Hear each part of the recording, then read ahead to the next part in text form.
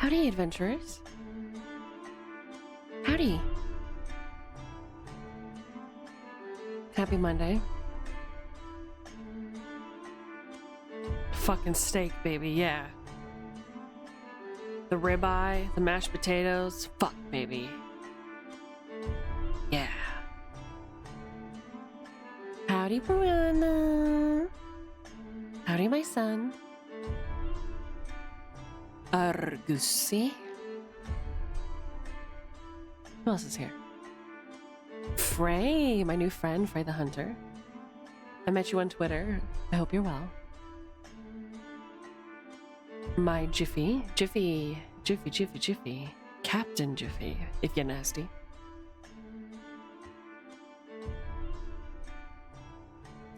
Captain Jiffy, if you're nasty. The voice of God. I am indeed chillin'. This is excellent news, my friend. Imagine this not just a touch. I hope everybody's well. I have great news, and that is how we are going to start today's stream. Does that sound okay? You guys want some good news today? Cleanse your feed. How does that sound? Does that sound nice?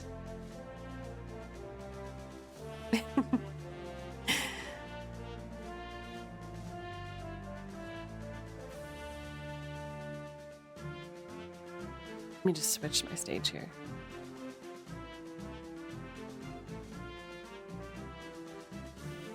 Howdy!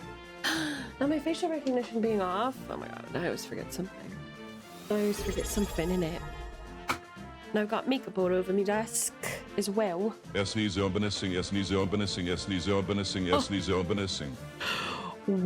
the hell was that? What the hell was that? Thank you for the resub, Pixel. Thank you.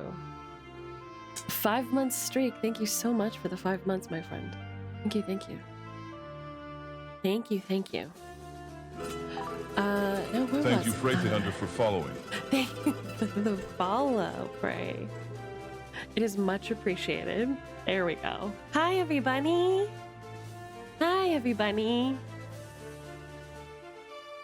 Dagoth is finally back, and he is suffering from minor head trauma. Almost a year. Thank you, Pixel. Thank you. Yeah. So, I want to talk to you guys about something really awesome and really important. First of all, I hope you really like my loot. Right off the bat, I hope that you'll dig my little, my cheeky little guitar. I hope you like it, vibes.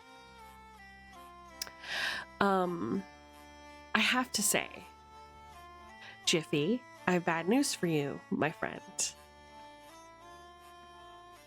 And that is that Toilet of the KOU kids just picked up like 10 bags of trash, which puts us over the goal for the first 8 bags, which puts us over the goal for the first goalpost. If you don't know what the Envirothon is, allow me to pontificate for a moment. Actually, I'm gonna do something better. I'm gonna show you.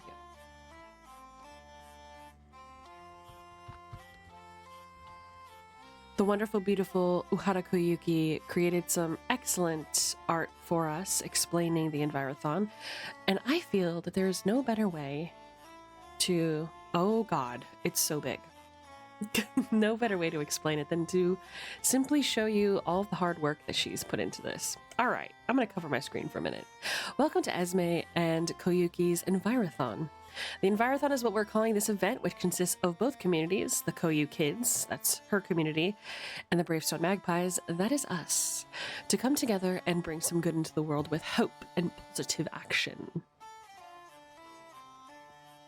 All you have to do is pick up litter in your neighborhood using reusable bags. The event's going for 2 weeks. Take a picture of the trash that you've collected. Recycle as much of the litter as possible and post that photo in the community Discord of your choice. Each bag, no matter how big or small, is worth 1 point. It's just our way of cleaning up the environment and doing something good. I should do that though. I should. There is an announcement that is timed that should be coming through every 30 minutes. But yeah, anyway. Yeah, each bag counts, no matter how full, no matter how small. It's just our way of kind of giving back to the world, and we're not doing it for any reason. We're not doing it for donations or anything like that. If anything, we're doing it for people to get involved. We want as many people to be excited about this as we are. We're adventurers. We're the good guys. So we are putting good in the world, even though no one asked. So I just want to thank everybody for all the work that you've done so far and the journey that we've been on together just in this last, we haven't even been doing this a week yet, have we? And we've already reached our first goalpost. I could not be prouder of all of you for going above and beyond and doing it just for the good of your neighbors and the environment. Plants and animals don't have the ability to communicate with us. And if you feel helpless in this world, imagine how they feel.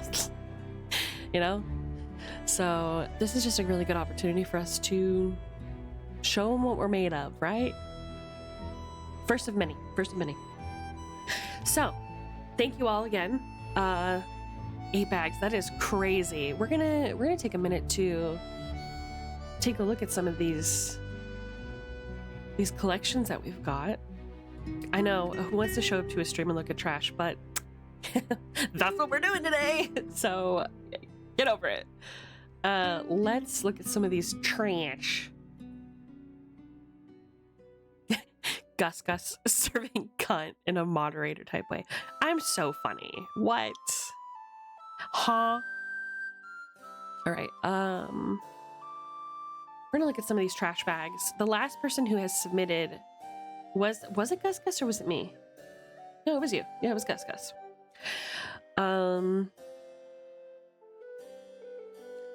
I made an attempt and ended with a box turtle? No, now you gotta tell me what that's all about, huh?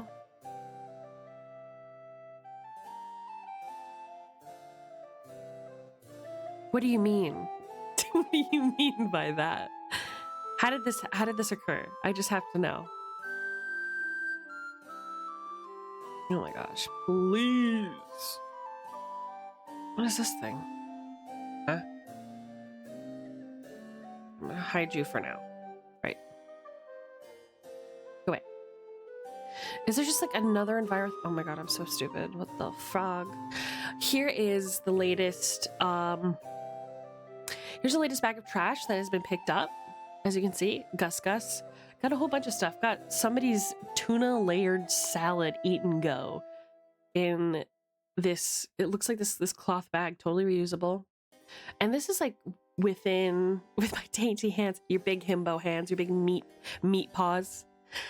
This is just him stepping outside and using his grabber to get things that he can just like see near his house. So you don't have to go far. I think when you start looking for trash, you start noticing how many things are out there that aren't meant to be there. It's so wild to me. This experiment has really shown me like how truly blind we are to the things around us that we've just kind of become accustomed to, the dirt and grime that we are just kind of hand waving as entities living day to day. And that's not normal. So let's make it better. Right. Anyway, thank you, ARRG, for being the latest one to submit your trash claim. Super proud of it. So far, we have Jiffy still in the lead, but unfortunately, Jiffy was overshadowed by the wonderful, beautiful, magnificent Toilet, who has claimed 8 bags and is about to get 5 more. It seems like let's go to the Koyuki. Let's dip over there. Let's go to Koyuki's server and see what we got.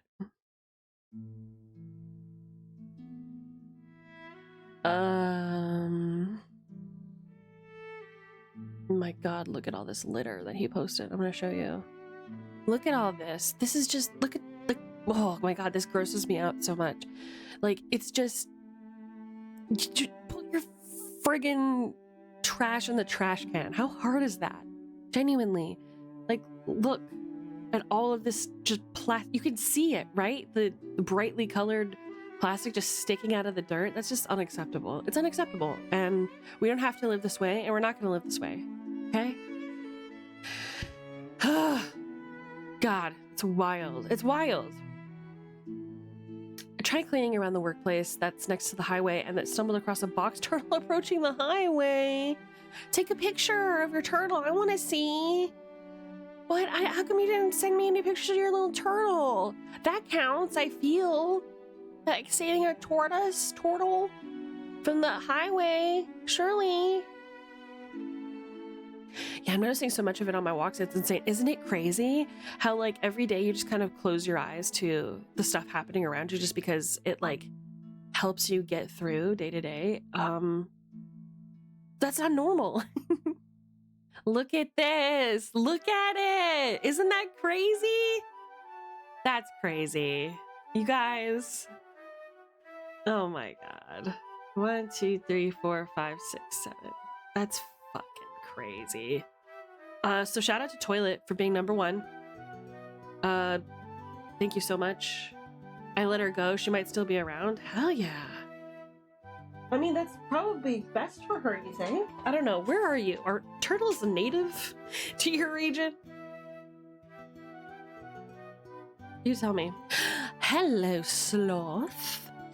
Hello, baby boy. Hello. By the way, can you guys still hear the music? I hope so. I hope that's the case. Let's lurk. Is there more trash? Here's Larky's hall. Got some trash in here. Really zoom in there. Just little bits of everything. Just come on, people. It's not hard. It's not hard. Just pick up.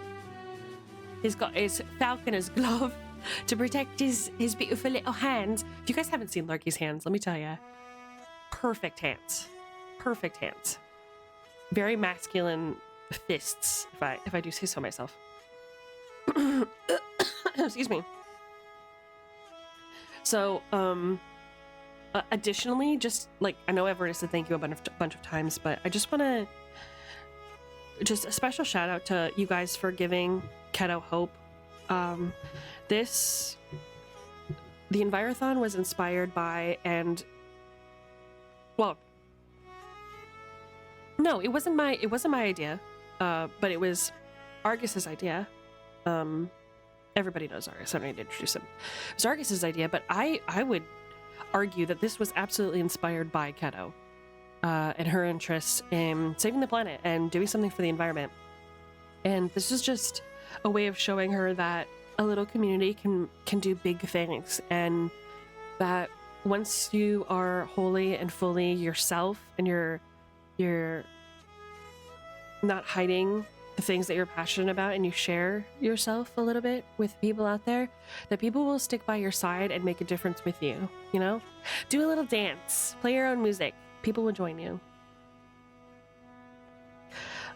So thank you guys for giving one of my best friends hope. Because sometimes I think she does this nature stuff, this environment stuff, and I think she feels a little sad because of all the things happening in the world and how easy it is to see all the negative things happening in this world. So thank you guys for being good friends and good companions to the Koyu kids and encouraging them by doing it and sticking with me, helping me. Just, yeah, thank you. Thank you, everyone. 100% sent from her classic classroom assignments. Awesome, dude. Awesome. Awesome. Couldn't ask for more. Oh my gosh. Pardon me. Let me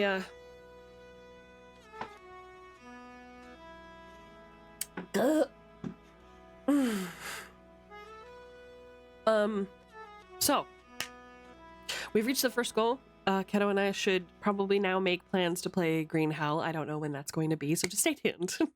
Stay tuned. We'll be doing that soon. And then our next goal is, what is our next goal? Oh yeah, it was the forest. So once we get 5 more bags of litter picked up, and remember, it can be from anywhere, right? As any size. It doesn't even need to be a full bag. Once that's done, she and I will do an IRL nature walk. Myself around Scotland and her in the wild forests of wherever she is. Dutchland, you know? So, all we need is 5 more bags. And for those of you who have never left the United States or maybe your respective country, I think it's just going to be nice for all of us to get to experience that together, get to see new worlds and beautiful places together. Oh, I'm going to guarantee we reach. Oh, absolutely. If the Koyu kids and the Bravestones don't get it, it's going to be one of us. There it is. There's the announcement. So, I think that's all I need to say. I just really appreciate every one of you. I want to get to 100.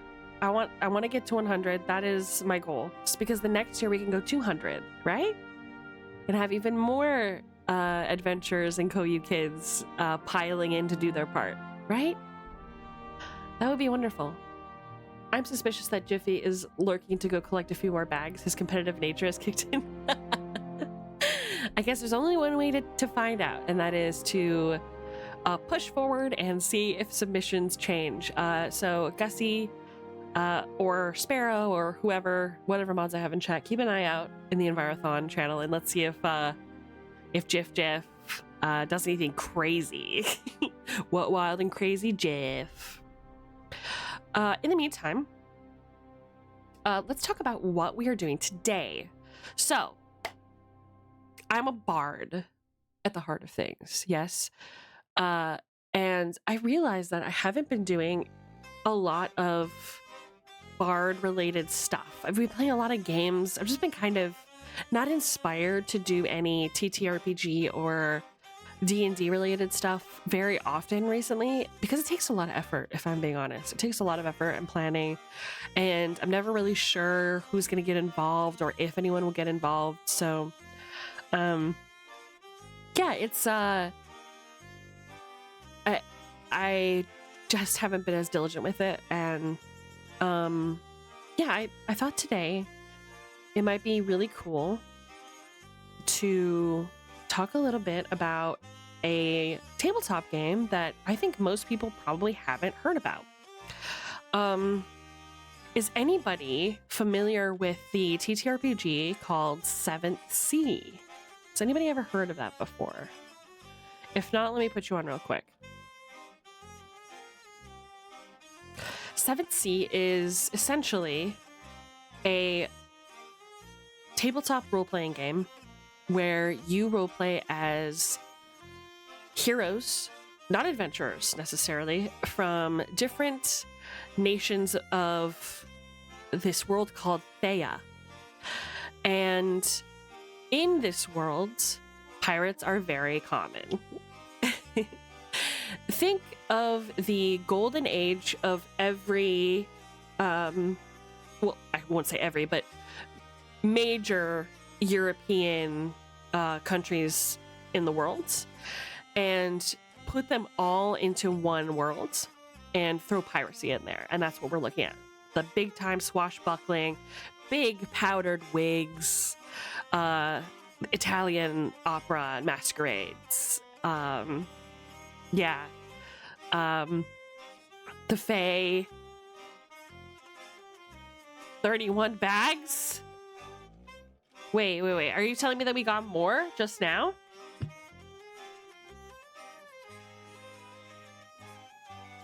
Do we get more?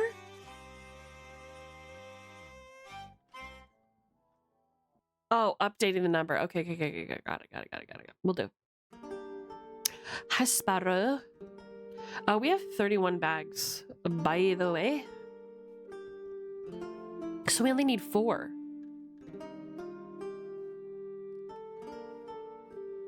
That's crazy. We only need 4. Anyway, so this world is ruled by these gigantic powers that be that are either at war or kind of trying to take over the world in their own right. It's like parallel Earth, but stuck in the golden era of the respective nations. And I thought it'd be fun today to kind of talk to you about not only the TTRPG and how it works, but also kind of go through the thematics of it. Talk to you about the respective nations and their styles, the magic of this world, the lore of this world. Those things are very interesting to me, and I thought that it might be cool for you guys to learn about. Maybe it'll inspire new characters, roguish archetypes, something like that. Sadly, I couldn't find a turtle. Apparently, they move quickly. Well, who'da thunk it? Who'da thunk? Anyway, so let's dig in. I hope you're hungry, because we got a lot of knowledge to eat today, chat. Magpies. Right. So first, I'm going to start off by just saying I have a picture of the cover art of these books. Like, let's talk about serving cunt for a minute. I'm going to show you what I'm talking about. Let me show you what I'm talking about here.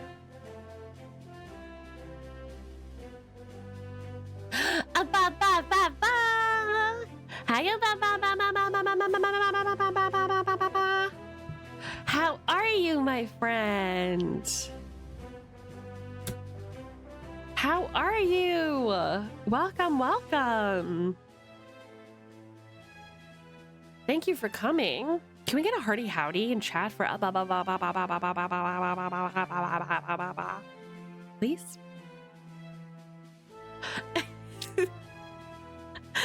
What's the inspiration for your name? I gotta know. Hearty howdy. Anyway, let me show you this art. Let me show you this art real quick. Vibes.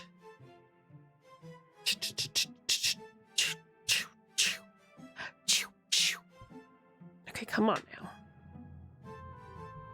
Look at this shit. Look at it. Ugh. 90s and early 2000s cover art went so hard. They did not have to do all this. Look at it. Hello?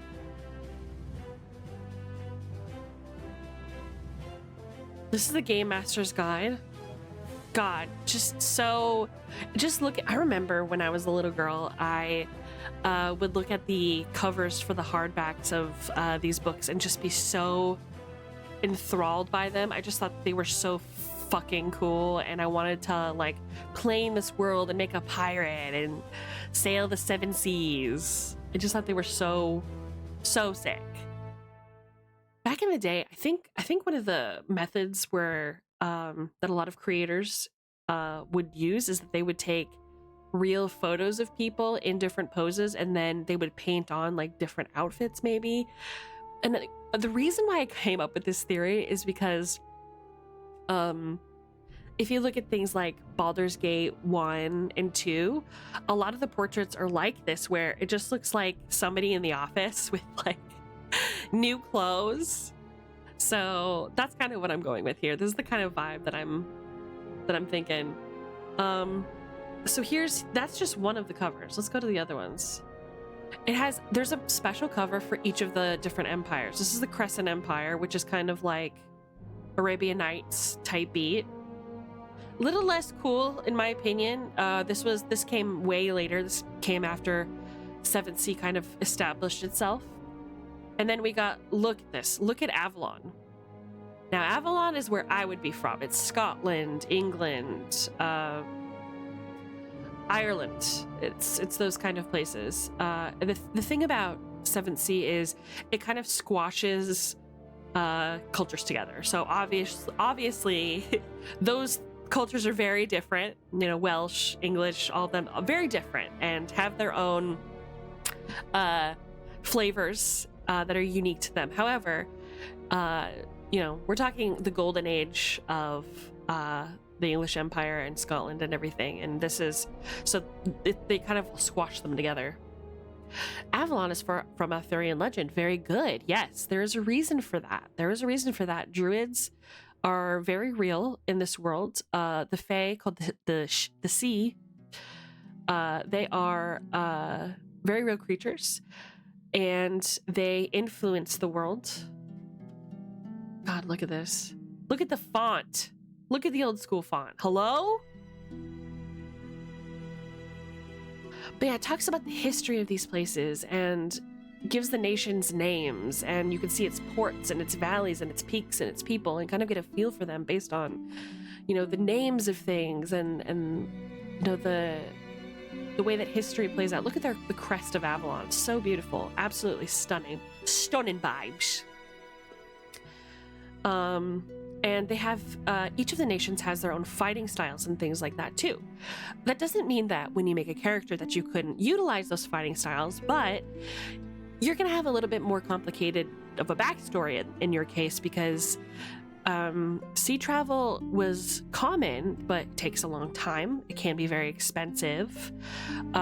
So people who were not of noble bearing often wouldn't learn the sword arts of the Vodace, who are the Italians in this universe, in Thea, if they were Avalonian. It just didn't really happen. But the Druids are real. The sea are real. The magic of ancient England and Scotland are real. I think it's a good idea to kind of start from the roots. And this, I feel like Avalon is a wonderful place to kind of dissect that. I'm gonna go straight into, oh, this is the character sheet, by the way. Pretty simple, right? Pretty easy peasy. And look how old school it looks. There aren't any flashy like borders and like extra fluff. It's just like traits, character information, appearance, advantages, blah, blah, blah. And we'll go on to what all this stuff means later. But we're gonna start from the start. Look at this. October 2001. Hello? So, the world of Seventh Sea is a world of swashbuckling and sorcery, piracy and adventure, diplomacy and intrigue, archaeology and exploration. It's a world of musketeers, buccaneers, and privateers, ancient sorcery and lost civilizations, secrets that hide in the shadows, and monsters that hide in plain sight. So, sorcery is real. Magic is real. And every single one of the nations of Thea have their own brand of magic. And how common it is for you to be a sorcerer, have sorcerer, a sorcery, is dependent on your nation and its relationship with that magic, which is so cool and so deep, because genuinely, that is how it would work. Wait, does it say that one of the creators is John Wick? That is correct. The John Wick, who I have had the pleasure of meeting and talking to at when he was starting to launch the second edition of 7th Sea. The man who can kill a person with pencils. Well, different guy, I'm afraid. Different guy, I'm afraid. I'll show you this guy's picture. He looks different. But yeah. Hi, special fish. Welcome. Welcome. But yeah, so your relationship with magic and how much magic you have is dependent on your nation's relationship with magic. For example, in Spain, the church, I believe this is it, the Vatican Church. I think that this is the same church everywhere, but the Vatican Church is essentially Catholicism. And Catholicism was huge in Spain during the Spanish Golden Years. And because of Catholicism being so big during this era, sorcery in Thea was outlawed and witches were burned. So if you have sorcery in somewhere like Castile, which is this world's version of Spain, that is something that you would have to treasure and hide deeply, because it is not looked upon fondly. The Vatican Church is absolutely everywhere, eyes everywhere. Everybody worships the Vatican Church and practices that religion, and anybody outside of that is seen as an outsider or even an enemy of the church. No one expects a Spanish Inquisition. That's exactly right. That's kind of what you're looking at. So the Inquisition is a very real thing. If the church suspects that there's something up, they will send their inquisitors to inquire. And sometimes that's nice, and sometimes it's not so nice. A lot of nobles have been usurped by the church themselves, or controlled in Castile's current situation, based on the whims of this Church of the Prophets, or the Vatican Church. Now, here's where it gets interesting. We're just talking about religion, right? In Thea, we know that the Vatican Church has a big importance in places like Castile. And we're going to find Castile here. Just a second. Where are you, Castile? There you are, my darling. Castile. And you'll notice Zorro's over here because of course he's here, right? So, the Vatican Church. They're a big deal in Castile. You know who else is kind of a little bit religious? Maybe just a little bit. The Italians. Maybe just a little bit religious, right? They also practice a religion. However, because their magic is something that is so entwined in social politics in a place like Italy, which is called Vodacce in this world. Look at how absolutely stunning this artwork is. You don't get this anymore, do ya? Look at that. Every single person, including this man, is serving cunt on this cover. Don't at me. Right, so because the lives of Vodacce are so intertwined with their sorcery, which is called fate magic, which means that the women of the Vodacce can determine or influence your fate, like the weaves of fate, right? Because it is so influential, the Vatican Church kind of turns a blind eye to religion, to sorcery in Vodacce. It was the only way that the Vatican Church could really kind of infiltrate the world of Vodacce and their politics, was to allow sorcery to kind of flourish. Interestingly, Vodacce is also a place in the world where only women can learn their specific type of sorcery. Pretty interesting, huh? Hi, Keto! You missed my earlier discussion about the Envirothon. Thank you for coming. I'm so proud. I'm so proud of Toilet. See, what did I tell ya? What did I tell you? I knew it was just a matter of time. People are... I know you are. You're hyper. I knew it was just a matter of time. When you give yourself wholly and fully and show the things that you care about, people will buck up. Monkey see, monkey do, right? I'm sure that really made you feel wonderful, and you deserve it. Nana, thank you for coming. How are you?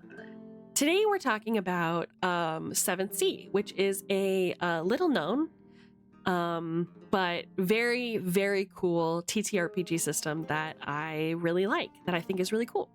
And I'm talking about the lore of places and showing off the absolutely exquisite art that Dungeons and Dragons style game books used to have. Like, look at this. This is obscene, right? Yeah, we're at 31 out of 100 bags. Isn't that wonderful? I could not be happier. I'm so, what is it? Chuffed is the word? I'm so chuffed. I'm so happy. I'm so pleased. So thank you everyone again.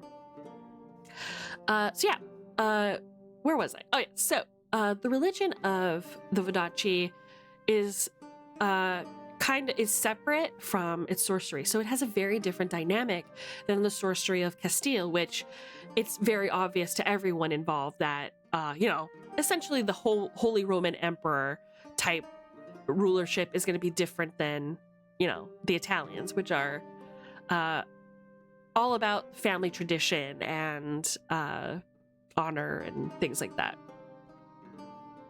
I know. Yeah, these covers are just on another level. And then you have, look at this. This is the Game Master's Guide. For those of you who didn't see it earlier, look at this. Isn't this incredible? Absolutely stunning. You just never see this shit anymore. It's a delight. And so inspiring. It just makes you want to get in there and find treasure chests and sword fight, you know? So that's Fadachi.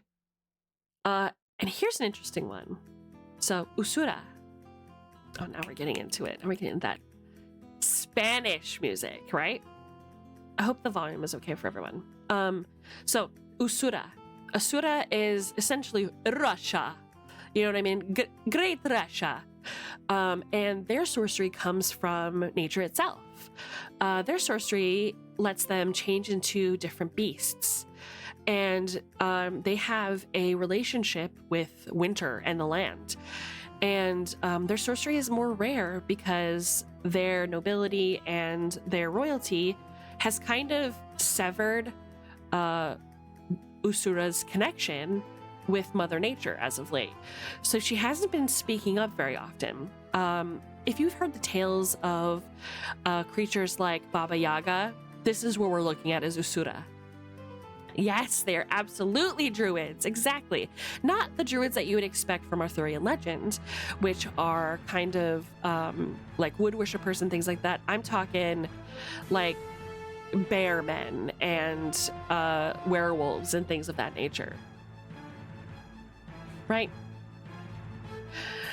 I want to wear a corset and fight using a saber. I'm not stopping you, Argus. Hey, Ian, welcome.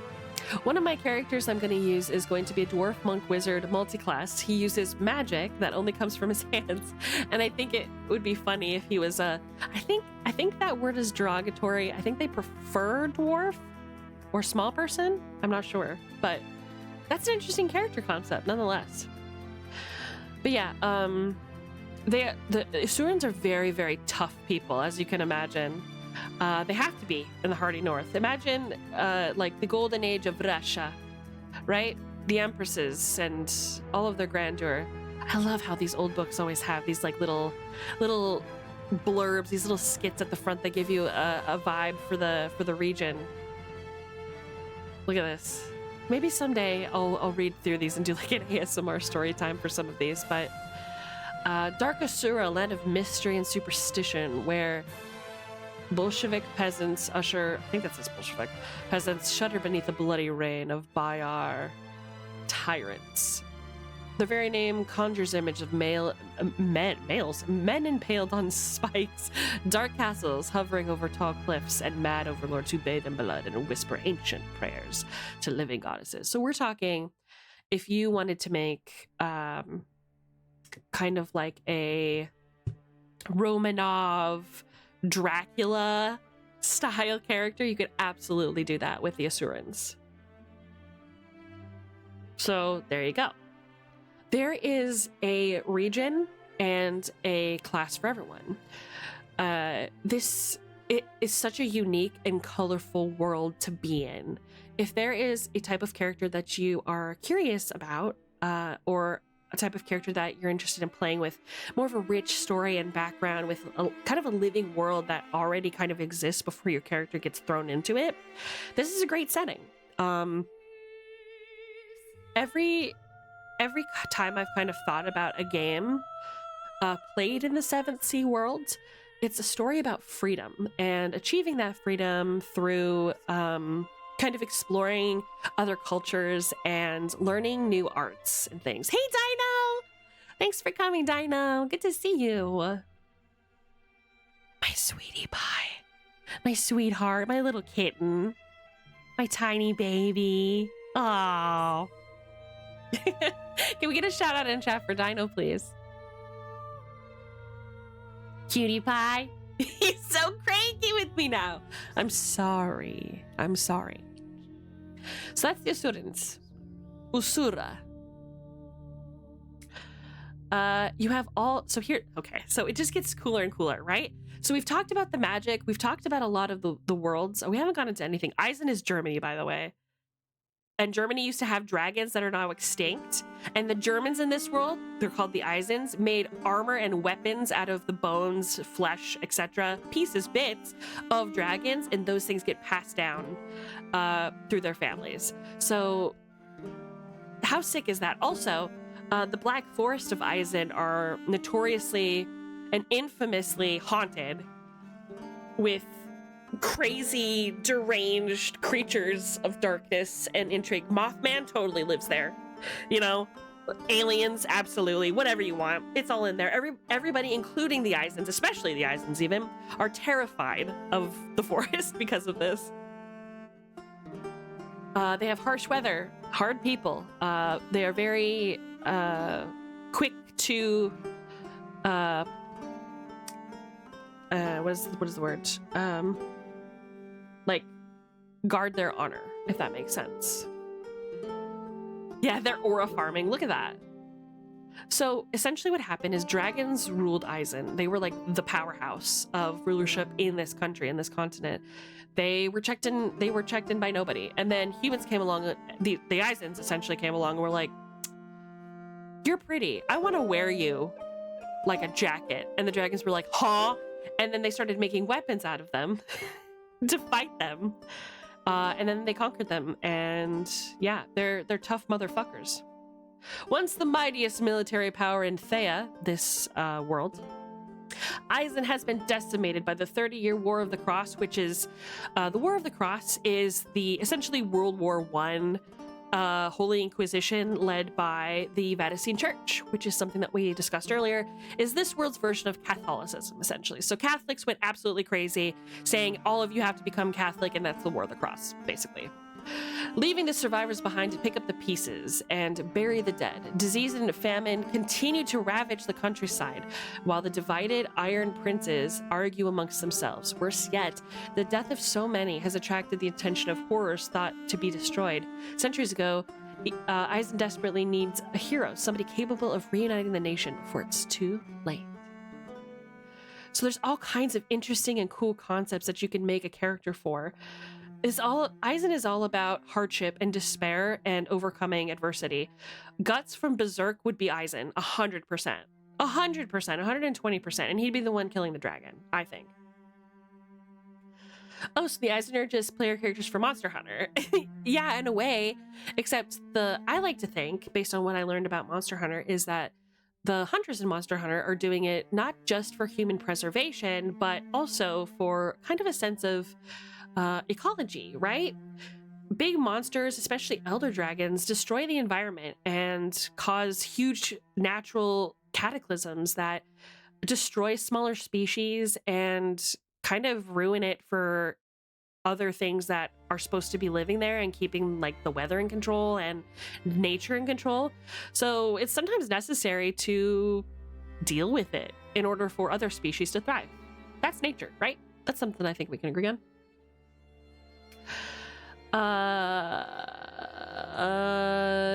Easily Frank Horrigan. I've done the math, and Frank Horrigan can punch with an 83,000 punch force, and he's also Secret Service and can punch a Deathclaw's head off. That's pretty sick. I don't know who you're talking about, but they sound awesome. I don't know, who is that? I thought it was a sport. I don't know any Monster Hunter lore. Okay, work. You know what I'm saying? Catholics telling other people they have to be Catholic. This is just too unrealistic for me. I'm out. So yeah, Eisen is kind of in ruins right now. It's not a good spot. And as the book suggests, the horrors that kind of come out and lived in the forest are noticing the carcass of the once great Eisen has been picked by the Vatican Church, and they're looking to regain that territory. So that's kind of like an interesting thing to think about if you decide to make a character from someplace like Eisen, right? Let's see, what else have we got? Talked about Castile, Eisen, Vodace. Let's talk about Montaigne. Oh, Montaigne. I think we all know who the Montaigne are. Surely we know, right? Who could this be? Who do we think this could be based off of? It's really hard to tell. You know?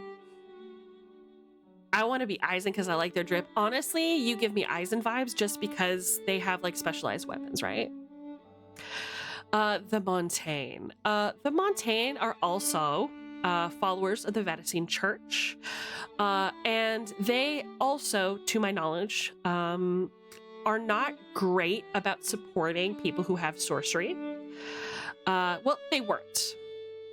Recently, Montaigne, the French of this world, have crowned a prince known as, I think he's called the Sun Prince, right? This guy here in the middle. He has sorcery. So the prince himself is able to do sorcery. Their brand of sorcery is really interesting. If you learn sorcery, if you're born into sorcery, if you have the ability to use sorcery in Montaigne, you have the ability to create portals. But every time you create a portal, your hands are soaked in blood. And in those portals are hellscapes that you have to avert your eyes from, or else it drives you mad. So it's, if you can imagine, expansion is a little bit easier when you're a Montaigne and you have sorcery. You just kind of open doorways to wherever you want to go. But there is drawbacks to that. Your hands covered in blood isn't always a great look, especially when people can still kind of use religion against you. Montaigne, essentially, because their king knows sorcery, sorcery is kind of in an interesting spot right now, because you have the church on one end that says, well, sorcery is evil and there is only one true faith and power in the universe. And then you have the prince who's like, okay, well, no. And because I have all the power here, you're kind of stuck just dealing with me. Now, Vodacce is a little bit more shy about their magic use in a world like this. The Vodacce being the Italians, their magic use is all between hushed whispers and like a nod and a wink. The Montaigne, they are all about ostentatiousness and panache. They do not care. The prince doesn't care, at least, that he knows sorcery. He is very open about it. He thinks it makes him very powerful. It makes him the chosen one, right? So these three are definitely part of a polycule. I mean, sure, I go for that. They're French, right? But it's kind of hard for the church to kind of step in and be like, my lord, I think that we should execute these witches, when he himself is one. He can just create a portal underneath the bishop and send him straight to hell. So, I mean, what are you going to do about that? So it's all of these little bits of intrigue that, once again, give this world a sense of being lived in before you even make a character. These places have intrigue and liveliness and lore that will ultimately come up when you're making a character for a world like this. If you're making a Montaigne, and let's say you make a courtesan, right? You want to build your ranks in the noble halls of the Montaigne, but suddenly your house is destroyed and a new king is crowned at this time. Well, now you have to decide, I want to be a courtesan. Am I still going to build up in the ranks and try and like get on the good side of this new king who essentially I'm starting from scratch? Or do I want to pick up a new trade? Do I become a sword fighter? Do I learn new skills? Do I just get out of here because of the turmoil? Now, all the decisions that are kind of left to characters in something like D&D are kind of being given to you like verbatim, and you just make choices in there. Think of it as like a choose your own adventure story, as opposed to in Dungeons and Dragons where you make a character and then fill out a character sheet and maybe a character background based on, you know, their noble house that they would have come from, or maybe a city that you're there that everyone's familiar with, something like that, right? Honk. I'm a big brain slime. You must listen to me. I have all the knowledge that you could ever ask for, and I'm going to get. Oh, anyway. That was silly. Okay, so he's basically the God Emperor of Warhammer 40k. Like, the only reason he's not branded as evil is because he's using his evil powers to protect his people. Sure, let's use the word protect. Why not? Lest we forget, all nobility in this world is just as it would be in ours, right? Absolute power corrupts absolutely. So protect his people is, I don't even know if the people of Montaigne believe it. But they believe he's something else. Honestly, if I were from Montaigne, the way that I would look at it is this. I would be leaning back in my chair, drinking a cup of tea, watching the Prince of Montaigne and the Vatican Church kind of fist fight over who's best, who's the best boy, who's been chosen by God, and just kind of let them hash it out, right? That's none of my business. What's going on here? This is not what I wanted. This is what I want. Anyway. Oh, Lurk. Hell yeah. Thank you so much for the nice burp. I'm glad you liked it. Plenty more where that came from, friend. You mean the corpse sitting on a throne of lies? Let's talk about a corpse sitting on the throne of lies for a minute. How would you feel, right, if sorcery of a certain nation was necromancy? Welcome to the Vestin lands. So we're talking Norse mythology. If you want to make a Viking or somebody from, like I said, the golden age of kind of the more Scandinavian nations, congratulations. There's a character and a place for you. Now, I am not wholly familiar with the Vendel Vestins, but what I will tell you is from what I understand, and I'm going to have to reread this to be sure, and we'll do that in a second. I believe that their magic is one of those things where they have to take a thing, for example, grave dust, wipe it on their tongue, and then they can speak to the dead. Just as an example, you know what I'm saying? Or something like that, right? Droger are all things that you can control, summon, and create when you have the sorcery of the Vestin, right? And again, I'm not super familiar with them because most of the people that I have seen or played with, when it comes to 7th Sea, they choose from like the big 5, right? They choose Montaigne, they choose Castile, they choose Vodacci. So, yeah. Oh god, not Droger again. That's correct. So if you're really into Skyrim, this is going to be the place for you. If you want to make your Dragonborn, congratulations, you can. 3 words, Fusroda. Exactly. 200 years ago, the island of something I can't read because it's old font was... Oh god, why is this so hard to read? Let's start again.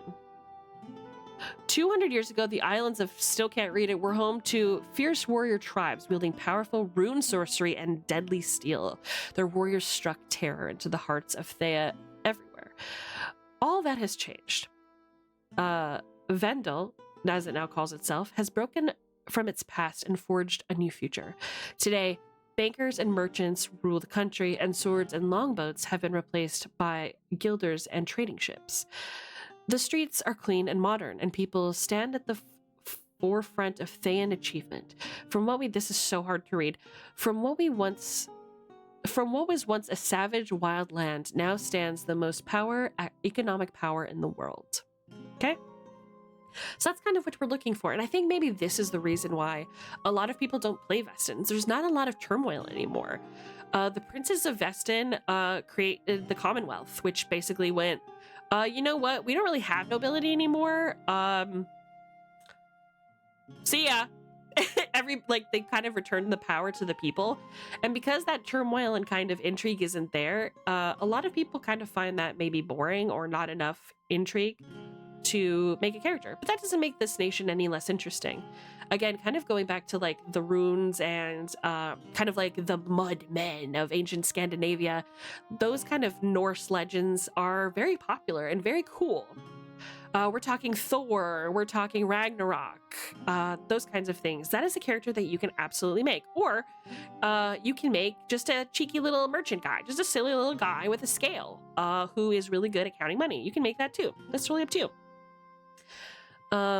So what we're looking at here is our Commonwealth Prince, who is one of the quote-unquote leaders of Vendel. And then we have the Vestin over here, who is pretty much just a Viking, right? A Fallout reference. Sure. Commonwealth probably actually comes from, ancient Scandinavian, I wouldn't say ancient, older Scandinavian nations have put in place. But sure, yeah, I think it was a Fallout thing too. So those are really the nations in a nutshell. I don't think I've missed anything as far as them. What I'd like to do next is I kind of want to talk about how the system works and make a character with you guys, just to kind of inspire you to maybe try out a system like this. All of these books are on sale, by the way, at chaosinium.com, it looks like, 7th C first edition. And you're going to want to look for this fucking sick as hell cover art. Oh my god, look at her. Listen, I'm not a pirate, but I'm in love with this ship. Like, this cover art makes me get it. This makes me long for the seas. This shit makes me feel like stepping on the old gangplank and eating pickles and hardtack. For real, look at this. Are you kidding me? Huh? They didn't have to go this hard. Look at this action. It just makes you want to jump into the water and sail to one of these ships and man the crew and get into the crow's nest. Yeah, it's just so sick.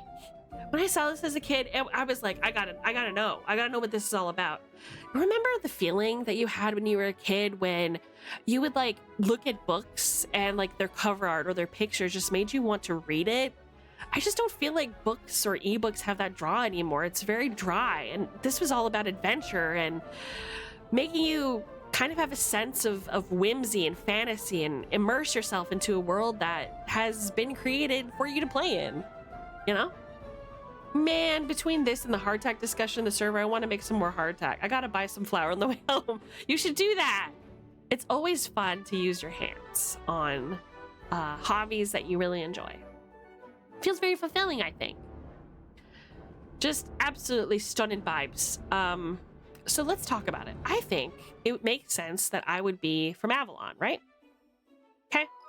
So I'm going to make an Avalonian. Where is my character sheet? Not you, Montaigne. We get it. We get it. You're gay.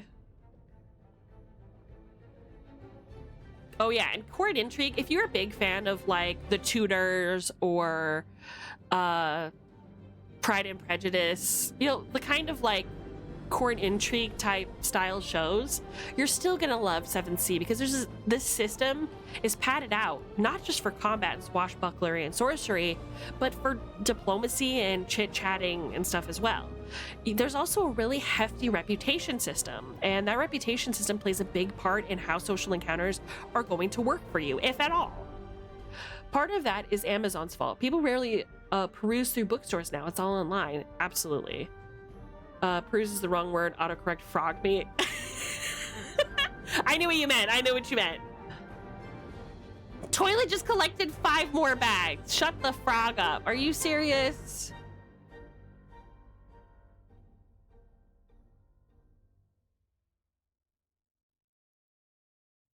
Hold on a minute. We gotta look.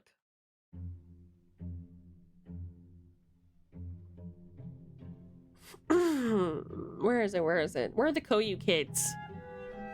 Koyu kids, what you got going on, baby? All right, part 2 done for the day. Oh my fucking god. You guys, look! Look! You guys gotta see the shit.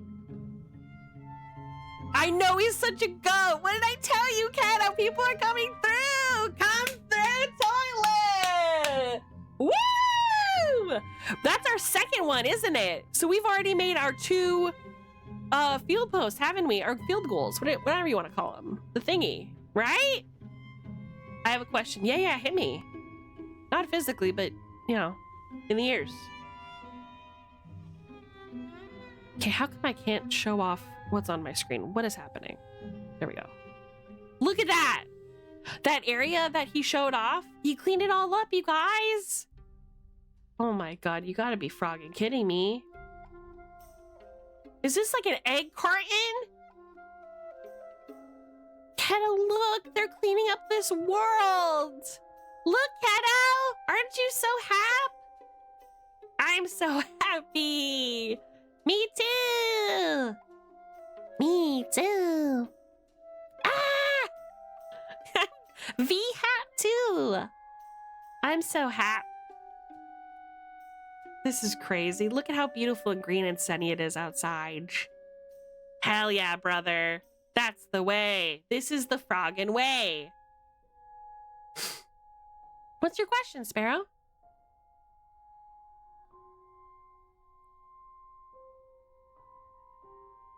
We're gonna turn on more fitting music, ain't we?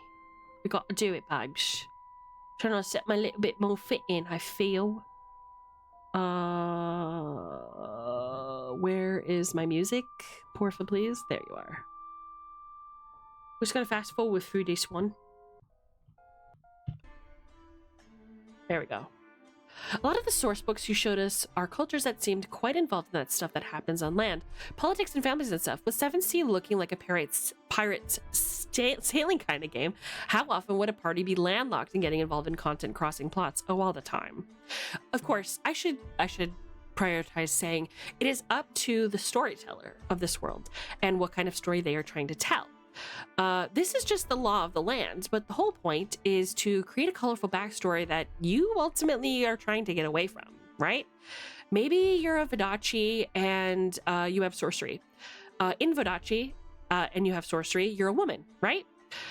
Gender politics is still a very real thing in this world. So women don't have the same rights essentially as men.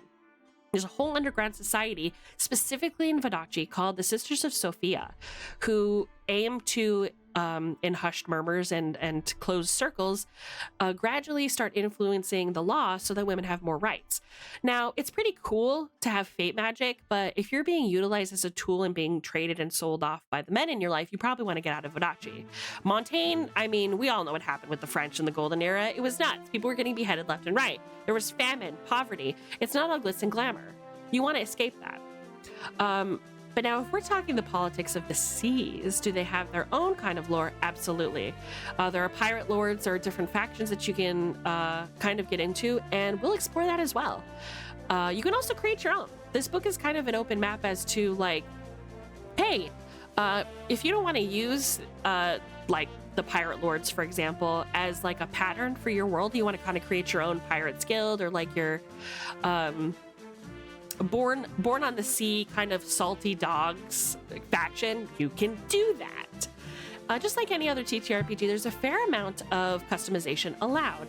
What's up, Slash? Welcome. Good to see you, friend. Good to see you. It's been a minute. So, it's kind of fun. I keep going to Robin Goodfellow. One of the things that I want to discuss is that fairy tale characters, kind of more modern fairy tale creatures, for example, Zorro or Robin Hood, those are all real people who existed in this world. Robin Goodfellow is this world's version of Robin Hood. He is an Avalonian and one of the legendary figures of Avalon, and he's a source of glamour magic. We'll talk about glamour magic as I'm making my character, but he's an important figure. These are people that existed, right? This is peak content? You think so? Do you guys like this? Me kind of talking about the lore of the world and, like, is this cool? You guys think this is fun? I wasn't expecting this to take off. I just really care about this stuff. Edutainment by... Okay, see? This is what I want to do. This is me being a lore bard for real. So yeah. Oh, and here's the cool part, right? If you want to do things like archaeology, you can do that. There's a whole system built in for you to be a little archaeologist and discover the histories and natural things of the world. Imagine if you're an archaeologist working in Eisen and you find frog and dragon bones. You're going to have everybody chasing you trying to get that because those bones are valuable, not just in Eisen either. The prince that we were talking about, the guy who knows sorcery and is, like, kind of fighting with the Vaticine Church to, like, control all of Montaigne, he has something called a puzzle sword. And I believe, if I'm correct, that thing is made of dragon bone. You know what I'm saying? Around the fire listening to your tales. Oop, dog moment. Hey, it's okay. I've got a tail too, I understand. Mine is currently made of slime, but, you know, when I'm a real girl, and Uhara Koyuki is going to make sure I become a real girl, you know, you'll be able to maybe see that someday. Imagine doing a tabletop game around the campfire. That's the dream. That's the dream for me. So yeah, there's all kinds of systems in place for you to make a colorful character, even if you just want to make something as simple as an explorer or an archaeologist. All kinds of ways of creating intrigue in this living, breathing world that I find so fascinating and colorful. And to be honest with you, I haven't seen anything like this since. I really adore it, and I've had so few opportunities to kind of play in this universe. The temptation to jump in and start a campaign or just do a one-shot in this universe is very, very strong. Hey, Dee Dee's here! So anybody who doesn't know, Dee Dee is the TTRPG master. I am but a humble adept and hobbyist. Dee Dee actually does this shit for a living, so welcome. You missed a huge chunk of it. We're talking 7th Sea and making characters in this unique and awesome world/tabletop system. It basically, TLDR, take all of the golden ages of like Central and Western Europe and throw them into a world together with pirates, and that's what we're looking at. It's pretty fun and really cool. Impeccable taste, as to be expected from SB. Oh, you're gonna really love this. You're gonna really love this. Dee Dee, look at the art. Look at the cover art. This is early 2000s, 1999 type cover art, and like art splashes inside the book. Oh my God, can you imagine what these pages smell like? Do you know what I'm saying? Look at, this is Avalon's like cover, like hardcover book, right? Look at this, man. I want to frog him. God, you just don't get it anymore. So that's Avalon. I'm gonna go through these again. This is Spain. You have fucking Zorro, the prince, who kind of looks like Leonardo DiCaprio, but Spanish. What the frog? Does he not?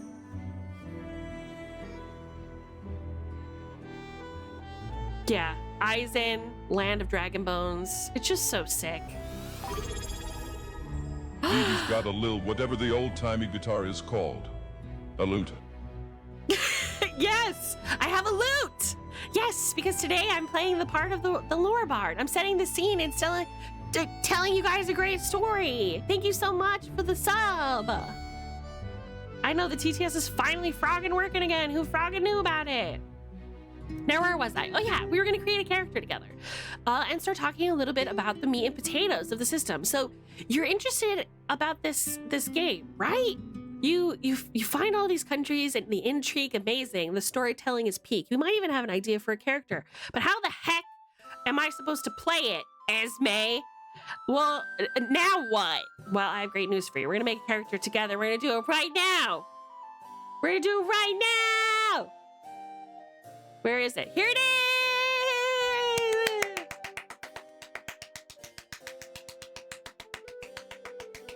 Weird clap, weird clap! Is this redeem actually gonna work? Love that. It did not. It did not.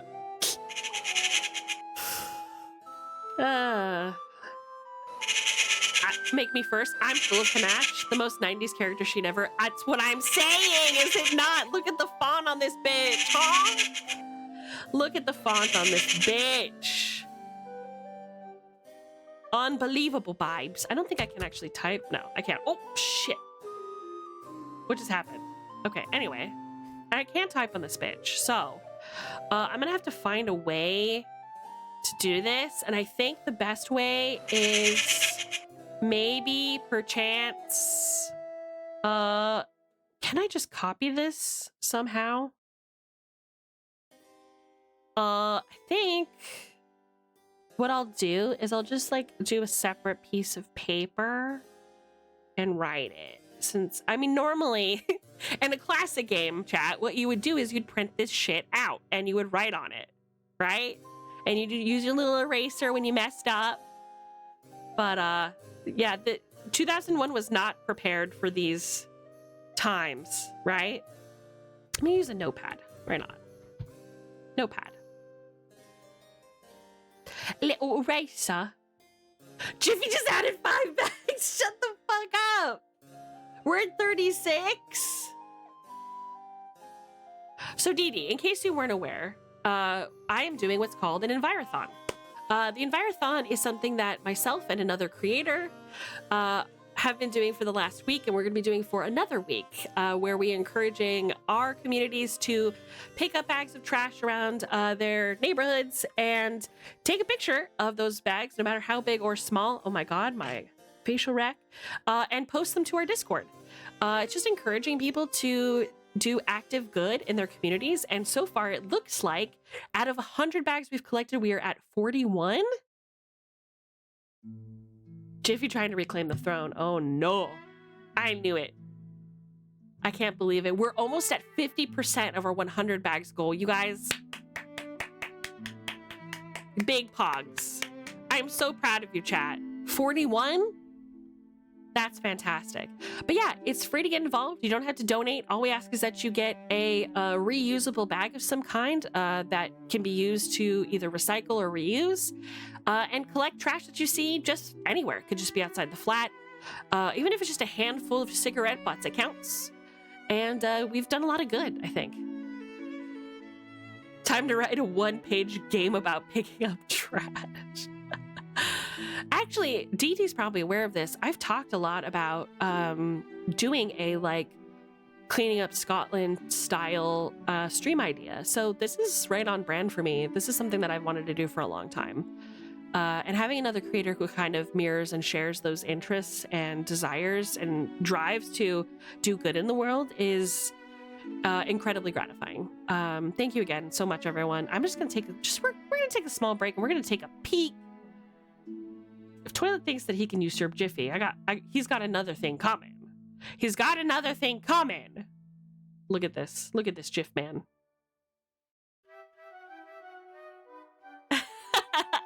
Hold on. All right, so we got a few bags here, chat. Check this shit out. Look at that. Goodness gracious. Bags on bags and bags of trash. I'd have more, but I need to rehydrate. Jiffy, take it easy. Leave some glory for the rest of us. He's collecting bags like he's collecting heads. This man's a killer.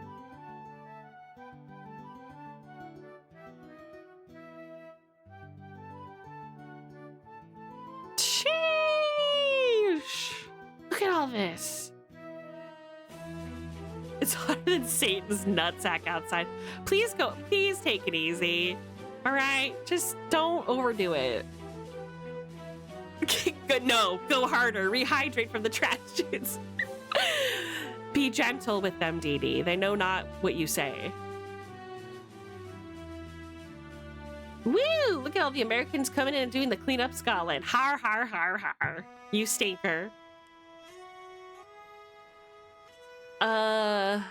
Is there anything else I missed? I didn't even check it yet. Well, now you don't have to. You're welcome. Anyways, chat, let's start building, shall we? If we can get 9 more bags by the end of the day, we'll have achieved 3 tiers in a single. That would be so crazy. I'll tell you what, anything that we don't get, I will get by the end of the night. Anything we don't get, I will get. Okay? Now, what were we talking about? Let's make a character, yeah? So, we have our traits here, and those are basically what you roll on, okay? So, we'll look into what actually we will use and to fill these traits out, but essentially, this is like your strength, dexterity, intelligence, constitution, and charisma. That's what these stats are, right? And these numbers, pretty simple. The dots are how many dice you roll of that thing. So we as a bard, let's assume that we have high panache, for example. We have a 4 in panache, okay? And we want to do a social encounter. We would roll this number of dice. Okay? Does that make sense? It's pretty easy peasy. It goes a little bit more in detail, but that's essentially the very, very big overview of it. So let's start from the beginning. Our name is going to be Esme Silverthorn. Okay. Player, Esme Silverthorne. Nationality, Avalon. Obviously. Arcana. Okay. Let's talk about Arcana for a minute. This is something we haven't gone into. We're not going to do broad strokes because this is important. Let's talk about Arcana. Okay? Blah, blah, blah, blah. We'll get into this in a minute. Oh my god, I can't wait till we talk about raises! Ah! So, okay.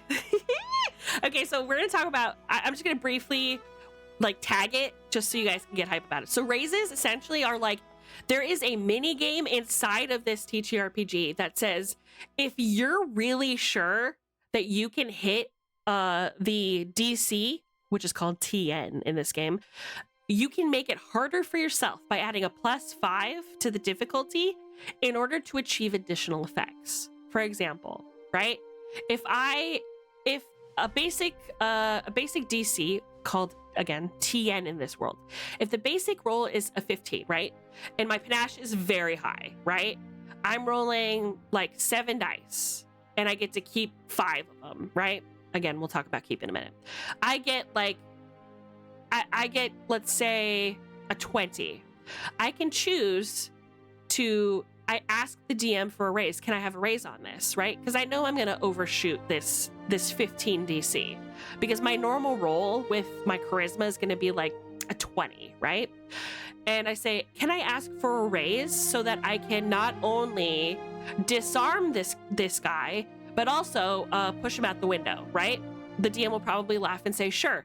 I add a +5 to my difficulty roll and I roll it. And if I succeed, that additional effect takes off, right? So for those roguish types who kind of like to play the odds and are pretty confident or even just want to be a little bit more daring, this game about being roguish and daring encourages you to be roguish and daring by taking extra like chances on rolls. Do you want to grab the hand of the princess, or do you want to do a final stab into the enemy that you've been chasing the entire game? You can take an extra like chance to see if maybe you can do both, right? Or I don't know, there's just so many possibilities. I've never seen a system do anything since this like this, and it's just frogging sick. Heading back out, bail for now. Okay, all right, Jiffy, please be careful out there. It's like doubling down in blackjack, 100%. I love seeing you yap about your interests. I'm so glad. See, okay, that's good to hear. That's good to hear. Then I can do more like this and people will like it. Nationality, Esme Silverthorne. Arcana, Esme Silverthorne. Stop it. Stop it. Oh, dramatic wounds. See, this game is like, it's so good. It's so good. So,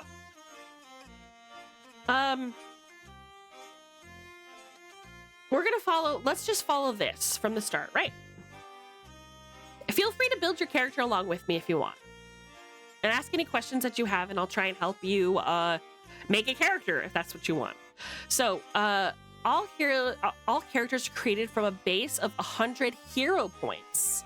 These points are used to purchase things like traits, advantages, skills, knacks, backgrounds, and arcana. Cool. I'm sure that they'll explain this shit later.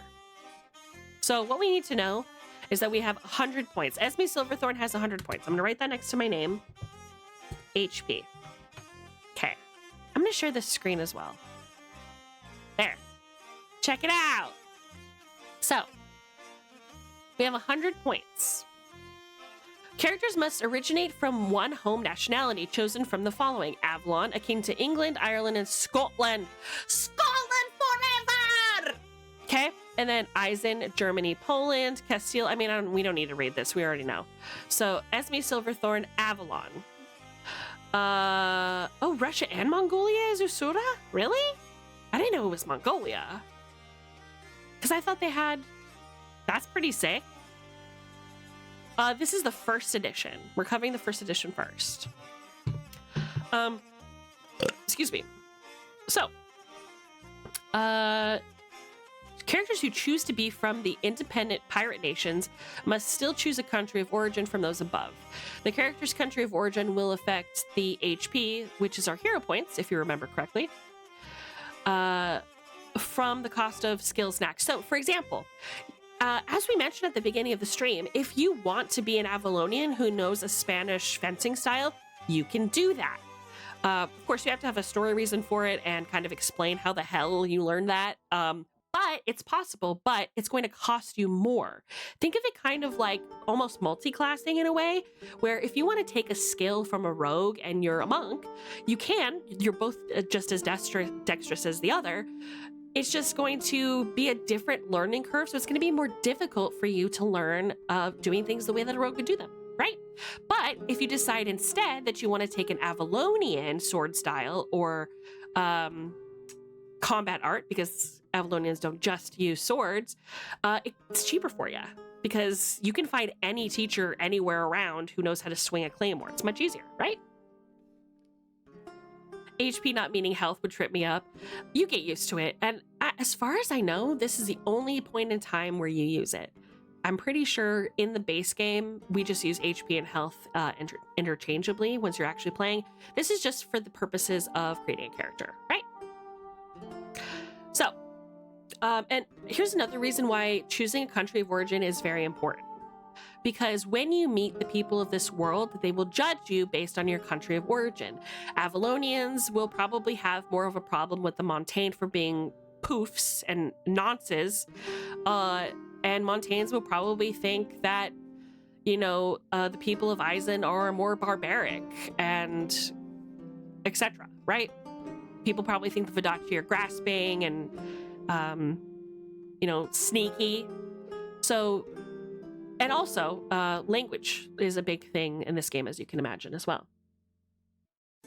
Our big hammers or weapon style we can use. We're going to figure that out together, shall we?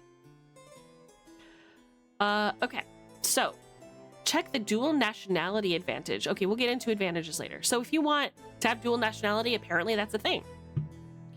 All right, first step, sorcerer. Do we know magic? I would say Esme Silverthorn does know magic. Yes, that makes sense for me.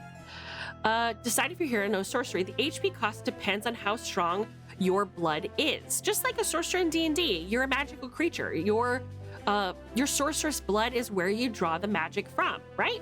Makes sense. That's something I think most of us are pretty used to in fantasy and storytelling. Full-blooded or twice-blooded sorcery costs 40 HP. Okay. I think that I probably want to be maybe half-blooded, so let's call it 20 HP, which is that next part. So 100 minus 20, so we're gonna do that's 80. Where is it?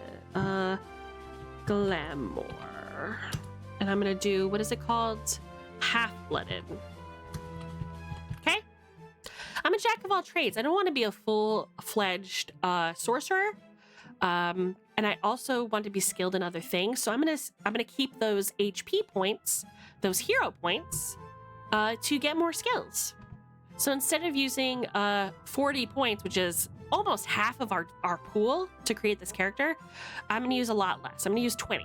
Okay, so I can do it, but it's just not something that is very common for me to use. Like, I'm not an expert, right? Makes sense. I'm a bard. I can do a little bit of everything, right?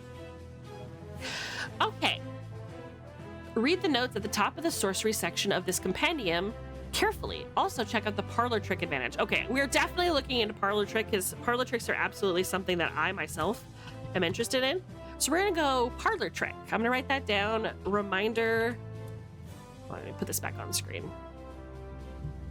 Reminder for later. Super duper.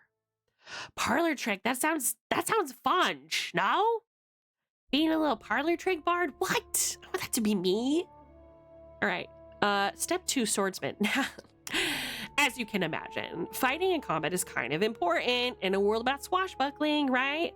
Anybody seen Sinbad or Zorro or any of the kind of like Sinbad style swashbucklery style things. That's kind of what you can expect from stories and storytelling of this caliber. So as you can imagine, swordsman skills are probably very important. The orphans in this dock were killing me. Wait, orphans? What do you mean? Orphans in this dock. Explain.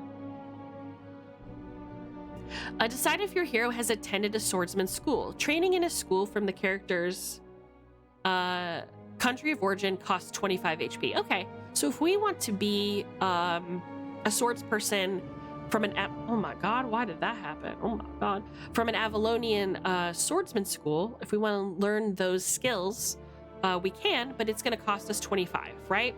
From a foreign school is 35. That's a lot more. Mutzi Mutz! He's here, ladies and gentlemen. Can we get a round of applause and a hearty howdy for the Mutzi Mutz? Hi, Mutzi. How are you doing, Mutzi Mutz?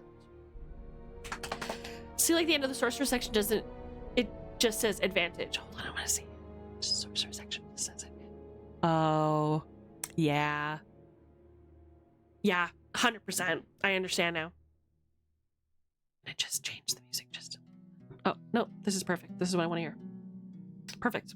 My cat's here. You might hear meowing. All right. Hi, Petey. You think this is about you? Oh, Petey. Can I get an oh, Petey in chat? Hi, Petey. Did you guys hear that? What was it, Petey? What was it, Petey? You want to say anything, Petey? Say anything. Oh, Petey. You can't attack that. That's the microphone's Petey. Do you want to grip the mic? You got big things to say. Well, say it, Petey. She's done with me.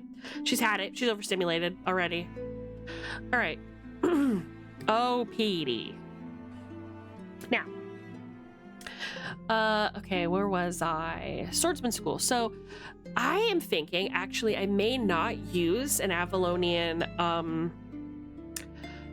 sword technique.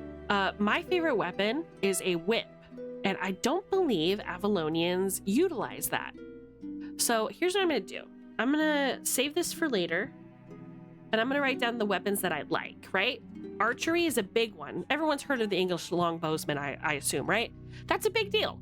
And not to mention, Robin Goodfellow, who is this world's Robin Hood, is one of the legendary characters of Avalon that my character could summon using her sorceress glamour, essentially.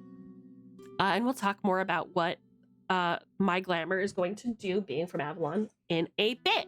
Okay? Cool. So I'm going to put down archery, and then I'm going to do whip. What other weapons do I like? I like knives. So throwing knives. I'm not a big swords lady, right? So I'm just going to kind of leave that open.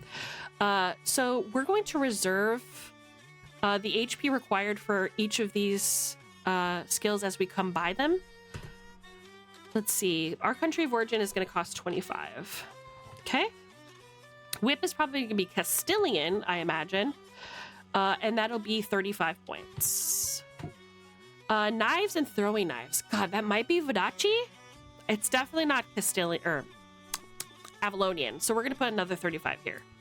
So potentially these are like what each of my swords schools would be costing. My character is going to be trained in combat.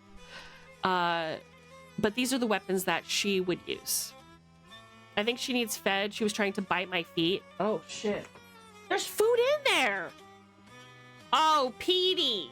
There's food in there. You little fatso. Goodness gracious. There's food. Do they have water? They have water as well. I don't know. HP is just using character creation and then all spent at the end of it. Yes. Yes. To my knowledge, that is true. Now, it's been ages since I've made a character, so I might be proven wrong, but we're going to find out together. Okay? So, here's what I've done. Esme Silverthorn. There's my HP. So, that's my current HP right here.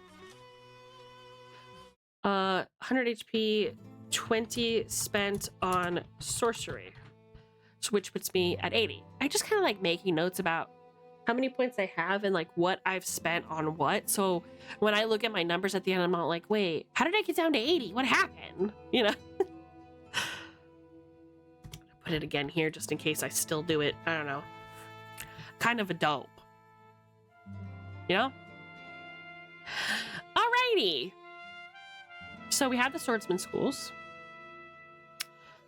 Right? Let's talk about traits. All traits start at rank 1.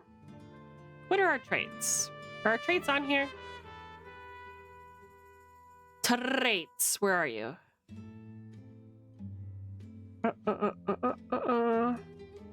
There we go. So these are our traits. So all of these automatically have 1. So you will never have a trait that is less than 1, right? Which means you're always going to roll at least 1 dice if you roll brawn, blah, blah, blah, blah, blah, right? So let's write that down somewhere. I'm going to put it up here. Okay? So brawn. Oopsie. My facial tracking went bye-bye. Okay, we're going to do brawn 1. Fitness. Fitness, dick in your mouth. Oh. 1. Wits 1. Resolve 1. Panache 1. Oh shit. 1.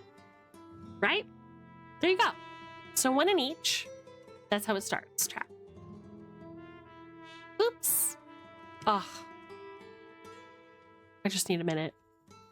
It's gonna be us soon, chat. That's me, and then this is you guys. You guys are rolling the ball. I'm not gonna do that shit. Okay. All traits start at rank 1. It costs 8 HP to raise a trait by 1 rank.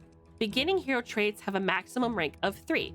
What that means is our traits, which again is brawn, fitness, wits, resolve, whatever, the highest number that we can get is 3 on any of these, okay? See the section on traits following their modifiers based on the character's country of origin. Ooh, okay. So based on the fact that we're from Avalon, one of these traits that we get gets an automatic increase. Let's see if that's on here somewhere. I think it is. Yeah, here it is. See, look, we're Avalonian, so we get an extra resolve. How nice. So we automatically start with a resolve of 2.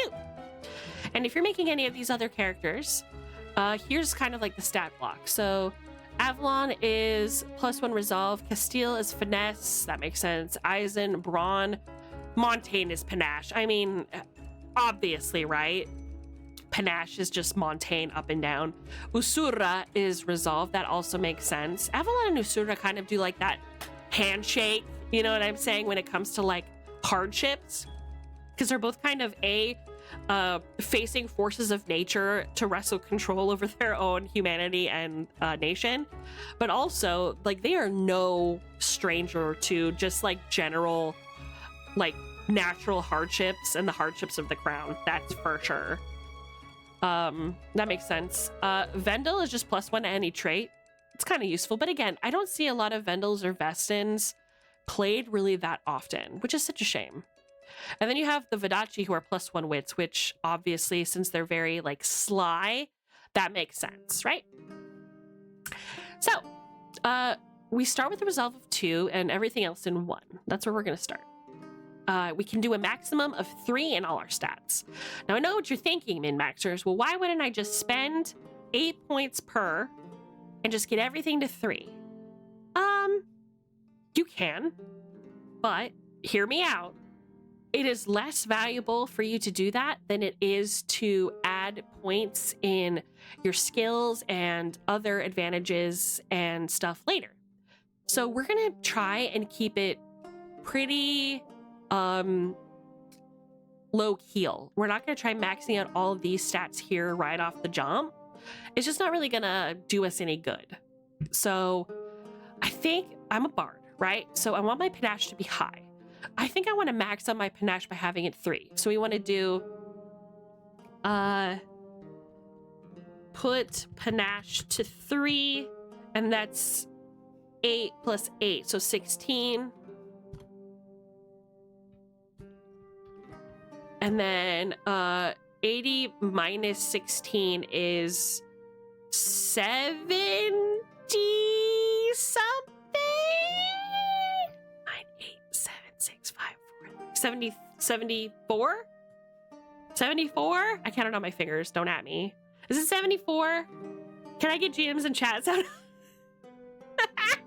Please, somebody do that math. What is that? What's 80 minus 16? I'm pretty. Don't make me do this.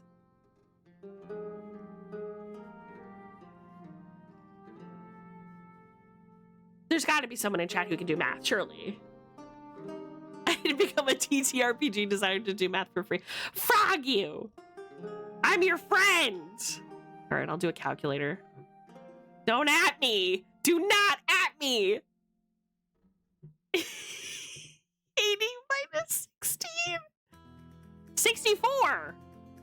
Wait, was I right? 64. Cool. Thanks, Kato! So, we brought our panache to 3, right? Resolve is 2, wits 1, fitness 1, brawn 1. Not great. Keto is very smart and is going to be re-debuting and kind of, re-debuting as a druid, which is pretty exciting. She's my mama too. My mama too. Right. What else do I want? I feel like having decent fitness is going to be pretty handy. So let's bring fitness to 2.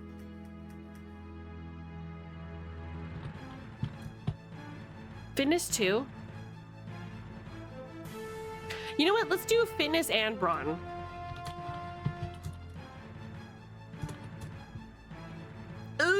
For 16 points. Brings to what is that? 660. Wait, who's fighting? Wait, so why did I say 60? 64. Oh my god, I can't math even when I'm told the math. I'm so dumb. All right, so 64 minus 16. Okay. That is 50.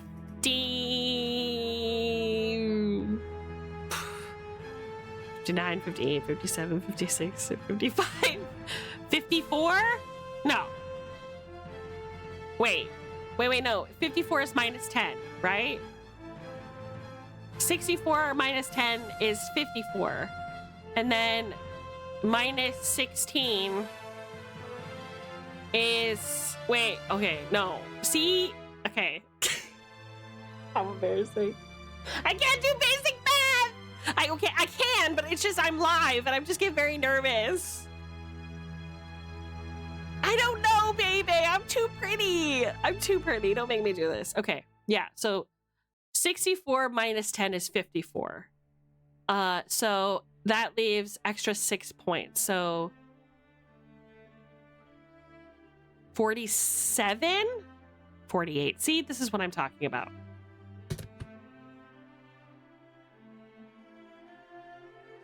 Wait, it's 48? It's not 47 yet? Quick maths, vibes. Quick maths. Listen, my panache is a 5, all right? My wits is a 1. Leave me alone. Maybe I should leave wits at a 1. No. I have basic intelligence, all right? A basic intelligence. There we go. 48. No, not... Oh, yeah, 16. Yeah, no, you're right. You're right. All right, next. So we have our points at 48. We have our traits. Chat. Awesome. Since your trait rank determines the number of dice you keep when making rolls, it pays to have at least rank 2 in each trait. There you go. That's what we did, right? This also means that the hero starts play with 2 drama dice, which is extremely useful. We'll get into that in a minute. The optimal hero should have at least 2 traits at rank 3 However, this requires spending 48. You may think to carefully to consider it. I'm not going to do that. I am okay being a little bit weaker and having additional skills because I'm a bard. I should not, in most cases, be at the front of things like combat. I have a 3 in the stat that matters to me, and that is panache, which is what I would use to convince someone, right? All right, let's talk about our destiny spread for a minute. That was this part that we got separated on earlier. This arcana shit, right? Let's talk about arcana for just a hot second. Anything higher than 10 minus is not basic. Yeah, exactly. Exactly, chat. Ugh.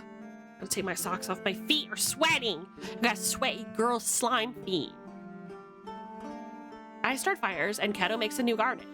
Exactly. We all have our roles. I tell jokes while everybody else does all the hard work. All right. Let's talk about it. Fourth step is determine the destiny spread for the character. This is based on the character's country of origin and may provide the hero with some additional benefits or the opposite. Are you a curse type character? What is your, like, this is essentially a tarot reading. Your character, when they're born, they get a tarot reading, and things like curses and blessings and just like the thread of destiny is predetermined in this world. So this is actually a really important and also really fucking cool part of character creation. You know what I mean? Characters that are from the pirate nations may choose to determine their destiny spread from either their country or their pirate nations, or both. Okie dokie. At this stage, the arcana available to the character will also be determined. The player does not decide to do anything with them at this stage, however. Okay, let's look into that.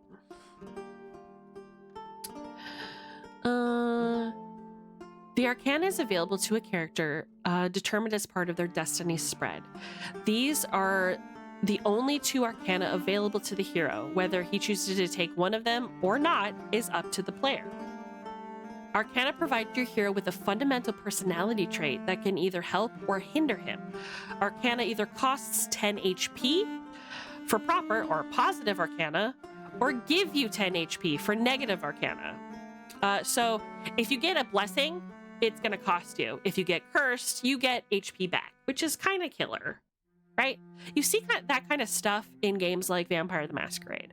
When you take something that's negative for your character, like Scarred Visage gives you like negatives to talking to other characters, it gives you extra points to spend elsewhere, which I always thought was a really cool little thing, you know, just a little treat for being ugly and weird. I like it.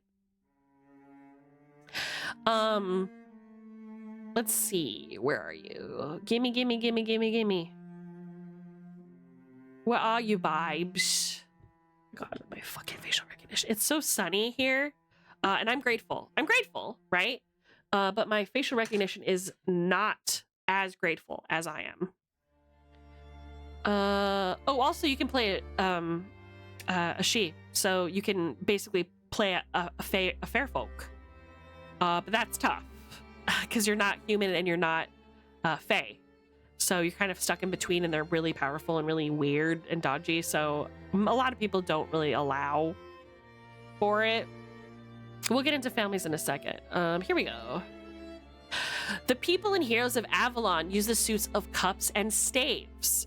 Cups because Avalon is a land of deep and passionate myth, and staves because its people hold fast to the ties between family and liege lord. So we're Avalonian. We're going to use the spread here. Okay.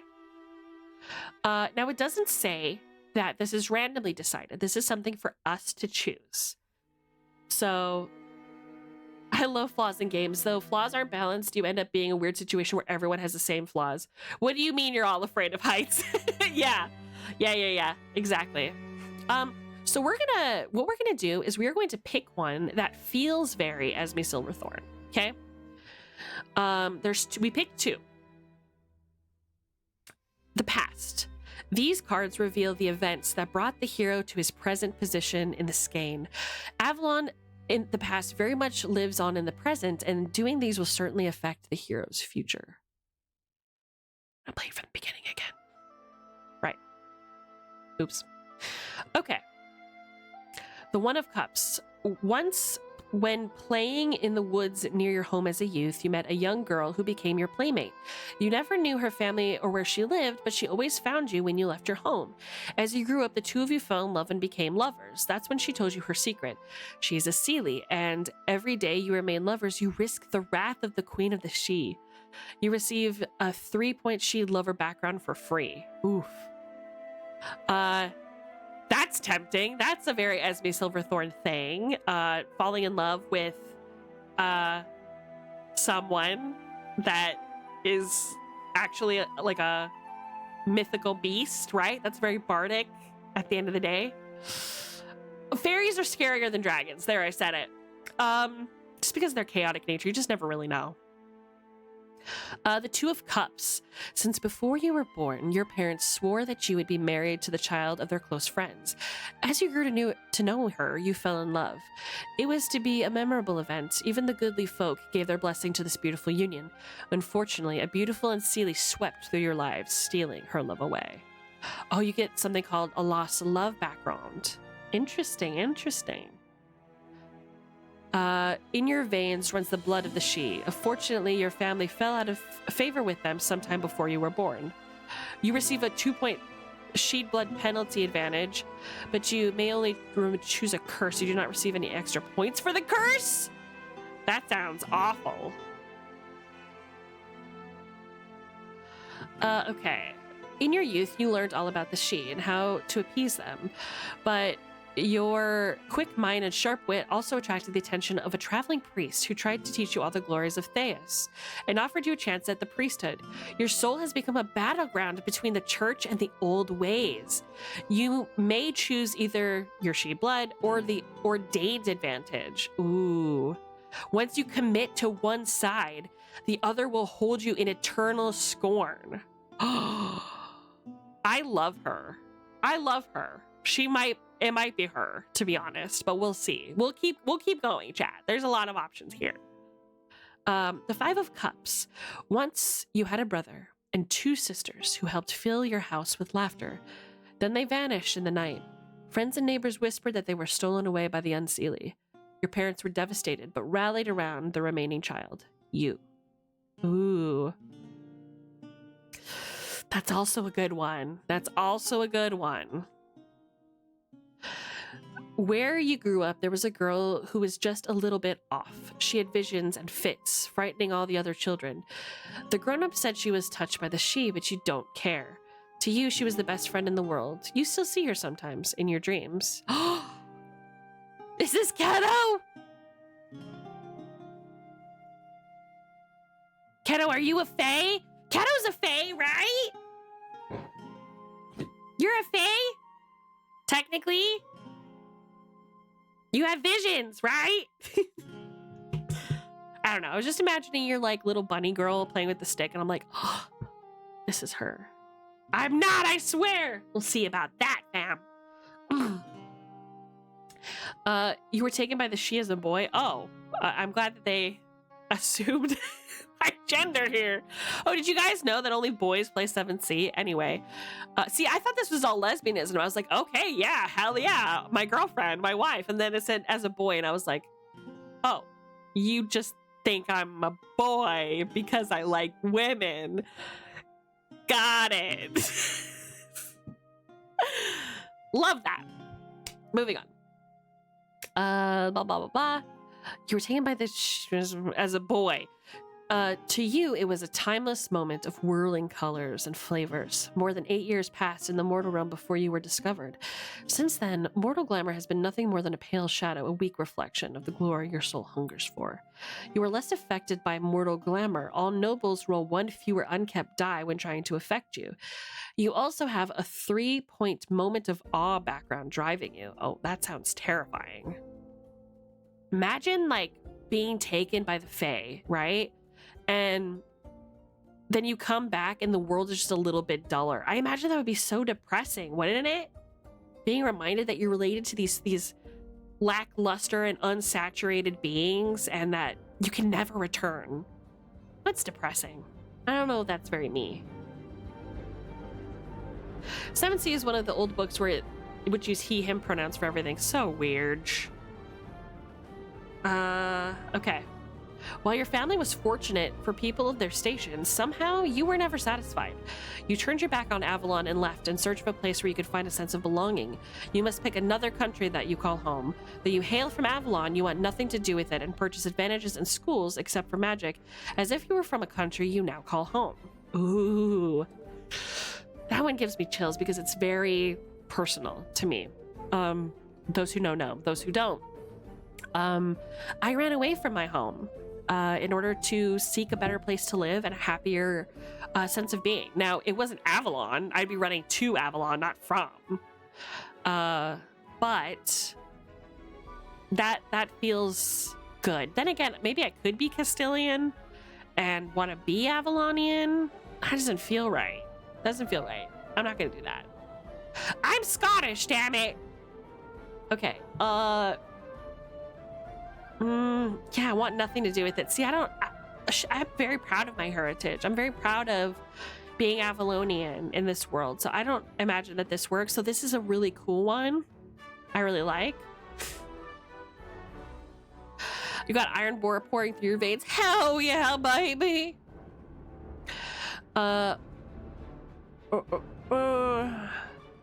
A rich uncle's thriving business let him shower his relatives with good fortune. He's responsible for your education and has seen fit to it that you have a good start in life. Unfortunately, the Vestin Manavjar, what does it say? Vestin Manavjar have marked him for death for trafficking with the Vendel. Don't be surprised if you wake up in a sack one day to be ransomed to your uncle. You start with an extra 500 guilders and 1 point hunted background. Ooh, that's pretty cool. Hey, Freeboo, what's up, baby? Okay, the 10 of Cups. Your youth was a fairy tale of perfect happiness, loving parents, adoring siblings, everything you could possibly want provided for you. You are shockingly naive about the intentions of others. Anyone trying to trick or misuse you receives 2 free raises. Now, you guys remember what the raises are, right? Essentially, when somebody chooses to get a raise, they get like a free advantage over you. So imagine, like, because of how gullible you are, the GM or any of the other players who are trying to like get you to do something, for example, they're able to just get 2 free raises, which means adding a +10 to the difficulty and getting like 2 free actions on you. That's fucking devastating.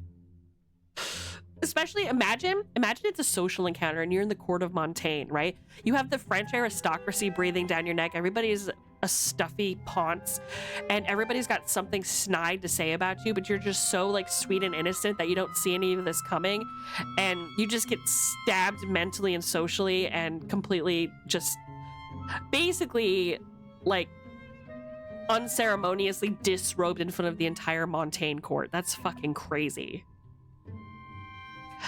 Let's talk about saves for a minute. When you were a child, you became very ill. No conventional medicine would ease your pain, so your parents took you to see a druid. After an obscure ritual, you were cured. The druid took a special liking to you and has kept his watchful eye on you ever since. That's so sweet! That's really cool. I like that. You come from a very stubborn and headstrong family. Once you decide on a course of action, nothing short of death will change your mind. I mean, that's pretty that's pretty accurate. But we'll see. Your family has traditionally been very religious in nature, also very accurate. When you were young, they sent you away to learn about the church and its importance. As a result, you recently have been ordained by an Avalon church. Okay, no. Your family has been nobility since the beginning of Avalon history. You can trace your lineage back to one of the first kings of Avalon. You may take the noble advantage for only 5 points or for free if you purchase sorcery. I could be a princess! I'm not a princess. Well, I don't know. I might be. I've always wanted to be a princess, but then I learned about how unequal things are between princesses and the rest of us, and it's never been the same. What else we got? Let's keep going. You were pressed into service aboard a pirate vessel as a youngster. You soon proved yourself and became a trusted member of the crew. Unfortunately, your ship was later sunk, leaving you the sole survivor. Oof. Oofda, as they say in the Midwest. Hydrate here. We stand an anti-Marnicus. That's where I'm at, right? I want to be called princess, and I want to wear pretty dresses and dance at the ball, okay? I don't want to have control over people's bodies and lives. You know? Feck the mockery. The Six of Staves. You spent your early adult life as a soldier in the Queen Elaine's... Queen Elaine! Ellie, that's you! Your aptitude for leadership was noted, and you were soon given command of a unit. Interesting. When you were growing up, you cared little for the pomp and circumstance of Avalon life. You preferred just to have fun and do whatever you wanted to do. You enjoyed the freedom and excitement that street life had to offer. Fortunately, your actions have earned you a bad reputation. Interesting, interesting, interesting. You served in the Navy vessel in your youth. Oh, that's the whole descriptor. They really gave up there, didn't they? They ran out of time when they were writing this book. You know, they didn't have any time to add any flouncy words, you know?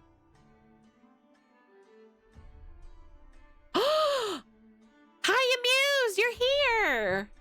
How did I know 7th Sea would draw your eye? How much have you heard?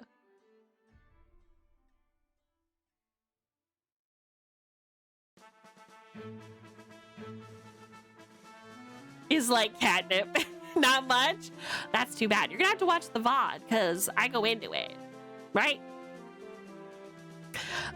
Okay, we're making a character today. Here's what we got so far. Here's what we got so far. All right. You were very young when you were injured badly due to a careless mistake. Since your recovery, you have been extremely cautious in everything you do. Interesting. Or your father was an incessant gambler and ran up quite a debt to an influential swordsman who will stop at nothing to collect what is owed to him. With the recent death of your father, you have inherited his debts and the wrath of the swordsman. Interesting. Okay.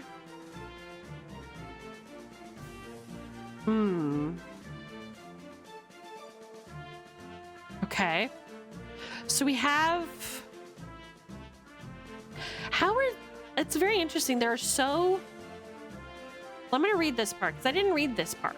There's so many options and it feels weird that they just like give them to you as opposed to like having you draw them, right? So let me read this and make sure I'm doing this right. To use the system properly, you need a tarot deck. Oh.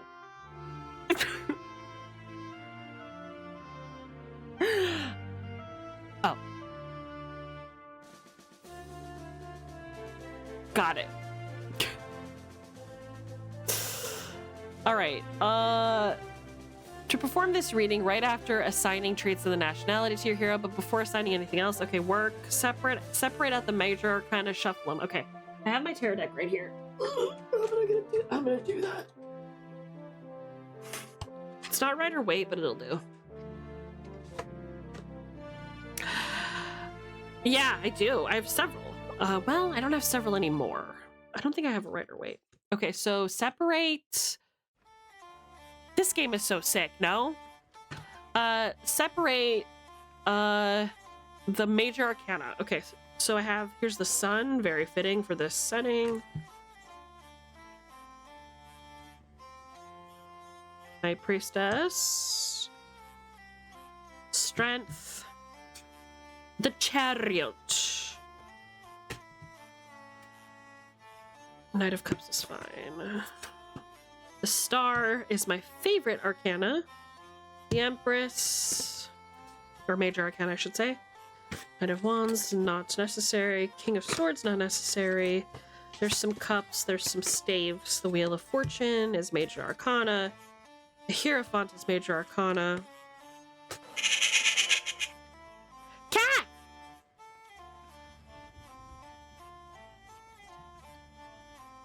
Cups and staves. 1 to 10. Okay, work, bitch. See, so here's the thing. Amused is like the 7th Sea person for me. So I'm glad she's here because she can fix this for me. She can do all this shit for me. Queen of Cups. Do I take the Queen of Cups? I don't think so. Does it say? Look at origin. Okay, yeah, there it is. Shuffle the 2 relevant the destiny spread. Weakness. Leave it to major arcana. Okay. I don't need these. Shouldn't need these then.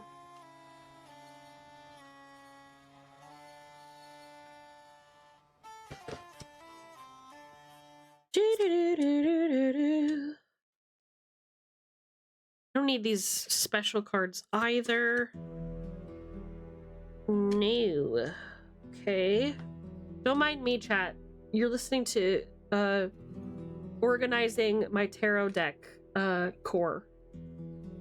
Welcome to Esme Lo-Fi, where it's me as a slime reorganizing and shuffling my tarot deck. So actually you can't play this game unless you have a tarot deck, you guys. Don't even try.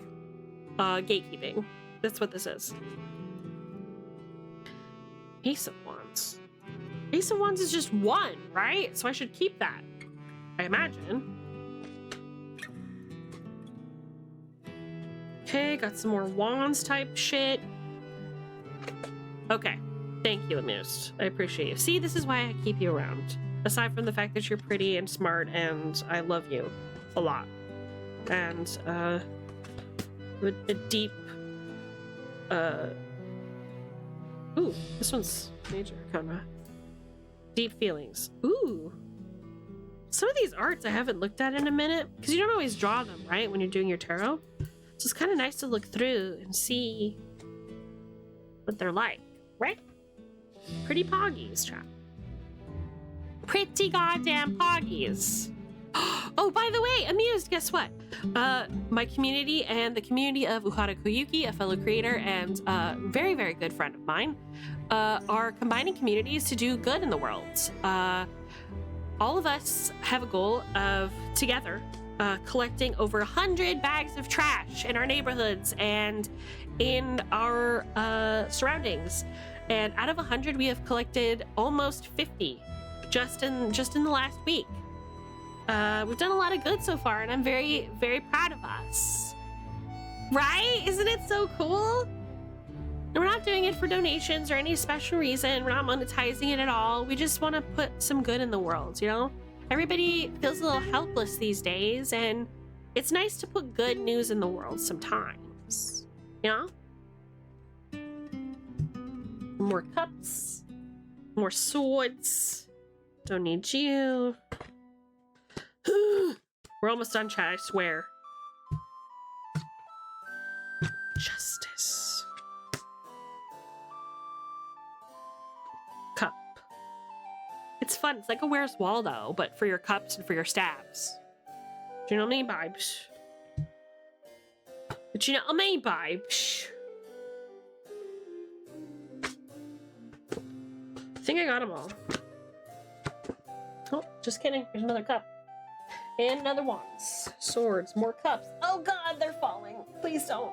Please don't do this. I'm just gonna put them all in one pile because I'm gonna have to mix them up anyways. What am I doing? Girl, stop. That's really great. Give some good energy and feel a bit like you... Yeah, exactly. Make the world better. It's like cleansing your feed with good shit, right? It's the first in many things. I'm gonna be doing events like this at least once a quarter, just to like put some good in the world and make a difference for no other reason than for goodness sake, right? I think I got them all, chat. Oh boy, I hope I get one of the gay ones. I really do hope I get one of the gay ones though, for real. Wouldn't that be sick? Your wife was taken by the she. Shit. Not them.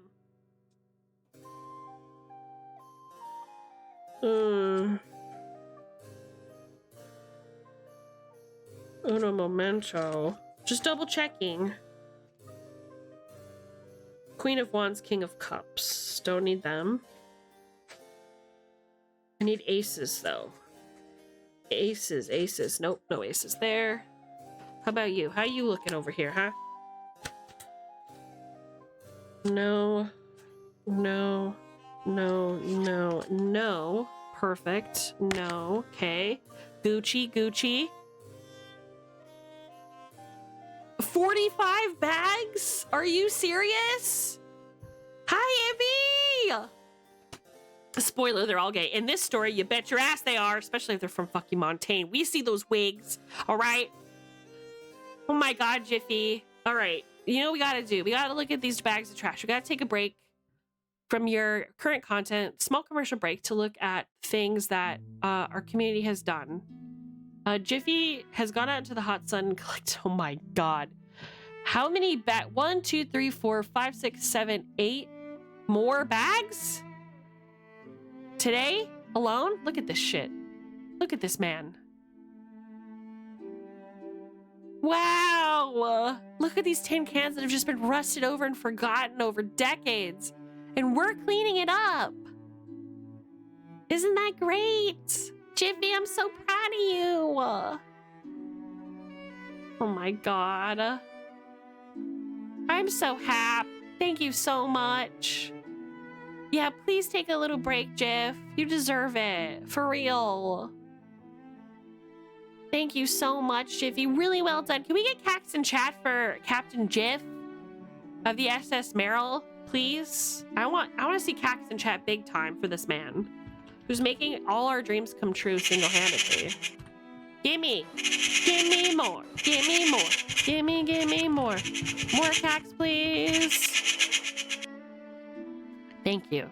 You deserve it, Jiff. You froggin' deserve it, man. Beautiful, beautiful, beautiful. Could not possibly be happier. Right. Okay, so where do we leave off? Here is our major arcana. I'm gonna really quick shuffle that. How fun and cute is this little character creation, right? You use like tarot cards to like make a guy. What the heck? Huh? That's so cute and fun. I love that. Huh? Hell yeah. I can't believe we're almost at 100. You guys rock. Next year, 200, right, chat? Not me in last place for my own contest. We're gonna get tier 3. Whatever we don't get today, I'll get later tonight. I'll go out to the park and pick up more trash. Yeah, clean up Scotland, innit? Okay, so that's the major arcana shuffled. Pardon. And now we're gonna mix up the cups and the staves. Am I right? Okay. I need to go back out tomorrow. I'll try before noon. Hey, just, yeah, take it easy. I really appreciate your effort and your care, Jeff.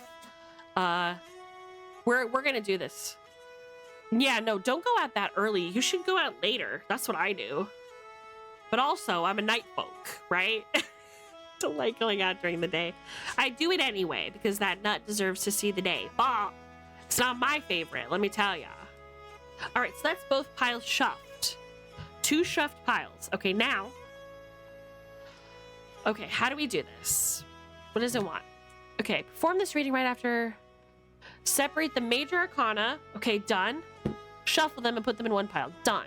Next, pull out 2 of the suits that are most significant to your hero's country. That's Avalon, and that's staves and cups. Okay? Staves and cups. Okay. Leaving out the page, knight, queen, and king. Okay, done. Shuffle the 2 relevant suits together. Done. Lay out the destiny spread in a cross formation from bottom to middle, top. Okay, so we have to do a cross formation.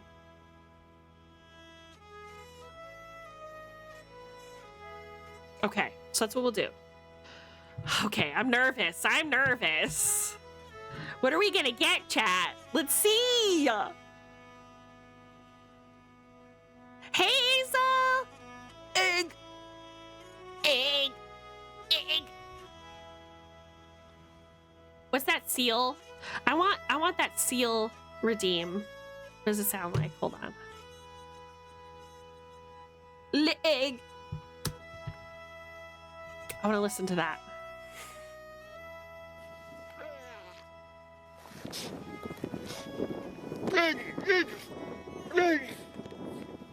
Taking a small break. He's so wonderful. Gah. I like the part where he just screams. Ah! He's great. Egg! Egg! Fibsh! Ligic! Hi! Me, for real. Me, for real. Anyway. Fibsh. 100%. Okay. Okay, amused. So what this is saying is I take the not the major arcana, right? I take the cups and staves and make a cross with that, and then the major arcana comes later, because that's how it's written, right? Next, lay out the destiny spread in a cross formation from bottom, middle, and top. Okay, so I'm just gonna do that. Okay. We got some good shit happening here. Bottom, middle, and top. So top, middle, bottom. Okay.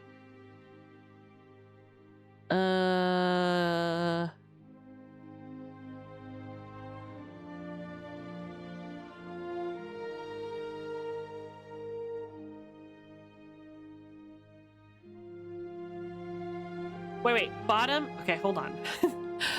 So from bottom, okay, you are at the bottom. I swear, this part always frogs me up. Bottom, that's this one that I just did. Sorry for the noise.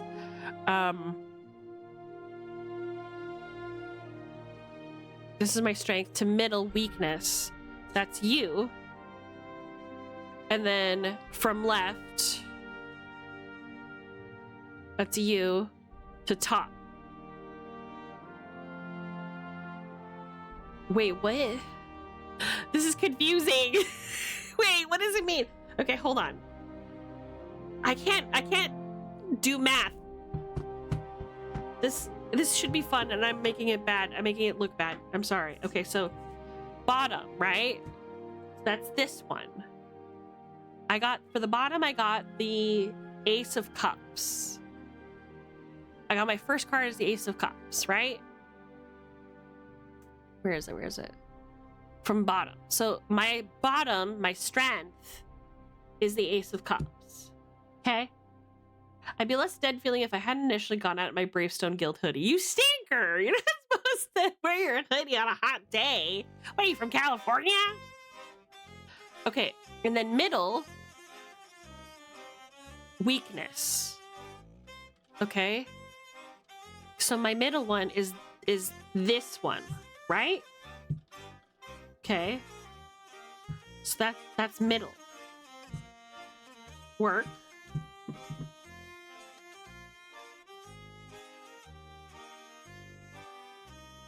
And then left to top, that's this one. And then right, future. Okay, I did it. I figured it out. We got a lot of staves in here, fam. I'm not gonna lie to you. This is a stave family. Okay. Each virtue and hubris corresponds to a major arcana tarot card. See the arcana section in its compendium. If your hero possesses an arcana, you may choose to skip the draw for strength weaknesses and either choose arcana or choose not to have an arcana. Wait, why did I do this then?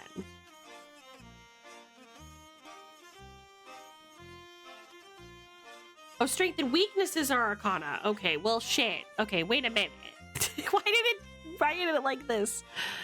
Lay out the destiny straight across. From bottom, so my strength, my bottom one, this one, should be a major arcana. And then weakness, middle, should also be a major arcana.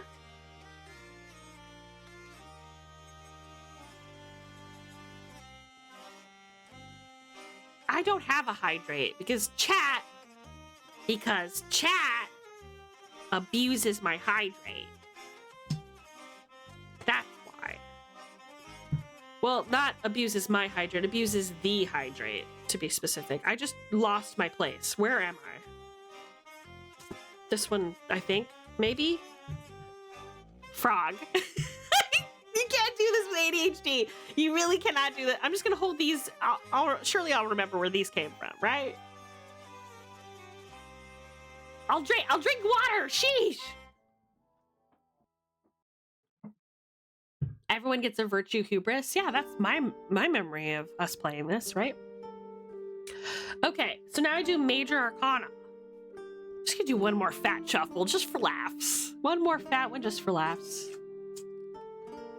Drawing embroidery is very therapeutic. Oh, for your new model, or is this for mine? Do you guys want to...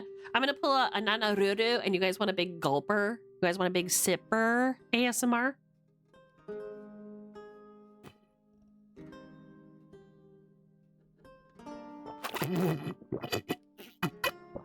Why did that not sound good? Why did that not sound normal? Why did that sound... like I was drinking from a hose. Hi, you guys. I'm going to be redeeming this hydrate from a Pringles can with the bottom carved out and spilling out the sides. Hope it doesn't sound weird. Sounded fucked up. I don't want to hear that. I'm not trying to hear any of that. All right? I can't breathe. Are you laughing at me? How dare you? No, just kidding. Please think I'm funny. Please laugh. I thought about doing a redeem that was like a sign descending from the top and coming down saying please laugh or please clap. Just, you know, for my mental health. The mental image. Thank you, everyone. Thank you. Okay, so I have to draw strength and weakness. Okay, so middle and bottom. Okay, so this one's my strength. It is the chariot. Oh my god, that is so fitting for me. The chariot, and then middle, death. Okay, also unfortunately fitting for me. It's a lot of borping here. I'm doing a lot of yapping. My yap borp. Okay, so here's what we got, chat. So my strength is the chariot, which in tarot is like a very driven card. It means like mowing down any obstacles to get to where you want to go. It's like the chugga chugga chugga chugga behind the choo choo, right? It's the steam that pushes everything forward. It is the will to press on and get what you want in life, right? Esme is so funny. It's actually hazardous to listen to at Academy. Hi, Dee-Wee! Welcome! I know, it's frogged up, isn't it? The notifications are frogged, I'm telling you. A big frog, right? But I'm so glad you made it. Did you see how many bags we got? I'm so stoked. Anyway, I have to stop getting off topic. Hi, Daily, welcome. And thank you for saying I'm funny. Thank you for the sub, Daily. Thank you for the 3 months, Daily. Thank you, thank you. I know, I can't wait to get more too. It's kind of fun, right? The Koyu kids came in frogging 9 frogging bags out of nowhere, out of left frogging field. Sheesh! Frogging toilet taking one for the team. Mr. Bow. Anyway, I'm not gonna go there. Anyway, that tweak knows what he did. Next. Okay, so each virtue and hubris that we just drew from our tarot corresponds to a major arcana tarot. Okay, yeah. If your hero possesses an arcana, you may choose to skip the draw for strength weaknesses and choose either an arcana or not to. Okay, that's fine. In the letter, you may not go back and choose the arcana later. This is your only chance. Oh. Can I know what these are before I decide? I heard there's a green bunny I can eat. I don't think that's true, right? Surely I look like a snot glob, right? I don't look edible, surely. Surely. Jiffy's like, and I took that personal. Yeah, exactly. Yeah, only slime bard. See my loot? Pling, pling, pling. I'm a real bard. Okay. If you choose your strength, your hero gains virtue corresponding to that card, and you may pay 10 HP for performing the destiny spread. Interesting. If you choose your weakness, that hero gains the hubris responding to that, and you gain 10 HP. Okay. So I should end up with the following. No arcana whatsoever. An arcana, virtue and hubris chosen by you, or an arcana, virtue and hubris determined by card draw. Okay. It'll be this last one, right?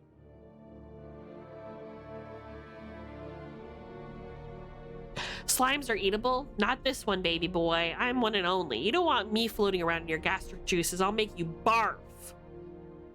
If you eat me, the side effects are your pee-pee gets sucked up into your esophagus, and every time you open your mouth, you see the tip of your head hanging down from, you know, a little dangly thing in the back of your throat.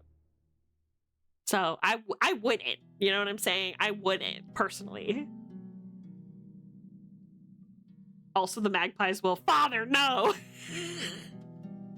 I've seen enough delicious in dungeon to know at least 3 meals that use slime parts. Stop it! Don't eat me! We're continuing. I'm ignoring all of this. I will not allow.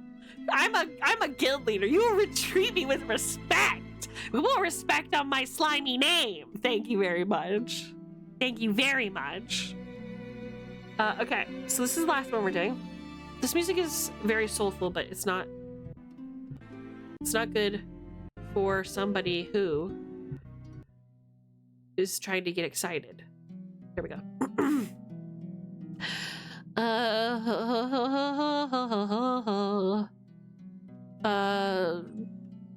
Okay, so we have the past, which is which one? Which one's the past? See, I keep going back. This is the hardest part of making a character so far. Why are all my cards falling? It's a disaster over here. I apologize, squad. I also need to pee super bad.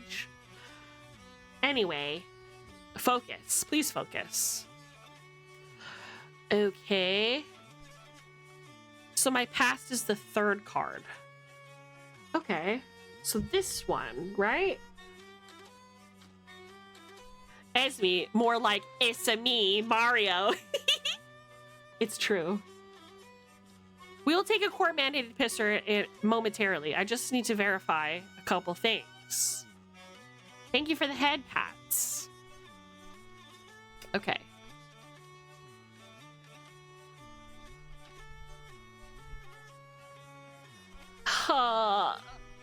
Okay. So the first card, which is where? Strength. Okay, so the chariot is... Discord has with those arcane... Oh, did you send it to me, Vibes? Hold on a minute. Let me just... I don't want you to see all this, though, is the thing, right? Go away. There. All right. What do we got here? Look at you taking a picture of the Froggen book! You stinker! Okay. Oh, it's kind of sideways. Hold on a minute. But she's gone. It's just my glamour, babes. It's my Avalonian glamour. Don't worry about it. Don't worry about it. I hate typing. You know what? It's fine. I understand it completely. Okay, so here's what we got. I think it says, you are darling of the gods of war. Somehow, when it seems like you are doomed to fall in battle, you can summon up incredible reserves of strength and strike your opponent down. If only you can get through his defenses. You may activate your virtue after you hit your opponent, but before you roll for damage. Oh, hell yeah! The gods of war Froggen love me for some reason. Xena style! Okay. And now my weakness is death, which seems crazy. Okay. What's this one?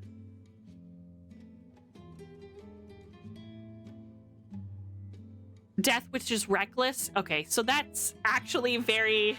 Is that... Okay, amused, as somebody who knows me probably better than anybody here, is that not verifiably actually me? You lack the emotion of fear. Yeah, that's about right. That's about right. Yeah, it made me laugh. Unfortunately, it is as often an important cue that keeps men from doing foolhardy things. Sure, you don't flinch at the sight of even the most hideous monster, but neither do you feel the need to run away when outclassed. Your GM can activate your hubris. That's fucking sick. Okay, so I'm gonna write these down somewhere. Okay. Here's what we'll do. Let me turn this on here. Beep. All right, let's write this shit down, right? Arcana. So we have virtue, which is chariot, fighting spirit, anime type beat, and then hubris, just straight up death, which is recklessness. It's so funny, actually. I'm gonna remove these from the board so they don't confuse me. Watch, I get even more confused. Frog! Okay. So those are done. Next. Oh, God, look at her, chat. I want her on my wall. The next time you guys get a face reveal, my room's gonna look like a certifiable tavern. It's gonna have like all kinds of cool TTRPG shit. Just wait. Just you wait, chat. Victorious is mean. Wait, what? Is it? Why is it mean? I want to see. Why is it mean?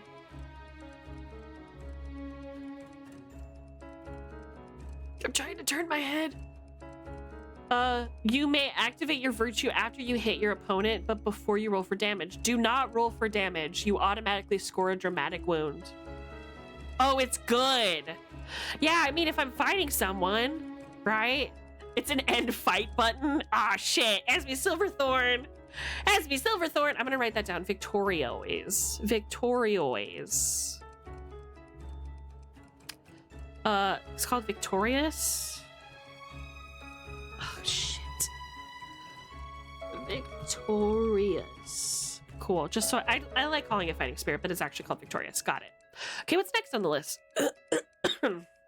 Okay, so the past. I got the One of Cups. Once when playing near the woods near your home as a youth, you met a young girl who became your playmate. You never knew her family, or where she lived, but she always found you when you left home. As you grew up, the two of you fell in love and became lovers. Yeah, that's an Esme Silverthorn story, tale as old as time. So it's a 3-point she-lover background thing, right? Period. So this happened in my past. Immediately finds the lesbian. What did you think? What did you expect? Esme and I, for real. That's exactly what I'm saying. Is this not you? Come on, Kato. This is me and you. We're married in the state of Nevada. It's now canon. Okay, I'm gonna write this down. All right. I got Ace of Cups for my past. There we go.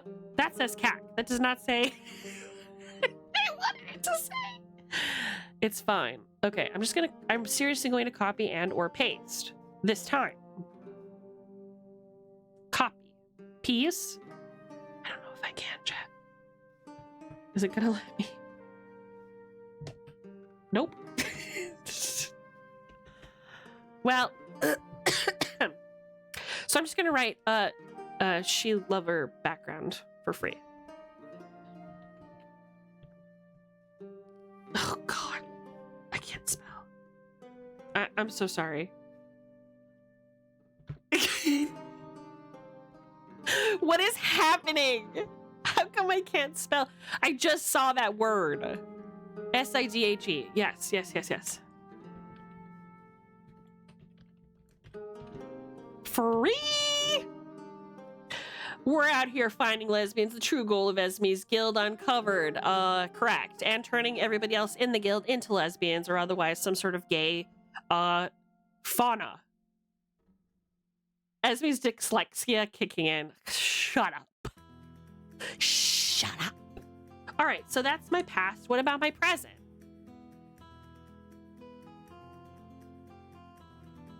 I have a 3 of staves, 3 of wands. 3. Wait, it's odd, right? Why does it say odd here? Anyway, it doesn't matter. Wait. How come it's still in the past? Have I frogged this? How come it told me to do a cross and then this is... I have 3 more cards to get through. What? Why is it doing this to me?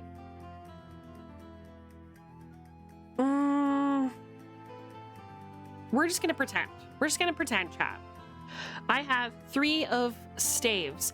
Your family has traditionally been very religious. Oh my god, how is this so me? Did I not say that when I read this one? When you were young, they sent you away to learn about the church and its importance, and as a result, you have recently been ordained by the Avalon Church.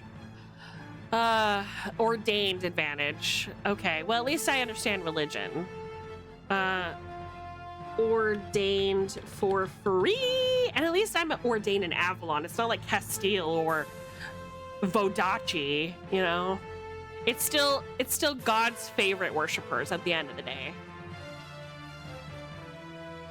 Gay fauna, what? That's my goal. All right, have a good lurk, Jeff. Have a good lurk. All right, and now my future, which is the 6 of staves. Okay. 6 of staves. Victory comes only after many hardships. Defeated one and nemesis one. Oh, I don't know what that means. Let's write that down.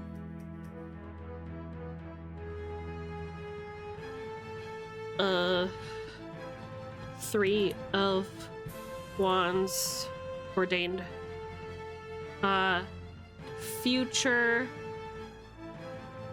6 of wands, and then that was victory after many hardships. 1 defeat and then 1 enemy, right? Nemesis 1.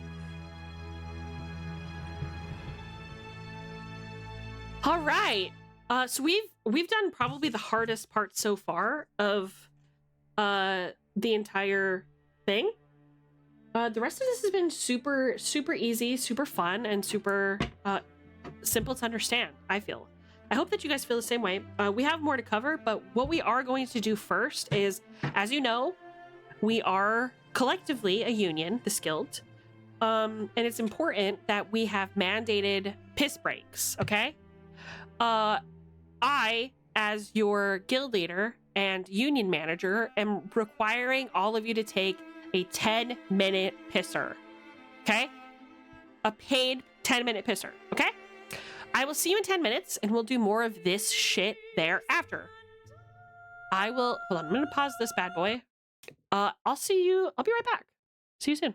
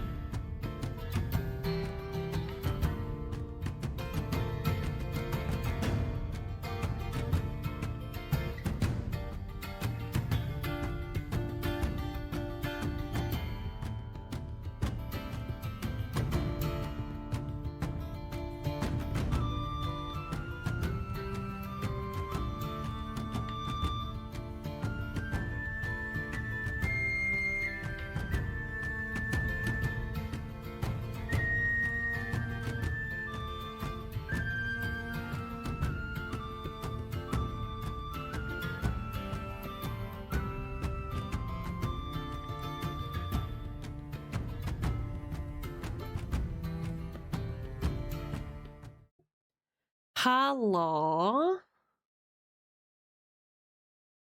Welcome back, everybody. Welcome back, everybody. I hope your pisser was great and you had a good piss. Kato, I want to see how it's coming. Can I see? I want to see the stitching. I'm curious. Can I see? Can I peek? Can I have a little cheeky peeky? Just do a cheeky peek just between us. Just me and you. Nobody has to know. Cheeky. I'm having so much fun doing this. I feel like I should do more of these. Do you think? Do you think I should do more like TTRPG tabletop or tabletop tavern like this, where I get my loot out and I tell you the tales and the intrigue of tabletop games like this? That, you know, or maybe from my past. I'm having a really good time just like blabbing about the setting and the intrigue and the lore and the yeah. I already offered 2 suggestions in Discord. That's true! I could. Okay, I will. I just have so much fun with this kind of thing. And there's so much to talk about and so much to learn. I just feel like these are the stories of our forefathers, right? Like, we didn't have Arthurian legend. We didn't have the tales of Athena and Zeus. We had games like this. We had D&D and 7th Sea that told stories, and, you know, just because they're old doesn't mean that they don't deserve to be remembered. My yapping is fun to listen to? Do you really think so? I'm glad. I'm very glad. Thank you, everyone. Thank you, everybody. I'll do my best.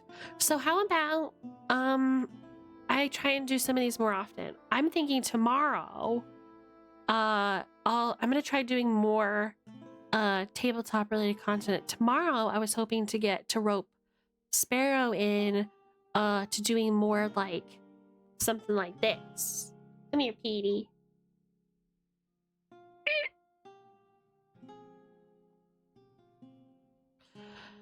I only have D&D, so I have no other suggestions. You sent it to me in Discord. Okay, it's a secret. Chat doesn't really want to see this. It's only for us. It's only between us ghouls. Us ghouls. What do we got? Ah, you did all that by hand, Koyuki? No way.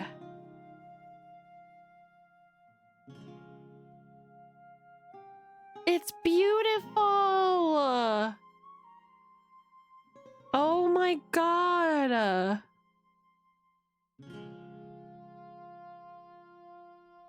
Ugh. I'm dead. I'm deceased. I've passed away.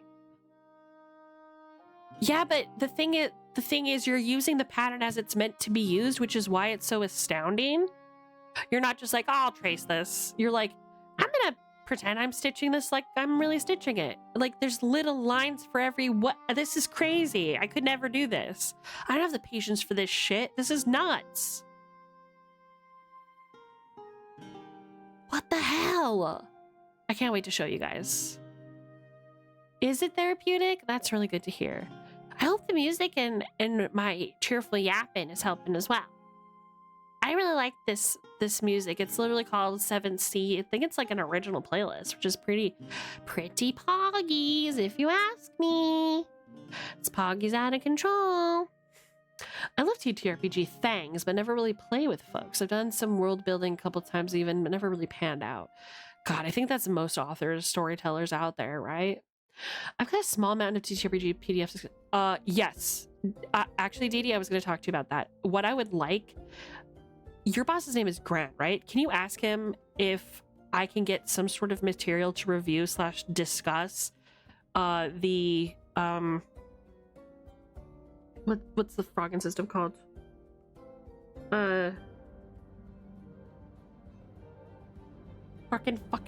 fuck. What is it called?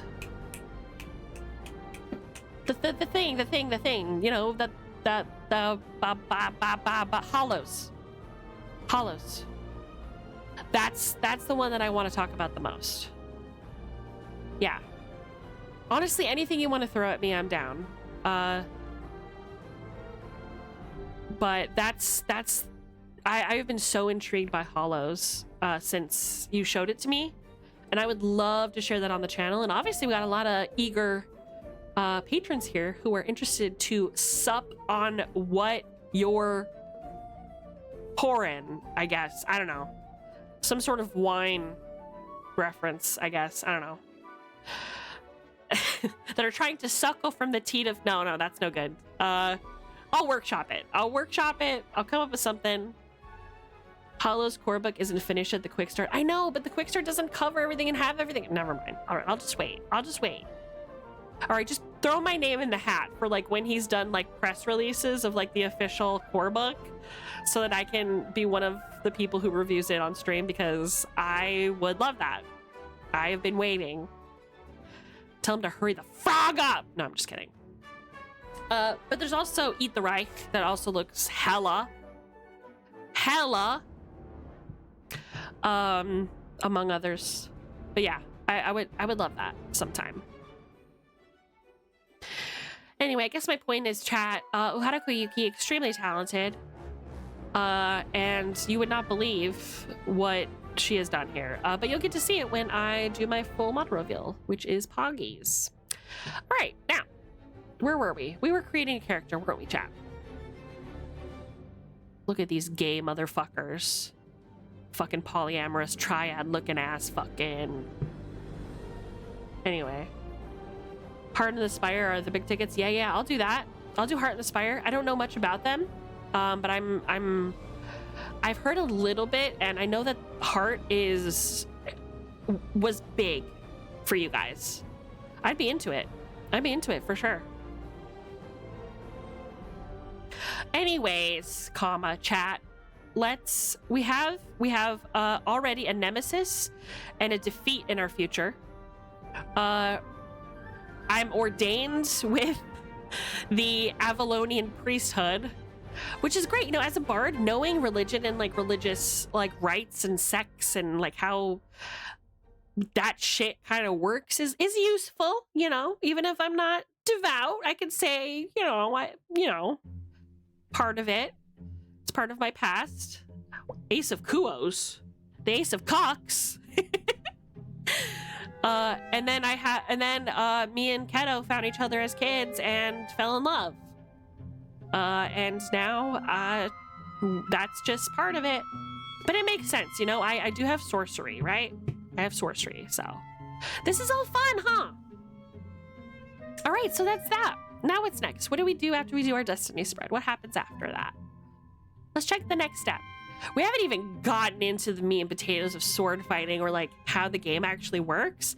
We're just starting with brass tacks so that we can build up to the fun stuff. This has such an in-depth... We need to listen to something way more epic. Hold on. There we go. Now, where was I? This has the most in-depth, epic feeling sword or swashbuckling that I've ever seen in any game. They have things like tagging, which is like embarrassing your enemies with your weapon, and just all kinds of stuff. Just, you can't even imagine. Like, we'll get into it. I'm very excited, right? Okay, so, where are we? Where are we next? We got our traits here. We're destiny advantages. Okay. We need to purchase what's called advantages, which give your hero unique benefits, such as heightened senses, armed forces commission, or a membership to Thea's most exclusive clubs. Clubs are kind of a big deal. It's like being part of the popular kids, right? Gives you reputation, gives you standing in social circles. It's very important to those like me who are trying to build relationships with people who are of varied status, and part of that status is like sometimes nobility, right? And those people are in their special little boys and girls YMCA club. So let's see. The cost advantages varies, and some advantages may not be available to you, or you may have some restrictions or prerequisites. Languages are extremely important in 7th. That's something we talked about earlier, isn't it?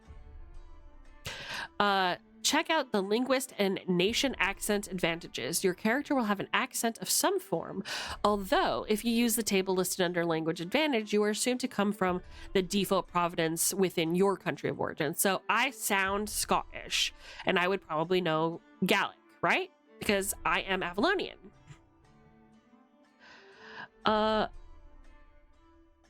Wait. Fritz really likes it when I hold his face like a burger. Like, you hold it like a burger? Do you put it in your mouth? I want to know. Does he get in there? Burger face. Miss Esme, do you need to update? Do I? No, it is. Yeah, no, it's what, it should be 41 now, right? 45. Jesus Christ, you guys. 45. Yippee! Gaelic is Kimrick? Interesting. I wonder what that sprouts from. I know that these writers are very good at coming up with words that are very similar or like have a root in its national language. I don't know what this means. Breed of cat or related to Wales, the Welsh people. Okay, got it. So they didn't do Gaelic, they did like Welsh pretty much. That's pretty cool. You want to hear Esme sing for karaoke night. That's what I'm saying. What's done is done. I'll never love again. Hi, Moon Toxicity. Thank you so much for the raid. Hi, everybody. Can we get a hearty howdy to our raiders? Hi, raiders. How's it going, Moon? I saw drop out on your tabs, and I just want to say same. How could I not, right? It's pretty Poggies. It's Poggies out of control. Hi, Moon. How are you, friend? Thank you so much for the raid. What were you up to? Hey, Raiders, if you don't know me, I'm Esme Silverthorn. I'm your resident lore bard extraordinaire. Pretty gay, in parentheses. I do a lot of TTRPG, tabletop, Dungeons & Dragons, and retro content on my channel. Welcome, welcome. Today we're talking about a really OG retro TTRPG called 7th Sea. It's the first edition. It's about pirates and the golden age of Central Europe. It's pretty fun. Pretty poggies. You were doing Silent Hill. Hell yeah. Silent Hill 2. Oh, gotcha. Is that the newer one that just came out? Music is a bit too loud. Well, I haven't changed it, so I don't know why it's loud. Oh yeah, it's the raid music. I can't hear it at all. I can't hear it at all. Is it still going?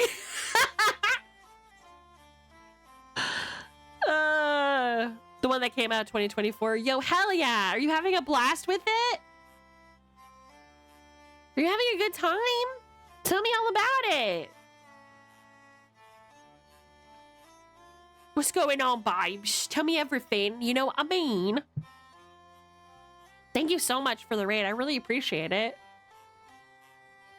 You're the bee's knees, as they say. You know what I mean, babes?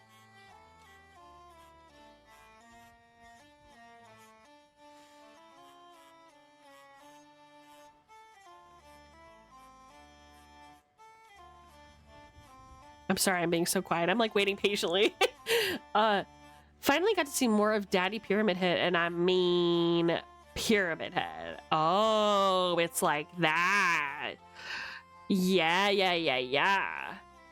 Hey guys, guildies, magpies. If you haven't already, please consider checking out Moon Toxicity. Pretty cool, pretty poggies. Likes to play Silent Hill. Very chill. You know what I'm saying? Good vibes all around. Please consider. Giving them a follow? What? I don't know what you mean. Oh, you're one of those. Pyramid Head was your awakening? Keno, that doesn't surprise me. That does not surprise me in the least, fam.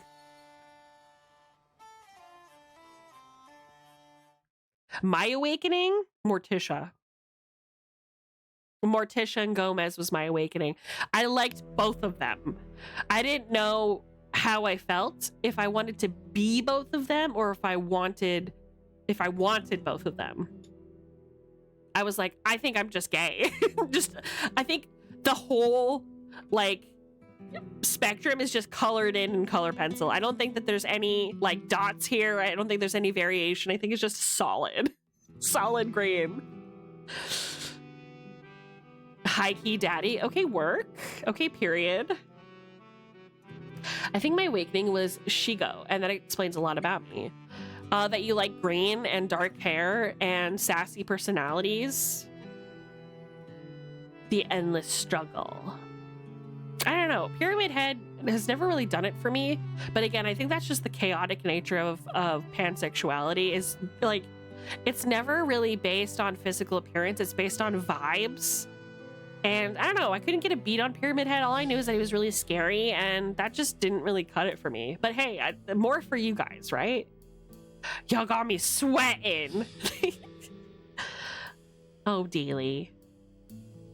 Oh, Dealey, you stinker. That's great, though. I'm so glad you had a fun time. Please make sure that you're taking care of yourself. I totally understand if you need to raid and dash. If not, please enjoy the yapping and the cozy vibes that I'm giving off. Just talking about one of my favorite tabletop little scenarios, lore books, whatever you want to call it. It's been fun. The pansexual vibe hunting is the wildest journey. You don't even know. It's like entering the Feywild. You walk in and you're like, all right, what's going on here? What what are all these feelings? Where are all the feelings? Oh no, now we're upside down. Me watching The Mummy, Brendan Fraser, and Rachel Weisz made me go, question mark? Yeah. I do know. Excuse me. Okay, relax.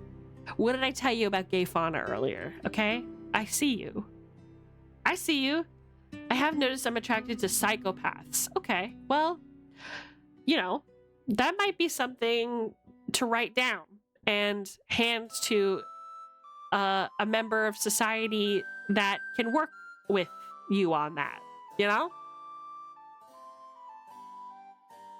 Do you know what I'm saying? I have issues. I miss gay fauna. I miss her a lot, Tails. You know, Keto fills that void for me. You know? Keto is just gay fauna. IMO. But like more naturey. Like she's an actual honest to goodness healer. Homeopath. Pyramid Head. Dobby from MHA. Who the heck is that? Gay awakening. My best friend's legs when I was in middle school. Whose legs are those? Is that Andrea? Andrea's legs? She had some fucking sick legs, not gonna lie. She also got the biggest... What? I'm right. She had great legs. She also had big old boobies. Do you know what I mean? Like, I got mine early, but she got blessed. Other one? Who, me? I didn't have good legs, did I? I had a nice ass. Little medicine lady, I'm just a wee druid. Meanwhile, in chat, there are two very distinct conversations happening in chat right now. Yes, I did. Okay.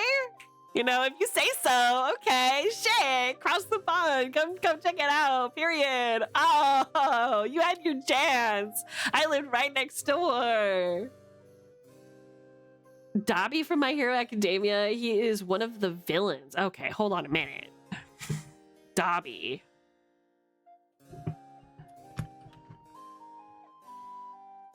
From My Hero Academia? This your man? This your man? What if we talked about Bebe with the bald elves? with the bald elves. Baby, this shit again. Oh my, first it was Solus, and now Dobby with the socks. What is wrong with you? You're wasting your lesbianism on creatures who are ill-deserving. Oh no. This man does not eat. What are you doing? What are you doing? Baby. First of all, this is her first man. This is the man she will stand by and die for, by the way. Bald. Snatched bald. This is not Bebe? Wait, what? Wait, what? I talk a lot of shit for someone who is ace. People are just pretty, and I want to give everyone pats. Wait, what?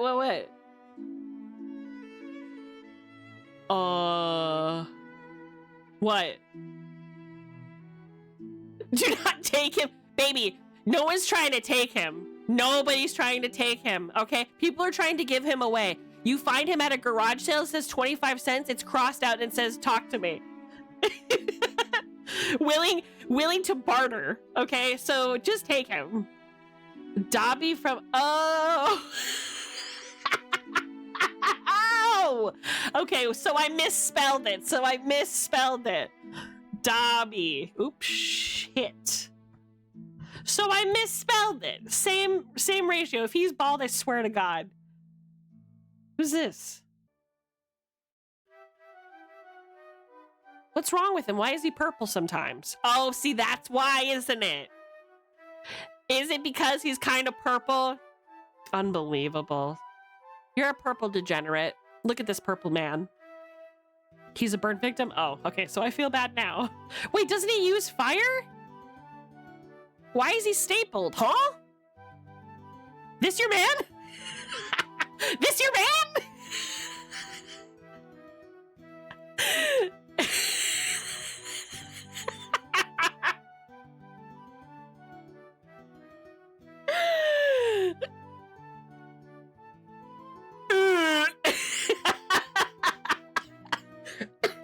I'ma stand by him. You ever seen that? That's mine's. I'ma stand by him. You resub? Thank you so much for the sub! Thank you.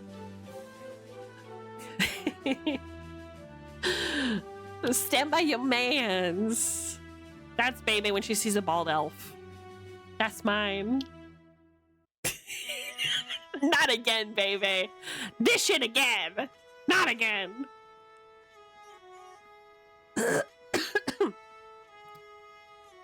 Baby, you gotta stop with this.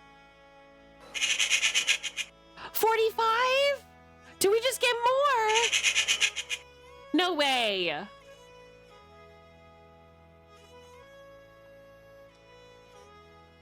This man ruined me. In all the ways that I hate men, he ruined me. I like my men struggling, not drowning. Well, you know, if his head looks like it could easily fit into a condom, I don't know if he's for me, fam, but, you know. When they said wear protection, they meant him in a ski cap. You know what I'm saying? Put him up, chat. You know that was a good one. Have you seen the mohawk? Bitch, I saw a little bit of it. What happened here? Am I supposed to believe?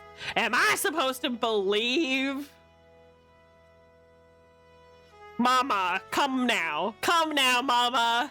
Surely. What do you mean, sheesh? This guy has got, like, critical injury vibes. This man's vibes are off the spectrum in the wrong sense. In the direction thou shalt not go. Do you know what I'm saying? I must peace out. My lidless isn't feeling super well. Okay.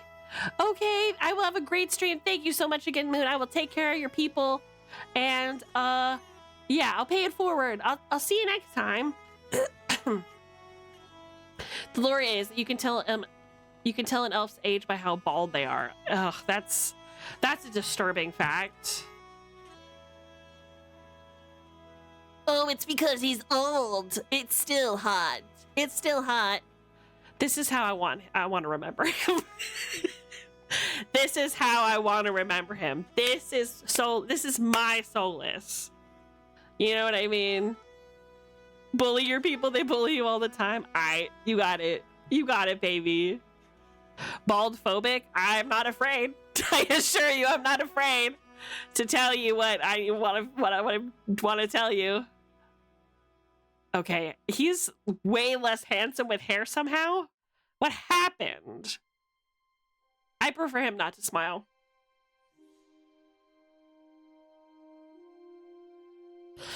I feel like the artist here, the 3D artist, was like, can we make his eyes further apart? And I'm talking like a deer, right? Other side of his skull for me. Girl, I'm a fetus compared to his age, okay? I mean, like I said, it's all you, baby girl. Ain't nobody trying to take him. I'm grumpy. Look at him in his stupid hat. Are you sure this your man? Are you sure? The hat with the sideburns built in? Are we sure? Baby, you got assets that he does not deserve to see. He's my I can fix him. Start with the hair. Start with the hairline.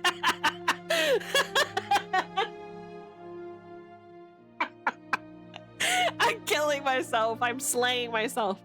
Oh, I'm so funny. Start with the hairline, though, for real. Have a chat. Have a little chit chat about what's popping up top. Okay. That's all. Everyone was so ugly racist. Yeah. I hate what Dragon Age has become. I'm going to take a swig of my gin real quick. One sec. Ah. Not the smolder. That was rough. Let's keep partying. Let's keep partying. No more of Bebe's bald elf antics. Master has given Dobby a sock type beat.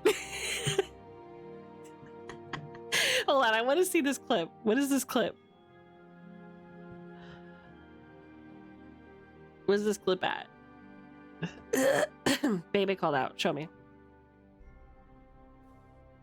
Oh. This your man? What? This your man? This your man? What if we talked about Bebe with the bald elves? With the bald elves! Baby, this shit again! Oh my, first it was Solus, and now Dobby with the socks. What is wrong with you? You're wasting your lesbianism on creatures who are ill-deserving. Oh no. This man does not eat. What are you? This man does not eat. I'm a hoot. Toenail head toggle. I can't wait, baby. I cannot wait. I cannot wait to get my wig snatched and surprise everybody for real. He's a traitor. Okay, he's a traitor. Got it. What? I'm not allowed to dunk on my own wife? If you can't dunk on your own wife, who can you dunk on? Surely. I feel like, is my gain too high? I feel like when I get really excited, like my graininess shoots up. I hate that. I've been working on it too. I've been working on my, like my mic sound. It's been kind of, next time I get him to play with me, I'm murdering him. Okay, period. You know what I mean?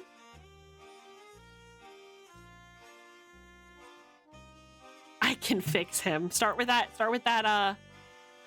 visible tan line on his forehead, please. When your man can get sunburn on his scalp, take a minute, you know? What's new? Anyways, chat, where were we? We were making characters. All right, so let's look at advantages. Okay, where is advantages? Where would they be?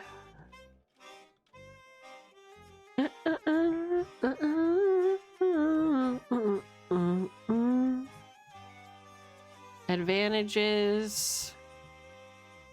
Gimme, gimme, gimme, gimme. So much happening here. Truly much. Oh.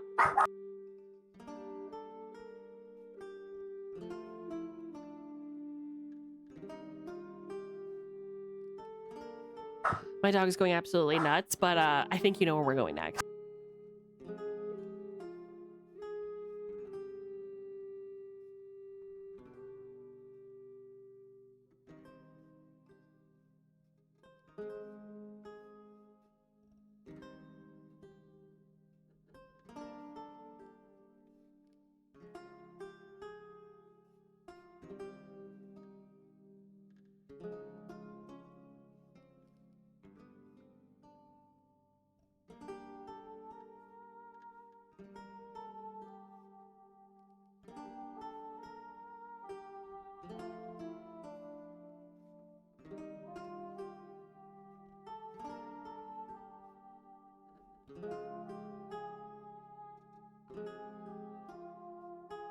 So busy, huh? Not. So much going on, huh? Not. Oh, did you hear that? It's the sound of peace and harmony. Amused they do not have Diet Mountain Dew here, so you can imagine how I've been doing lately. It's been over a year like this that I've been forced to live this way. Right. I'm just gonna have a little bit of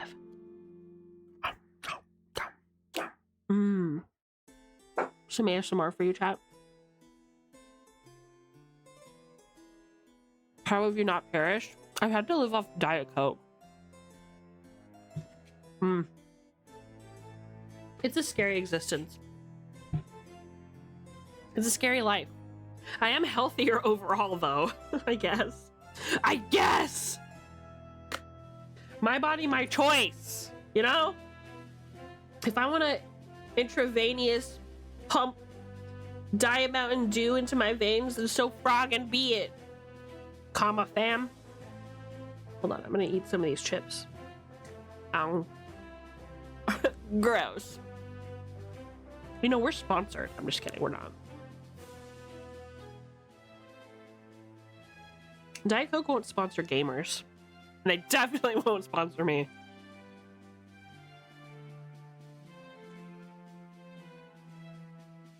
An IV of caffeine?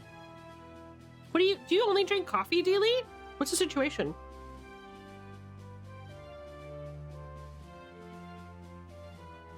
I just read an entire article on how to distill. Why?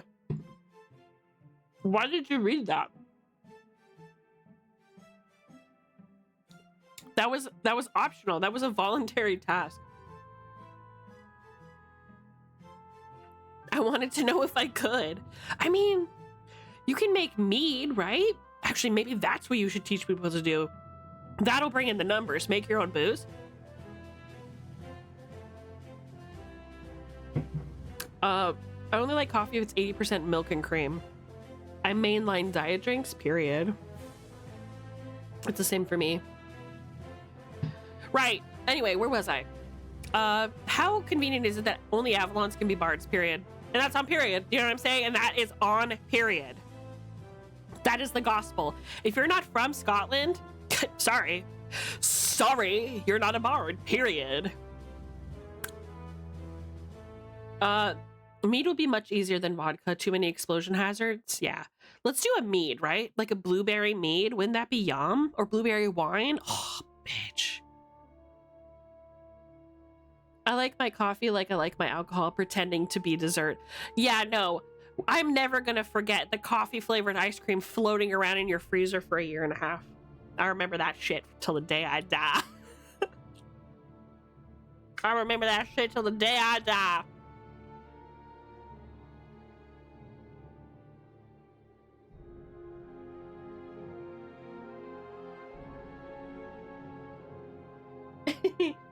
She XDs because she knows the truth.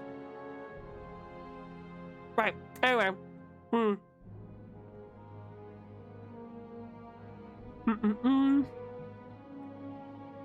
We need... What is this?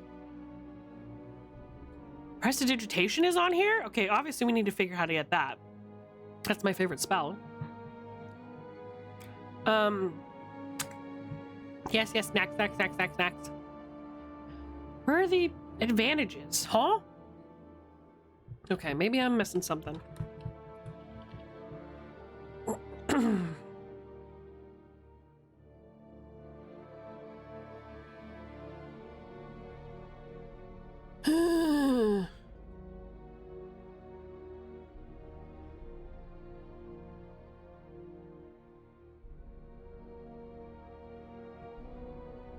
Where are they? 46 bags? Jesus Christ, you guys. Well done.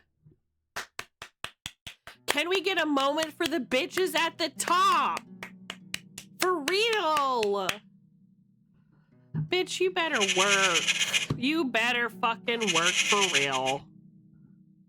Don't let Toilet beat you, Captain Jiff. Don't let him do that shit. Let the magpies reign. It's not a contest, but it kinda is, you know what I'm saying?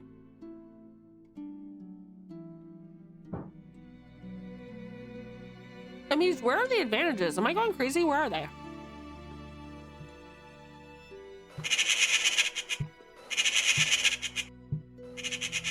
Here we go. Oh, no, this is the same. What? What's going on? Cat! This is equipment. I've lost the plot somehow. 160?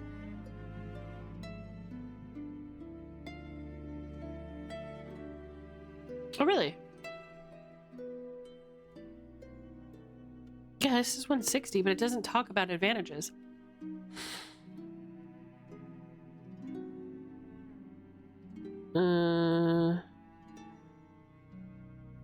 Weird. Right. Player's guide? Isn't this player? This is player's compendium. Is that different?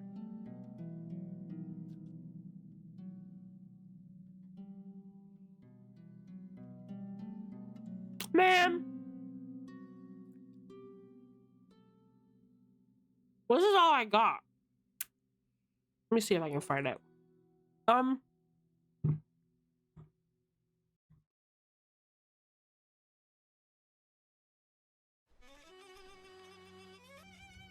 Ooh. I'm just looking really quick. Weather.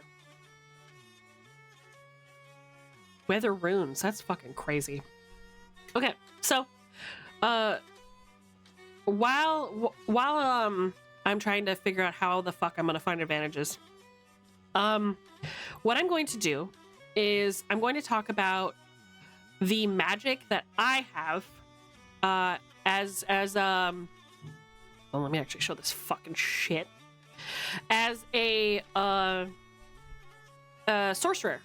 I chose half-blooded, so I'm not like a full-blooded sorcerer. I can cast some magic, have some magical abilities, but not all. Remember, sorcerers and having sorcerer's origin, having magic basically, you are a magical creature. And being from Avalon, that typically will mean the Fae, right? Because that's where Avalonians get their magic from. The Fae can decide to just take it away one day. And they have before.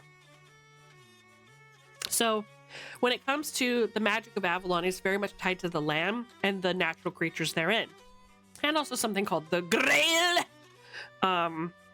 Which also is like the reason for the cups being so connected to Avalon. Anyway, the Holy Grail. We've all seen Monty Python. I can move on from this bit, right? Can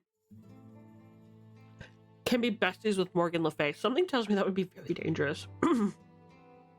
But I do have a Fae girlfriend. I don't know.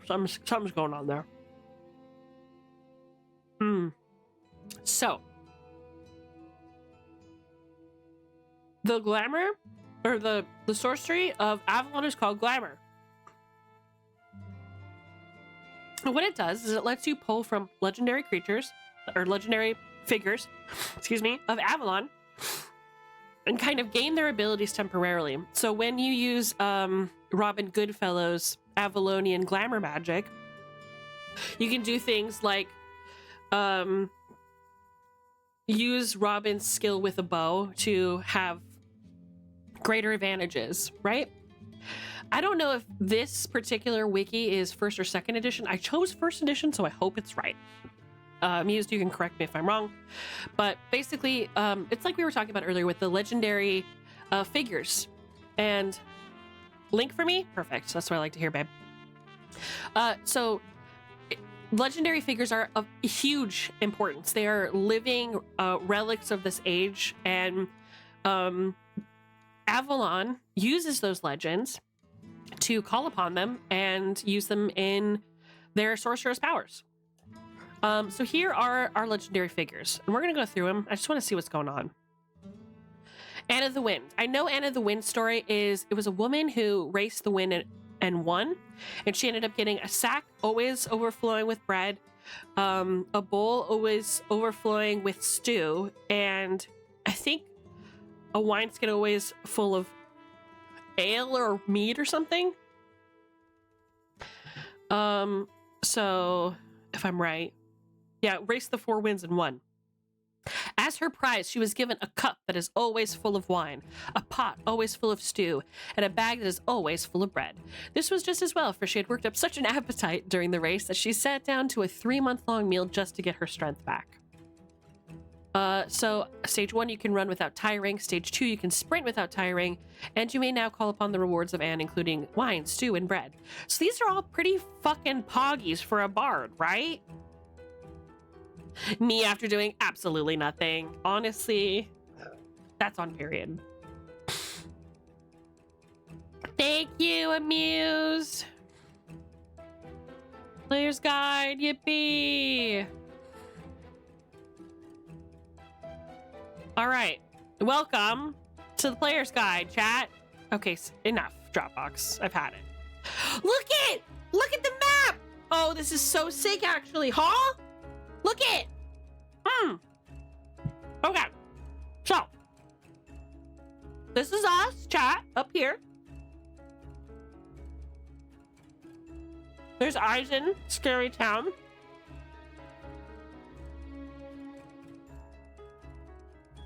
There's Montaigne. Everybody knows them. This is Castile. This is occupied Castile.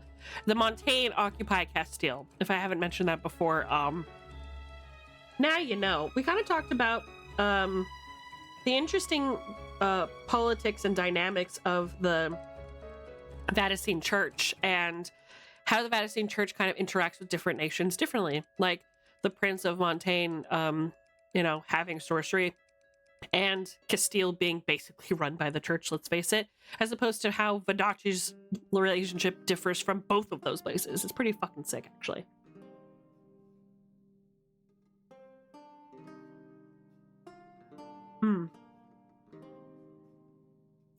Yeah. This is the map. Pretty poggies. You have the coat of arms here as well. Now I don't know the coat of arms by heart, but I'm okay at reading stuff like this, so I have a feeling that this is probably Avalon, because, the Grail. This is probably the French. This is probably the Montaigne, right? That's gotta be Eisen with the dragon.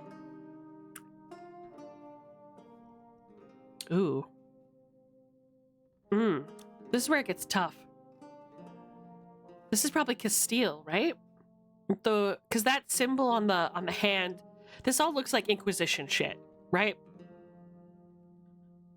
The wheel, I guess that could be Vestin, maybe? I don't know. Where's Vodacci? That's the question. Vodacci would probably be the Wheel of Fate, right? Maybe? Might be wrong. What's this? It's like a victory laurel with something inside there. It's hard to tell. And which one's Usura? Probably this one, right? The crazy birds on the sides. So yeah, that's there. And then we have the Seven Seas, which are absolutely fucking crazy and full of pirates, right? Ah! Look at the art! Look at her! You don't see this shit anymore, chat! Doesn't this make you fucking stoked? Look at them. Ah, I want to be him! I want to be fighting at the party! Any book guy that contains a map instantly gets like 5 more stars. I'm right there with you. The dude on the right is shook. Yeah. Yeah. He can't believe this is happening. Oh no, I changed my mind. I want to be this guy. Or this guy. You know what I'm saying? Yum yum.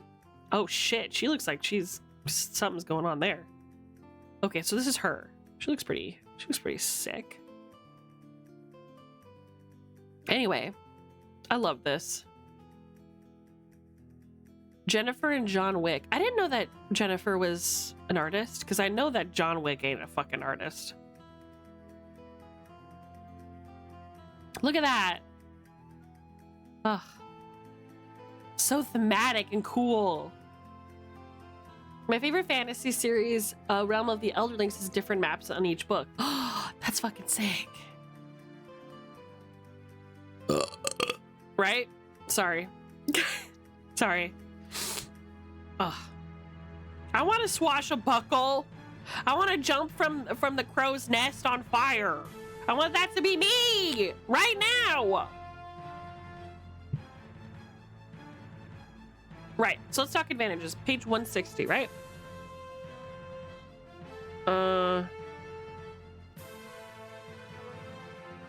Any minute now. Huh? Aww. See, look, so this is the actual sheet, right? This is what it normally looks like. And it kind of breaks down for you, like, what each of these things are. That's pretty poggy.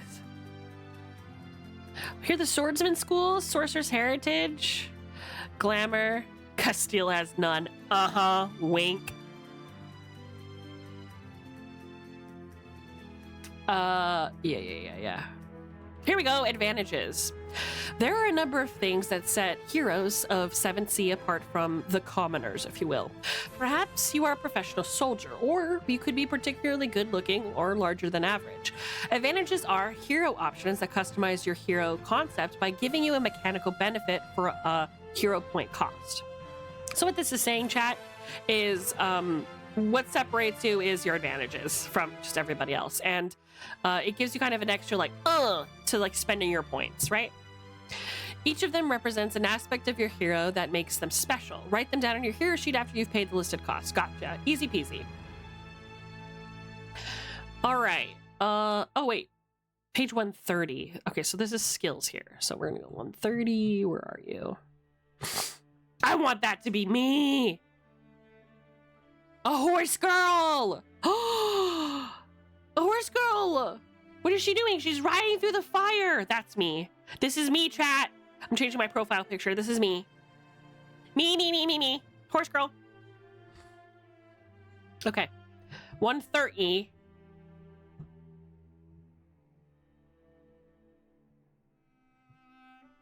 Here we go. All right, so here's our advantages. Able drinker. You can really put your liquor away. This could be due to a naturally high constitution or maybe just a lot of experience.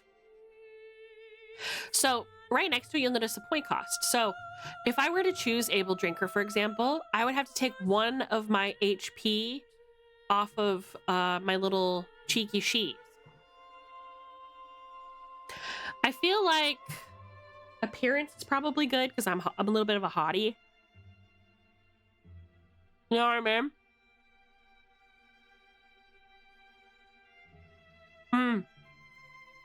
Yeah, I have a perfectly sculpted face, so that's perfect. And a pair of radiant eyes. It's perfect.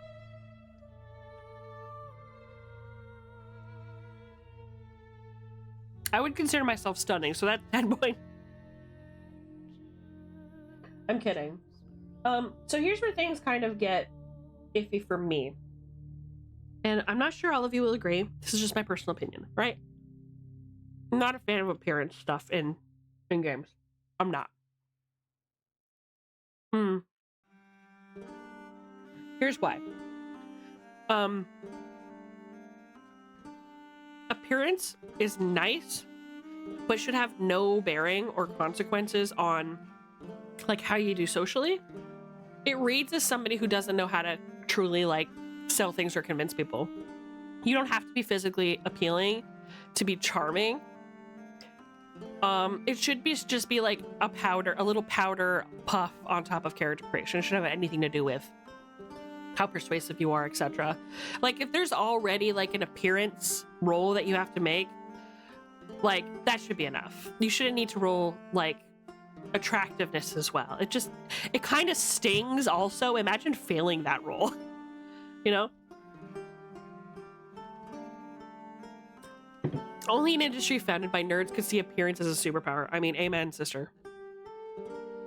Obviously, being pretty is nice, but like, this is a fine example, and this again is my opinion, of a point sink.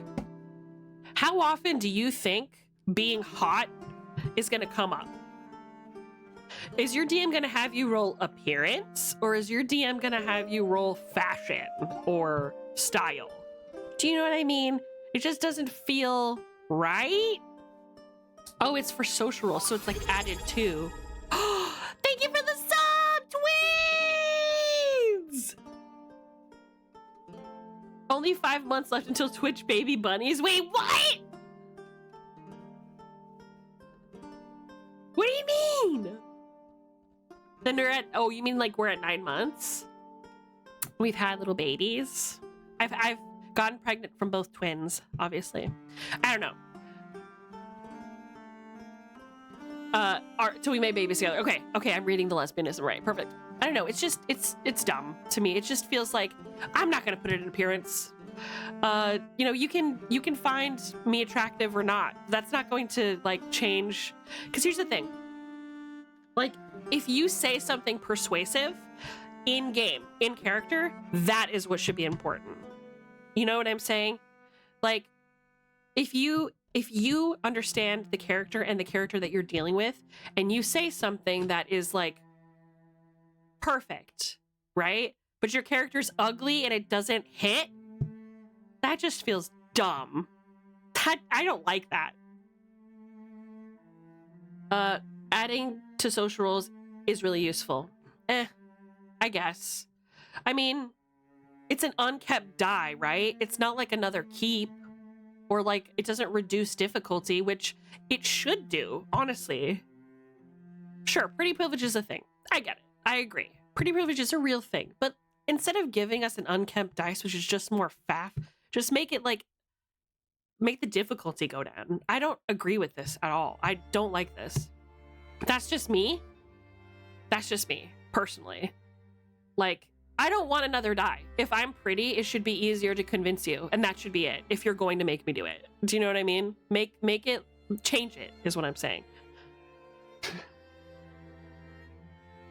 The other issue with appearance is a stat that implies that there's only one way to be attractive. That's the main thing for me, right? There's only one way to be attractive.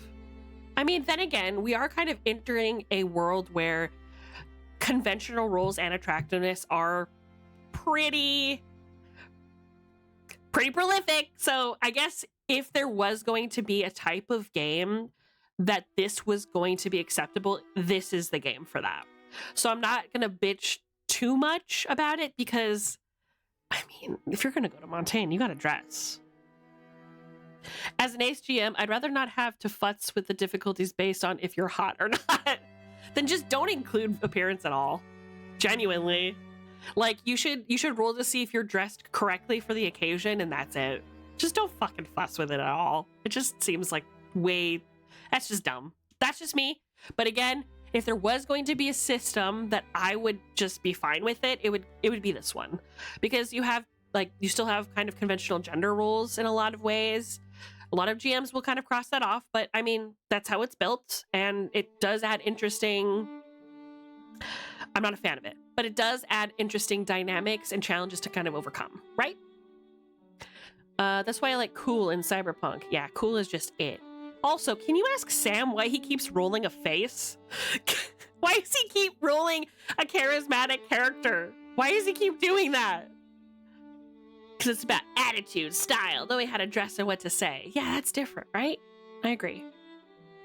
But again, I'm just bitching in general about when games do this. That's not really the fault of this guy, right? It's just like the games of the era were very tied to like, how hot are you? And I'm like, shut up. Shut the fuck up. You know? Anyway. Okay. Castilian education. Ooh, so I did mention at the beginning that I wanted to use a whip. And that, I'm pretty sure, and I haven't read through these. You guys have been present for the whole thing. We haven't looked.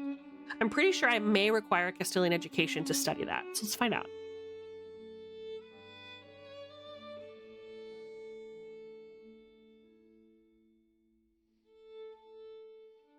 A rewarding to something naturally charismatic or something would be nice. They're trying to account for Monica Bellucci. Fair. Actually, before we do this, we might even want to look at like the weapon styles, right? Oh, Draconizing armor. We talked about that earlier, didn't we, chat? Argus is really excited for us to talk about Draconizing. He wants to be an Eisen man with a big hammer. You know? So that might be something. Okay, I'm gonna look at the weapon schools next, actually, because if I have Castilian weapons training, for example, I may need this.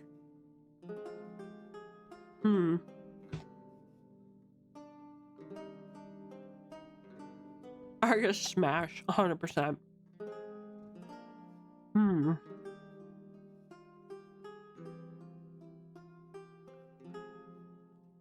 I've already chosen magic, but I haven't chosen school because I'm not sure what I want. It's going to depend on what's on offer. I want to use a whip. I like the bow. We know that. I like throwing knives. I want to be good at those things. I don't necessarily want to use sword.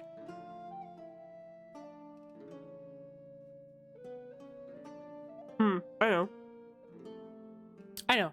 I've written down. I wrote down the points that it would cost, theoretically, for in-house, which is 25, or out-of-house, which is 35. Yeah. It just feels like it would be a waste not to do archery, but whip is kind of cunty. And I wouldn't be Esme Silverthorn without my cunty whip, would I?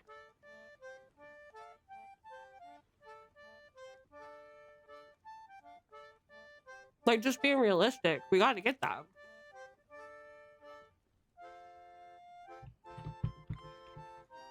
Oh. Sorry. There's no whip on here. What? That's a lie. Castilian sword schools. It's gotta be Castilian.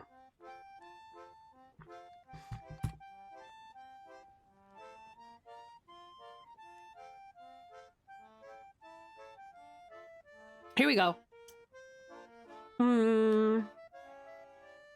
Let's talk about fencing, chat, for a minute. So, I've talked a lot about how the swordsman schools and the swash and swashbucklery is pretty pogs and very detailed and very cool. Just like as an overview, this is a really good way as a storyteller to kind of pick up on ways to make combat more fun and more descriptive, because it gives you the ability to think about it from a sword fighting perspective and just tells you straight up what it looks like and what it does. So if you're like kind of a new storyteller and this theme and gameplay sounds poggies to you, it's cool. It's cool to start off with something like this because it kind of digs into it. And there are definitely dozens, maybe even hundreds of different like things that your dude can do with a weapon. It's in Dungeons and Dragons, you have a very, okay, I hit it with my sword. Do I hit? Yes. Here's the damage. This is a lot different. Remember, you're in a world of panache and social control and reputation and flair. So sometimes it's not just about defeating your enemy, it's about embarrassing them, or about disrobing them, or about making people around you entertained. It's not always about driving your sword through their heart. It's not like D&D. So it's a lot more creative and roguish, which is exactly what you want a TTRPG like this to personify and exemplify. There are all different kinds of names of schools, and each of the schools are going to be based on your nation, right? It's more like Princess Bride than Murder Slaughter games. Yes, like you're right on the money with the Princess Bride. The John Wick, the guy who wrote this, is a big fan of Princess Bride. So that makes a lot of sense. If you want to have that "My name is Inigo Montoya, you killed my father, prepare to die" type beat, this is a system for you. That is panache and yeah, it's everything you could ask for with a system like that. It's the fighting spirit to keep going after you've been stabbed in the guts so you can take revenge on the man who killed your father, right? So it's a very exciting, very like adrenaline pumping concept. And the way that they do combat is really interesting and very cool. And it almost kind of gives me the feeling of almost like pawns on a chessboard a little bit, where when you roll initiative, you roll based on your panache, and the panache that you roll determines when in the rounds that you go. Okay, so let's imagine I'm gonna get up paint for this, right? I'm gonna give you an example just because a lot of y'all are visual learners, okay? And Amuse is here, so I'm really scared of doing this wrong. All right. So, line. Give me my fucking line. Where are you, damn it? Here. Okay, thank you. Now. Okay, OCDers don't look. This line is not going to be straight. Much like me. So, let me do this. 1, 2, 3, 4, 5, 6, 7, 8, 9, 10. I'm sorry that these aren't evenly spaced. Please don't look. Okay? Amused, I know you're pissed off. Sparrow, I know you're pissed off, but just bear with me, okay? Okay, chat. What kind of system do we use to roll dice? That's right. It's a D10 system. The D10 system, that means you roll a butt fuck of D10s to do shit. Okay? A butt fuck. Nothing, Argus. Mind your own business. So, this is a round, okay? A round is split up into, I wrote down notes, and I'm just gonna read the notes, okay? Let me just read these notes, RQ. Okay. So.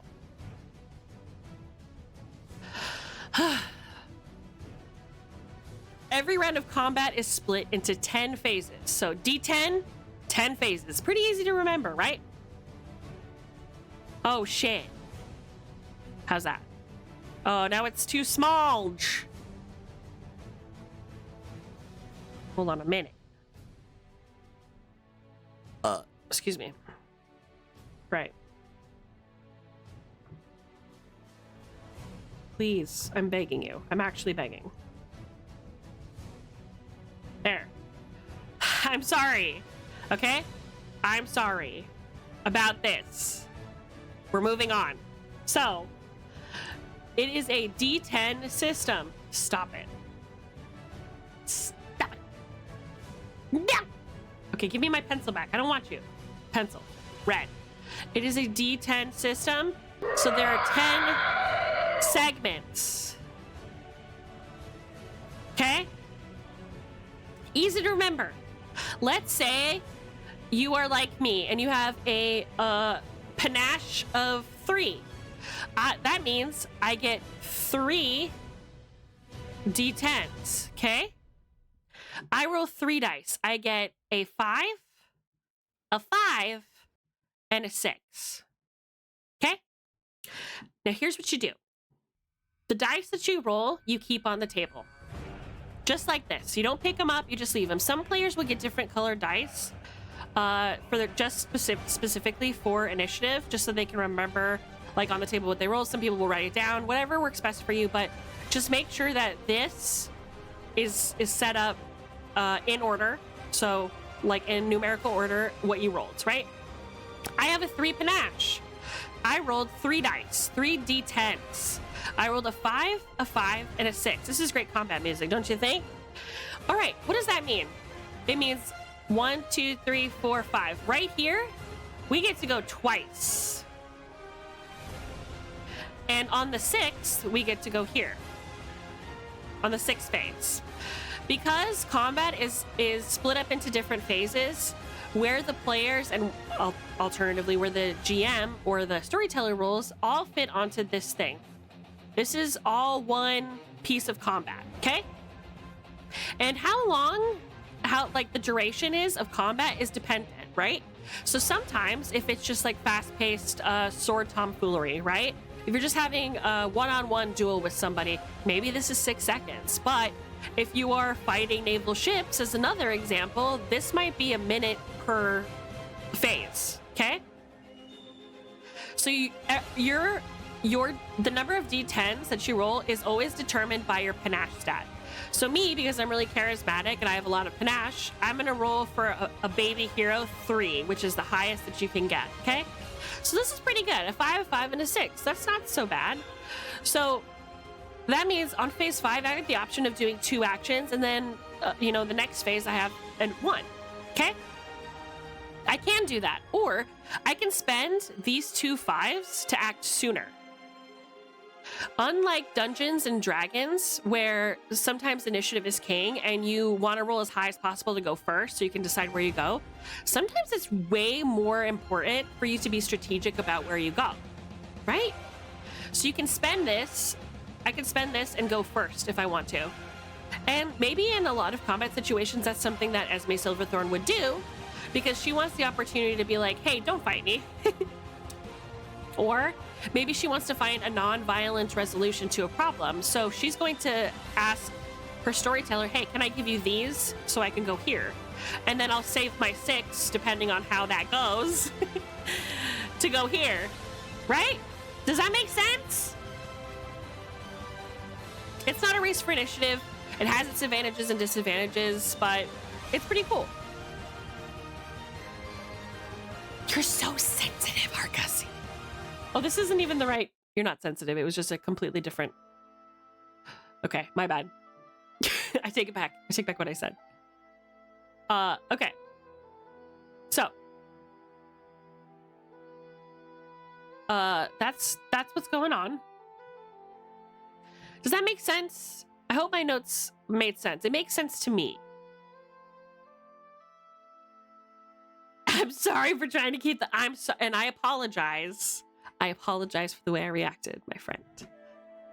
I just get in the moment. I always play my music really frogging loud, so I never know if it's too loud or too quiet for you guys. I appreciate you, Argus. Not only do I apologize, I appreciate you. So, once again, we are not racing for who goes first in most places. It's a game about choosing where in your battle you want to act. Right? Thank you for accepting my apology. Thank you. Stinker. Okay? Now, we talked about this again earlier because I couldn't pretend not to be excited before, but let's talk about raises. Okay? What is a raise? I'm gonna pull out the old spreadsheet again. Okay? You are in a duel with somebody. You're in a duel with another swordsman, okay? The average DC, I forget the actual word for it. Is it AV or something? Not DC, TN. The average TN, or DC, if you're familiar with D&D or Pathfinder terms, is 15. Just a basic, easy peasy, like, check, okay? It's 15. In order to hit a guy, I have to roll my reflexes with my weapon. And I have 3 reflexes, so I roll 3 dice, okay? And on that 3 dice, I have to try and get 15. Now, let's say I have more dice or more expertise, right? And I also you add extra dice to this, of course, but I'm just covering the basics right now, right? I'm missing details, just stay with me. So the TN is 15 here. We're talking about raises.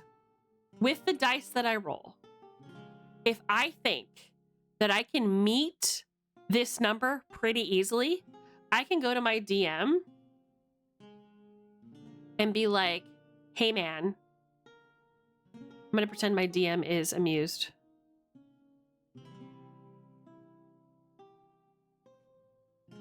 Okay, this is you. And this is me. I'll be like, hey DM, I'm gonna hold out my clackers for you in offering. Hey DM, I'm pretty sure that I can meet this number really easily.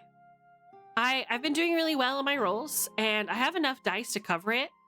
So if I make this harder, the thing that I'm trying to do, if I make the difficulty harder, if I make the AV, right? Barking outside? Why's my dog barking? Barking at the wind. If I decide to make this a 20, will you let me push him out the window? And this woman, because she thinks that's Poggy's, gives me the fat go ahead. And then I go, actually, you know what? Not only do I want to push him out the window, before that I want to embarrass him by cutting off his guild pin, like his little club pin, his little swordsman fencing pin. Which adds to the difficulty and gives it a 25. So they go up by 5 per raise. Okay? So when you ask for a raise, it's always going to go up by how much? 5. Okay? So, if I roll my clicker clackers, okay, and I hit a 25, not only do I do the action that I primarily wanted to do, but I also get to do 2 other cool things. So essentially what we have here, chat, is a gambling game inside of a rogue game, inside of a swashbuckler game. My race should always go up by 5. You should tell him that. Put him on the horn. I'll speak to him. Anyway, I need to eat more stuff. Have I made sense here? Amuse, do you have any notes? How did I do? Despite discussing raises, I feel like that's pretty thorough.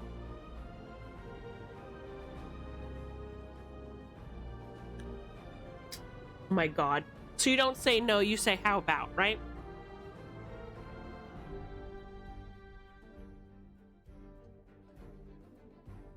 And I would still need to take a raise, right? Wouldn't I? Add damage? I mean, you could do that too, but less flair.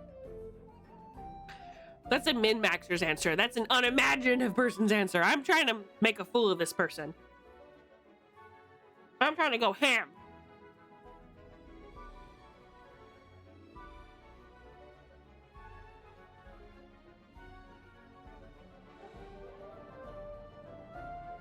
And I haven't played this game in ages, so I genuinely might just be wrong about things, but this is what I remember. Depending on the situation, yes. I.e., if it's a difficult maneuver, more raises. Oh, for sure.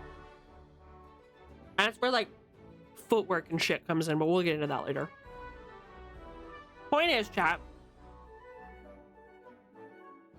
Moral of the story. Imagine remembering. I could never imagine a situation in which I would ever remember. So, this is a situation. I hope that makes sense.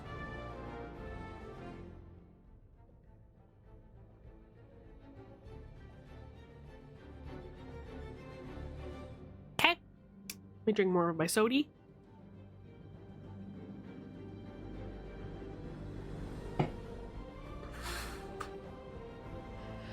Ah,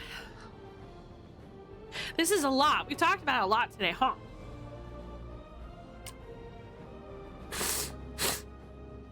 So, that is the basic for that is the basics for just combat. Now let's look at whip. Vodachi no. Capotina ballerina.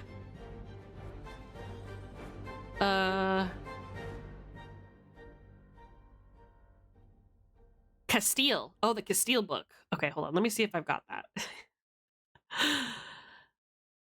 I knew it was Castilian. I fucking knew it. Thank you so much for sharing this with me. If I haven't said it already, I really fucking appreciate it. Wait, where's Castile? Eisen? There it is. I can't read. Page 97. Thank you. See, this is why it's important to have somebody who does this every weekend. Just be in chat, you know? 97. Oh, we're gonna be here a minute. Hold on. 97 chat. Oh, shit. What's happening here? She's giving him a sew. This is Kato. She's sewing this man's leg. With Leonardo.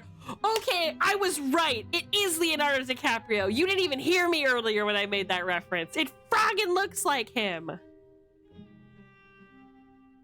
is this? Yeah, that is the church. I friggin' knew it.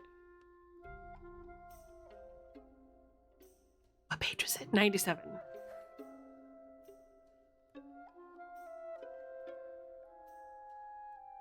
Where are you? Oh, I passed it.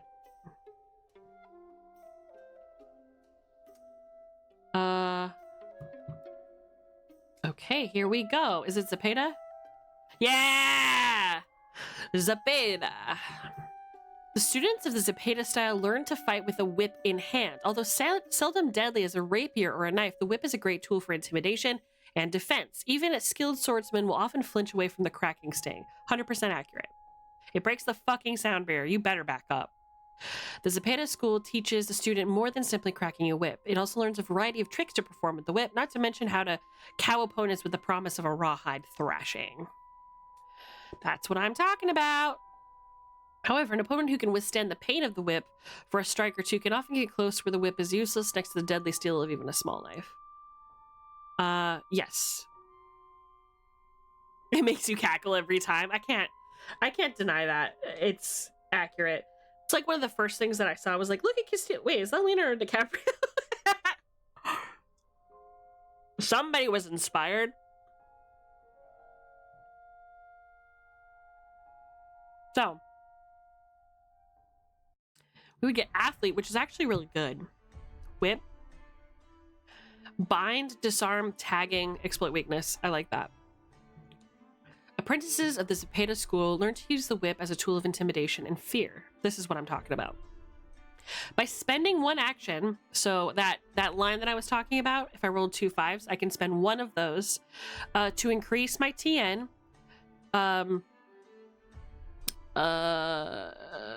to be hit by your master level for the rest of the round. Wait, what? What does that mean?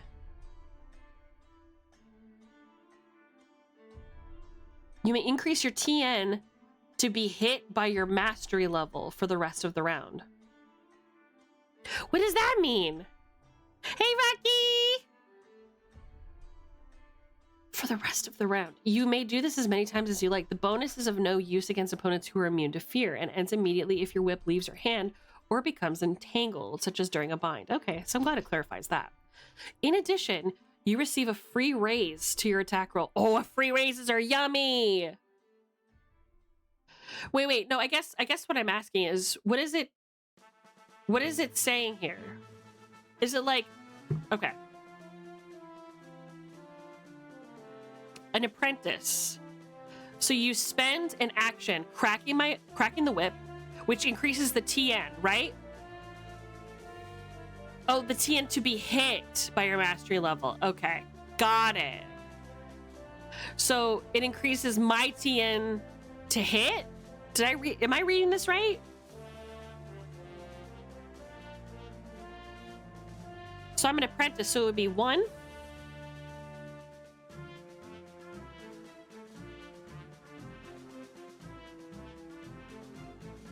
For them to hit me. Oh, so it adds to my defense. So I get a +1 to my TN for them to hit me.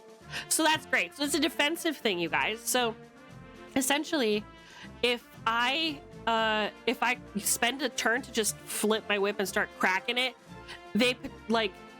I basically create a defensive I activate a defensive ability that makes it harder for me to get hit. In D&D terms, it's increasing your armor class. Does that make sense? So that's what I'm getting from it. Did I get that right? Amused? You can do this as many times as you like, which is kind of poggies. Just spend 2 of my turns just swinging my whip. You know what I'm saying? That'd be so pogs. This bonus is of no use against opponents who are immune to fear. That makes sense. Yes. Okay. Got it. We nailed it, chat. All right. If I become really good at it, journeymen of the Zapata school have learned to use their whip in more versatile ways. You may substitute your rank in the attack knack for any of the following knacks. Animal training, break, fall, swing, and grapple. See, this is all what I want. Gimme. So basically, I don't like them putting chemicals in the water. They turn the freaking frog gay. Basically, I can turn the frog gay. Turn the freaking frog gay. Serious crap gay. Frogs freaking frogs. It's not funny. I'm gonna say it real slow for ya. Gay frogs. That was loud. Right. So essentially, instead of my rank in attack, I can use my whip to like break my fall, to swing, to grapple, to train an animal. It's beautiful. You taught Ian well? Wait, what do you mean by that? What do you mean by that, Rocky?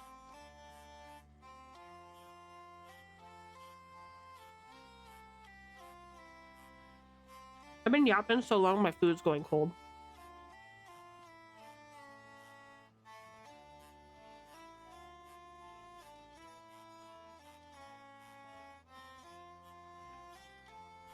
Istanbuli. With that song, he's obsessed. He's obsessed with the frog song?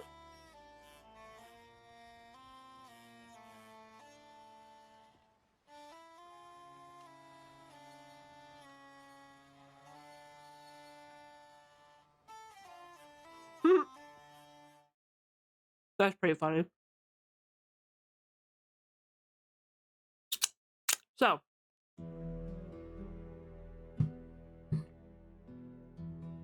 ooh, you may attempt to knock an opponent prone by yanking him off his feet. But this raises your TN to hit him by 10. So it's basically asking for 2 raises, which is crazy.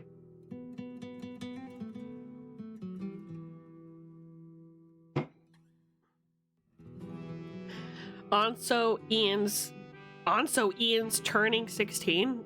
Girl, what are you on about? What do you mean, you stinky chicken? What do you mean by that?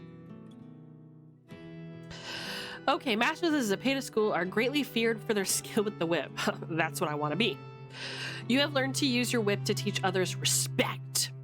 For each successful hit that causes damage against someone else, you are considered to have +1 to your fear rating against that opponent until the end of battle.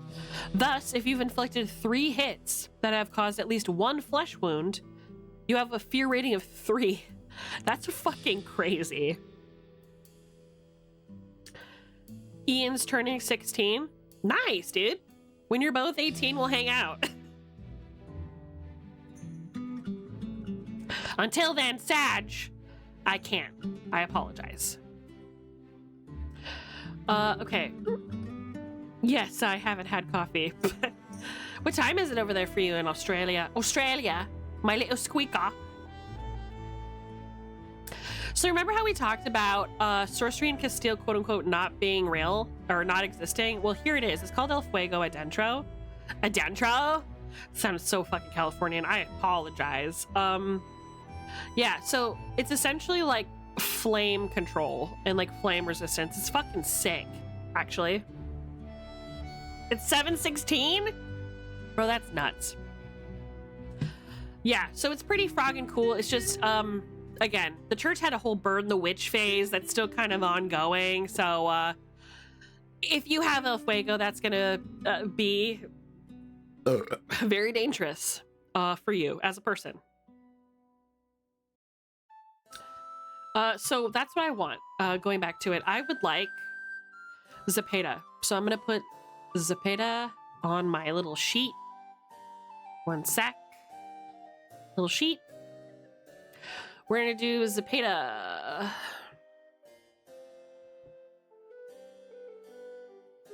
Which is 35. Perfect.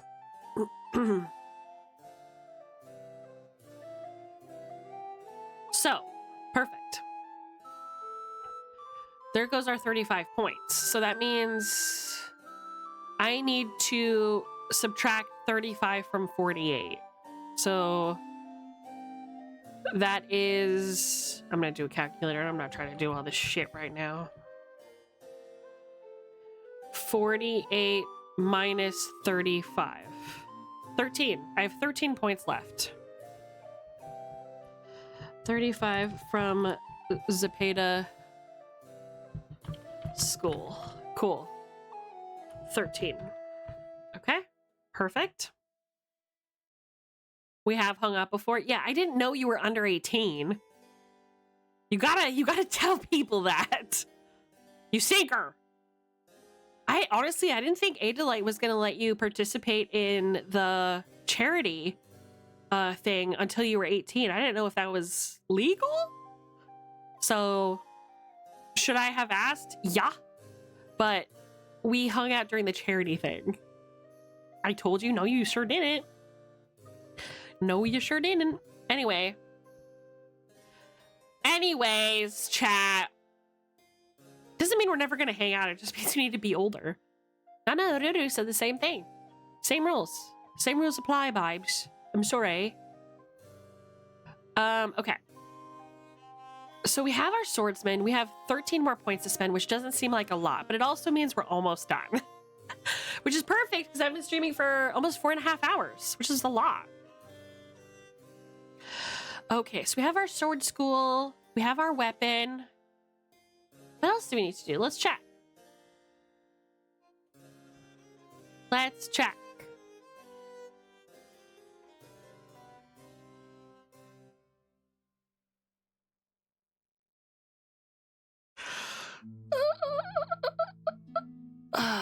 Where did we get skills? No, we haven't done skills yet.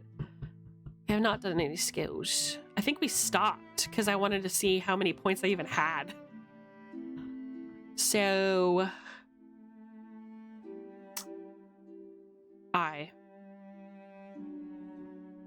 So where are we here?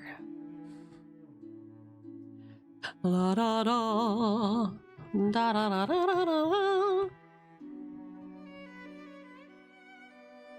Okay. Yeah, magic and sword school eat your points. Yeah, it's true. In Australia, it's legal to participate. Yeah, see, I gotcha. I understand. We'll talk about it more later, but that's just how it is, Rocky. I'm sorry.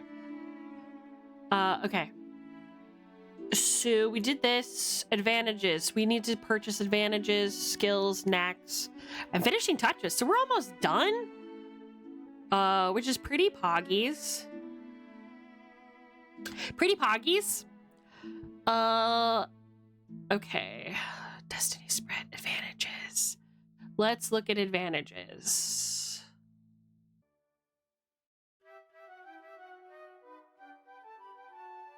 Player's guide, wasn't it?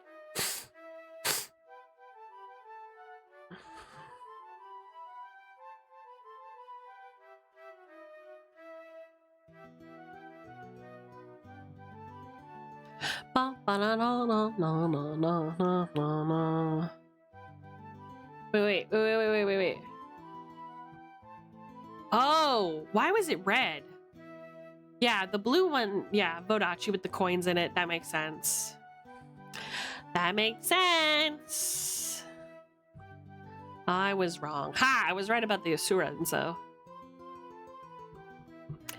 Okay. We need advantages. So let's look. Advantages. Advantages. I can't spell or read. Okay. Blah, blah, blah, blah, blah.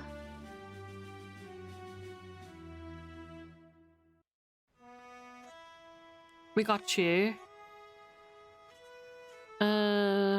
130. That's what page we're looking for.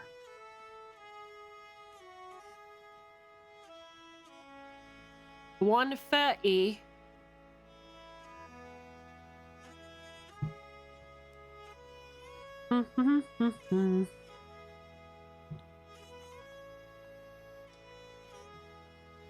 This is the fun part, flipping through all the pages, guys. My God, it's gonna take ages. Come on. 130. Here we go. All right. So, we have 13 points to spend. We need to use them wisely, chat. We need to figure out how we have a Castilian education because we studied Zepeda, right? Perhaps as a result of their lost sorcery, the Castilians have devoted a great deal of effort toward furthering their minds. When purchasing this advantage, you were devoting a fair number of hero points to your heritage. Okay, so no. Castilian only, just kidding. Citation. Medals, awards, letters of marque, ribbons, titles. No, I don't see that happening. Connections, I don't know. Combat reflexes, I think, is going to be pretty sick. After initiative is rolled, you may re-roll one of your action dice, but you are forced to keep the new roll. That's not bad. Military service, I don't think so. Dangerous beauty. Am I a dangerous beauty? I don't know if I want to spend points on that shit. I do like to seduce, though.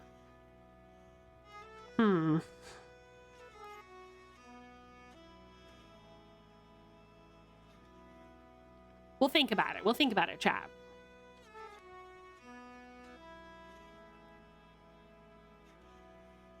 Foul-weathered Jack. Whether you like it or not, excitement has a way of finding you. Princesses come to you seeking a rescuer, and old girlfriends turn up after years, only to be involved in plans to take over the world with your best friend. Never let it be said that you lead a boring life. Interesting. Here we go, Dragonizing equipment.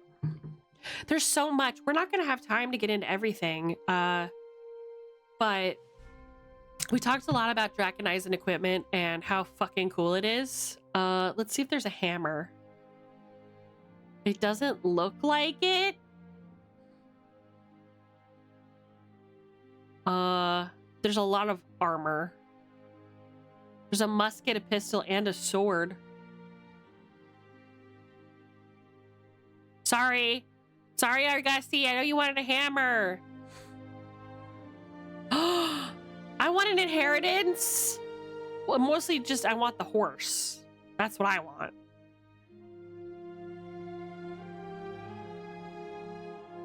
Ooh, a war horse. At least not in Eisen that I can see. I mean, maybe when we look at the Eisen book, I don't know, it might be in there. Let's look. Let's see if it's in the Eisen book, because we're not going to get another chance. Country Eisen.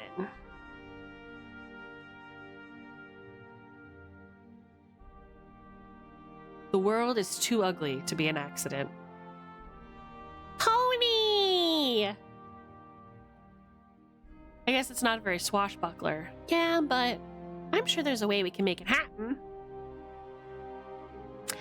You know, it's all about, like, historical, right? And I'm sure hammers came into use somewhere. Maybe you'd have to be a Viking guy instead of Eisen. Perchance?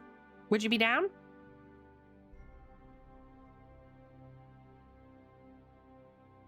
Königreichen. Am I right? Königreichen. Königreichen. How'd I do? Königreichen. I don't know. Yes. Okay, good. Like, is the important thing a hammer, or is the important part of your heritage? Like, what, like, are you attached to being Eisen, or are you more attached to, like, having a hammer? I think it's a hammer, but tell me if I'm wrong here. I'm just gonna Control F hammer and just see where we end up. A hammy. Blacksmith hammer. Excuse me. Look at this man. He's got this Porsche layered by the coif. He's coifed him. Ooh. Okay. Many soldiers wear Heiligen, small necklaces devoted to a memory of a particularly famous warriors. These necklaces are worn in the hopes that the warrior will intercede with Theus on the wearer's behalf, perhaps preventing an early death on the battlefield. Warriors whose signia often appear in Heiligen include Stefan I, a Draken, Gottschalk the First, a Prophet's Cross, Weiss the Great, a man with a crown of stars, Reifenstahl, a hammer. Okay, so Reifenstahl, whoever that is, they had a hammer or were a hammer.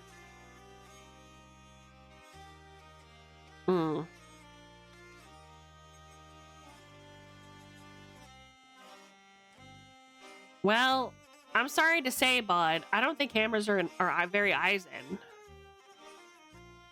Every Nibelung forges out blacksmith's hammer as their final test for acceptance. A fencing weapon. You don't want a fencing weapon.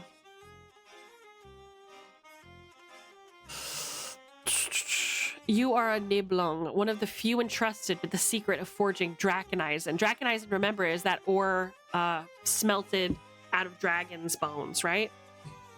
To useful items. This grants you special benefits.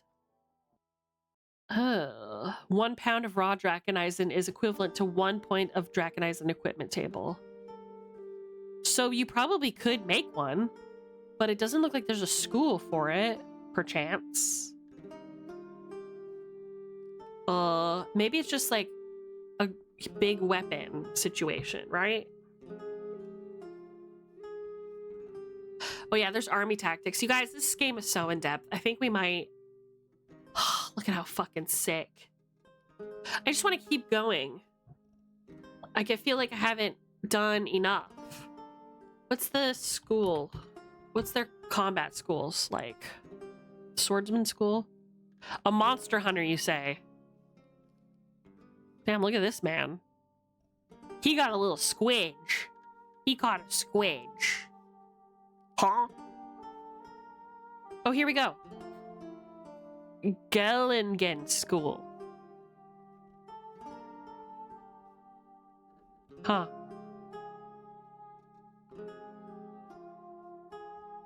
It's interesting. Drexel. Oh, so Drexel sounds like it's a heavy weapon. So, oh shit. Drexel? Drexel. Oh shit. Drexel, perchance? Okay. The school was developed by a mercenary named Christoph Drexel, the leader of a warband known as the Blood Spirits. He found that, as a mercenary, he was usually forced into unpredictable situations that called for flexibility in thought and fighting style. Thus, he devised several different ways to make use of a versatile Eisen Zweihander. The Drexel fighting style is very popular among mercenaries. See, that's a... Could probably go it with the heavy weapon knack by doing a quick search. There doesn't seem to be something specific to hammers. I mean, yeah, it's true. I mean, genuinely, if the whole thing with a Zweihander is swing, hit, is like bonk, he could probably just use Drexel, right? And instead of a Zweihander, he can just fucking use a hammer. Just like color code it differently. Is that going to make a big problem? As a DM, I don't think it would. Plus, Argus really wants stuff like flexibility in combat. I think, right? Dirty weapon, whew, dirty fighting heavy weapon. Hammer. You want to be able to disarm people, lunge, palm mill strike, exploit weaknesses. I mean, that sounds pretty poggies. The damage and stuff was fine. If there isn't damage tables, honestly, change it to blunt instead of sword would be fine, right? We would have to homebrew it, sounds like, Argus. But I'll look a bit more for you. I'll look a little bit more later. We'll do a hammer situation later on. Right. I keep getting distracted. So, advantages, which was on page 130. I forgot. What I want more than anything is a big horse. So I need a horse knack. Where are the horse knacks at? How many points is a horse knack? Okay. This is Draconized and I don't give a shit about that. Inheritance.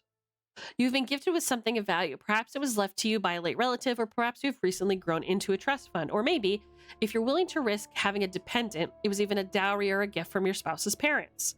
It could be a cherished heirloom handed down throughout your family for generations, or simply a large sum of money. I think that that's what I want, and I want a horse. I want this guy. How much? Inheritance. It's 9 points. Gimme. I want a horse. So, it's 13 minus 9. A big horse. Perhaps it was a horse. No, wait, it's 2. Wait, what? 2 points gives you a horse? Yeah, a little riding horse. Well, maybe I should just deal with a little riding horse, huh? Why not? Yeah, 2 points. Let's do 2. So 13, 12, 11. So 11 points used 2 for horse. Got it. My horse points are racking up, fam. Why not? A riding horse, right? Yeah, exactly. It doesn't need to be a war horse, surely. Those are expensive and probably reserved for the nobility. He'll be just as good as a war horse, I assure you. And I'll train him, you know? I want to get trashed, but it's pouring rain. You don't need to get trashed today. There's plenty of time left. Right? Okay, so we have that. 2 points in horse. You have very acute senses, making you more likely to spot a small mark on the floor.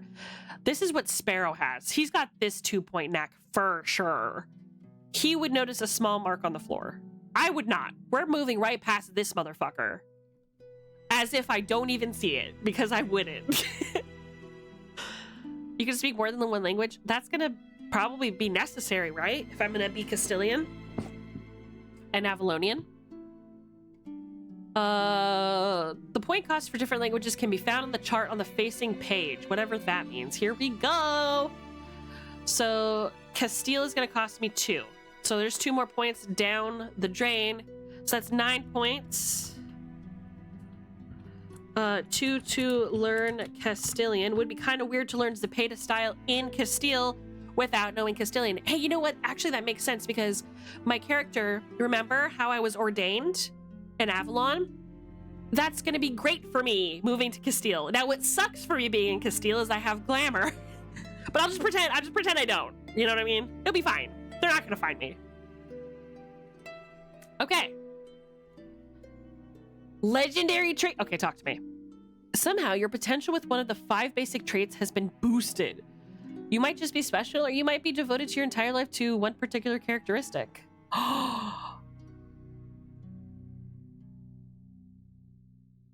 What? Look, they have left-handed! Left-handed! 1.4 Fodacci. Not so much the inability to wield a weapon with your right hand as proficiency with your left. This means that you have either by birth or by training managed to overcome the natural handicap of working with your left hand. Since other fighters and even other left-handers are trained to fight right-handed swordsmen, they have a bit more trouble dealing with you. Anybody recognize that reference? Lorge! See, this is the one that Argus would have. There would also be a 5-point advantage called loincloth. It would cost you 5 points, but in exchange you get a loincloth.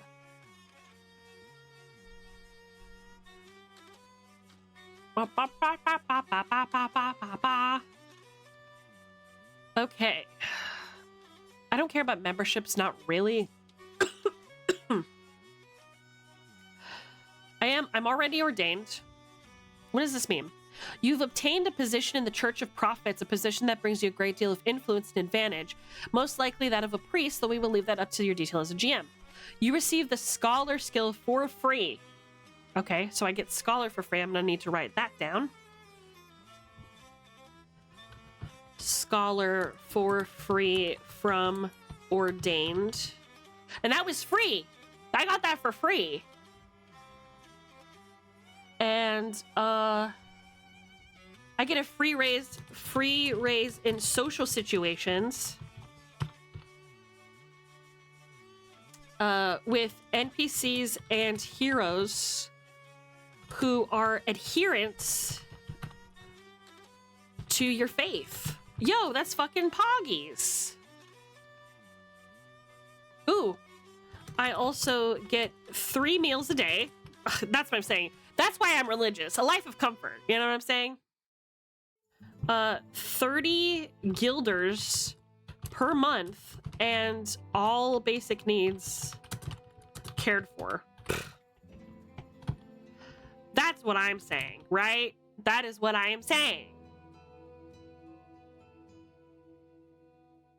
When you're talented and you don't have any money, what do? You find a patron. Honestly, I guess you could say that this is pretty accurate. Patrons are wealthy individuals who sponsor struggling artists, poets, playwrights, swordsmen, and rogues. Hey, that sounds good. The number of points you spend determines how wealthy your patron is and how willing he is to spend some of that wealth on you. But remember, your patron's money isn't your money. And many patrons are a little more than rich, snotty nobles that are so easily offended. Talk with your GM about purchasing a patron and who your patron might be. Okay. Okay, work. We'll come back to this because there's something else I want, I think.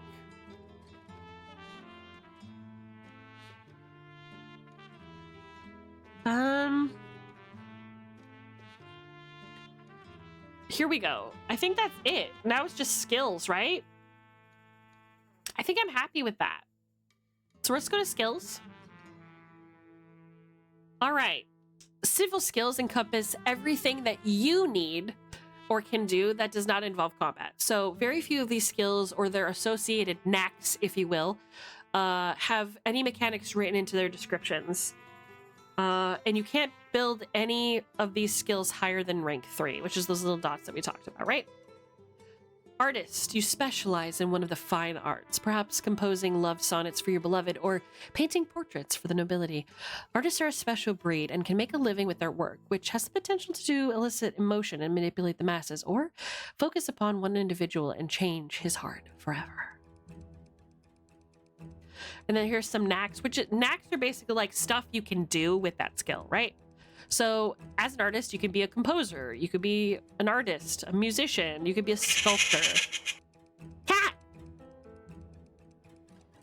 You could be a writer, you could be a singer, right? A courtier, which sounds pretty fun. But it looks like it could be expensive.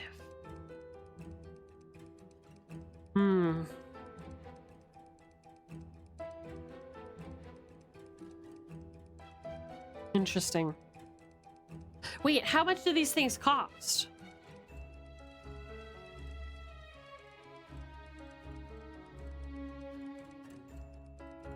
Wait a minute. How much do skills cost? It doesn't say. At the beginning? How much do skills? Okay, here we go. The sixth step is to purchase skills and knacks for your hero. Purchasing a skill costs 2. Okay, so it costs 2. Shouldn't have frog and changed it. Oops. Okay, 130, 130.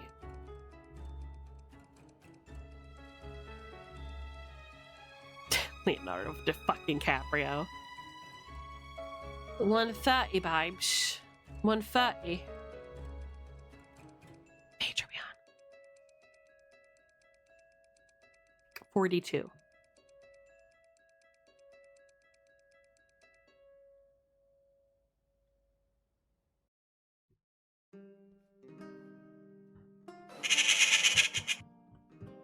Cat!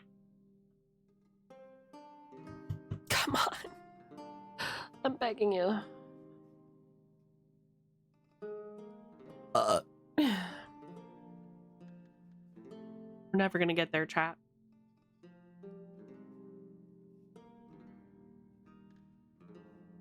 It's nice to see the pictures on every few pages, though, just to kind of get through it. It's nice.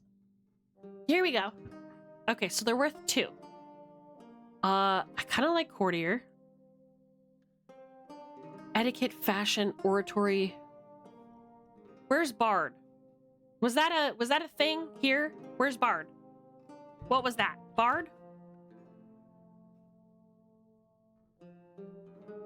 Okay. Yeah, bard. So I get that for 2 points, right?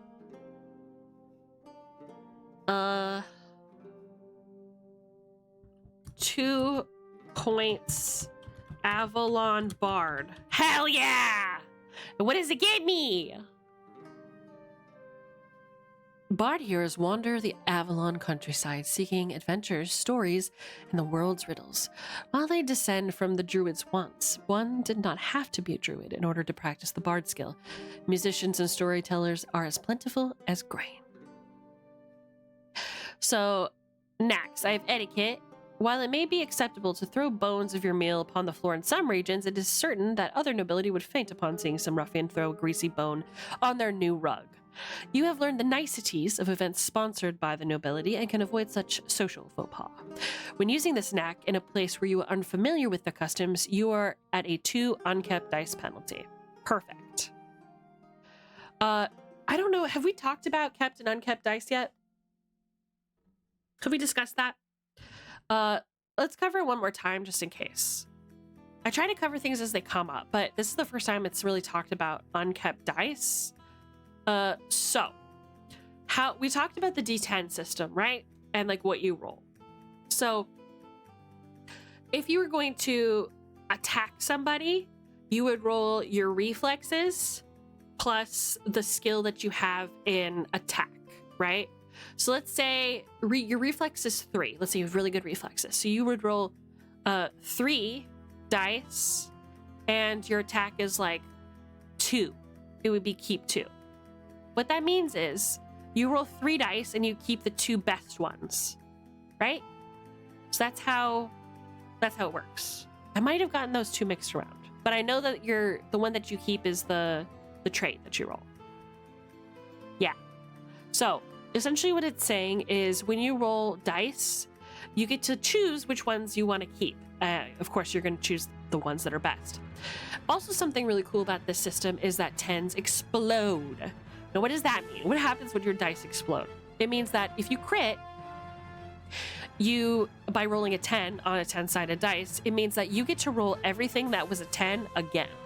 So if you roll 3k3, 3 dice, you keep 3, and they're all 10s, you roll all 3 of them again, and you add all of those numbers together, and then you stop rolling when you stop exploding. So it's possible on a TN 15 to roll a 32. That could happen. You know, it just depends on how lucky you get. So there's always that sense of like, you could still get really, really lucky, and you still have the opportunity to succeed. So it's pretty nifty. Talk about a crit. Yeah, that's the thing. This is something I've noticed about specifically like American TTRPGs that use like systems like this. They really like giving you more dice. And I don't know if I'm a super big fan of that. Maybe it's just because I don't like all the math. I don't want to count all this shit. Just give me 1 dice and put a 5 next to it. I don't know. But yeah, with this system at least, when you throw dice, you don't keep them all.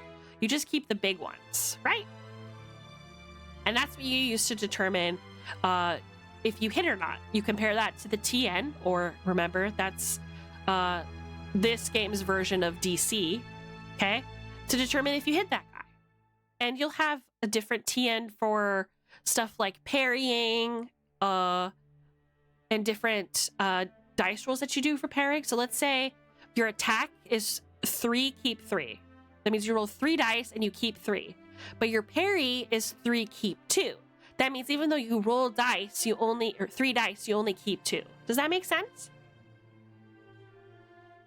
Big gambling culture is my guess. Yeah. Maybe. So, these are all the cool knacks that I get. I get etiquette, which we just read. I get history. More than just knowing what has come before, history has a great many lessons for those willing to listen. Tragic military defeats have been transformed into glorious victories by a skilled historian, and more than a few of them have learned from failed political maneuvers as well. You know the ways of the past and how to learn from them today. I like that. Oratory. Sweet words of praise flow as easily from your lips as whispered words of poison. Oratory allows you to convince your listeners more easily of the truth of any argument. Oratory may be used in place of diplomacy, mooch, politics, sincerity, storytelling, bribery, socializing, or incitation next, with a +10 to +40 penalty. So essentially, if I would just like to use my oratory instead of any of these, like if I don't for some reason have mooch, I can just use my oratory, but it's going to give, based on what my GM says, anywhere between a +10 to +40 penalty. Okay? Really mean storytellers would be like, I'm always going to make this really high. And really cool storytellers might be like, it's a +10, you know? Just depends. And I think it also kind of depends on the situation, right? If you're trying to convince the Prince of Castile not to set the orphanage on fire because he thinks they're all witches in there, you know, that might be a +40 no matter what way you slice it. But I guess it just depends, right? And then advanced snacks, which I think I can get for another 2. The art of diplomacy. The art of peace. Words have prevented more wars than guns have ever caused. Your soothing reassurances can calm all but the most enraged duelist and keep your blood where it belongs, in your veins. You saying the Prince of Castile is really funny to me. Okay, look. All right. I'm doing Reader's Digest version. Technically, the Prince of Castile is the fucking church if we want to get specific, but like, whatever. Anyway. Yeah, I might not get all the lore points right, all right? I'm not as experienced as you are, but you know, I remember some things about this, and this has been a really nice refresher. The king? Oh, that's why I keep calling him Prince, because he's the king. the King of Castile is like 16 and is a sweetheart. I mean, it's Leonardo DiCaprio. Yeah?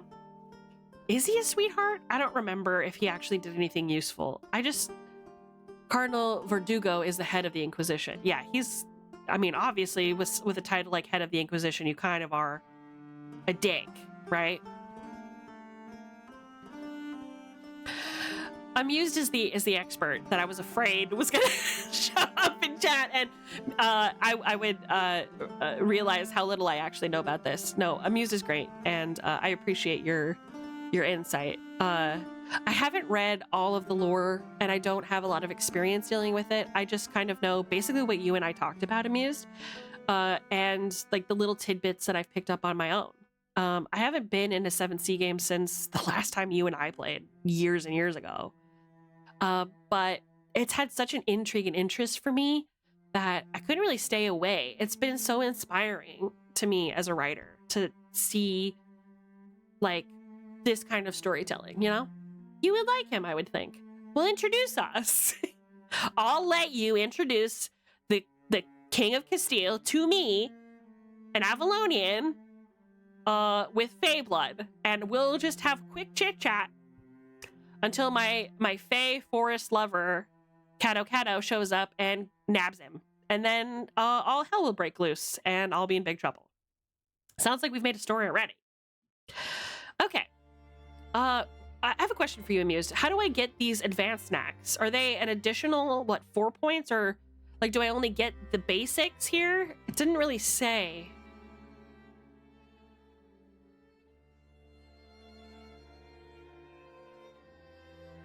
I convinced Jess to be cool? Wait, what?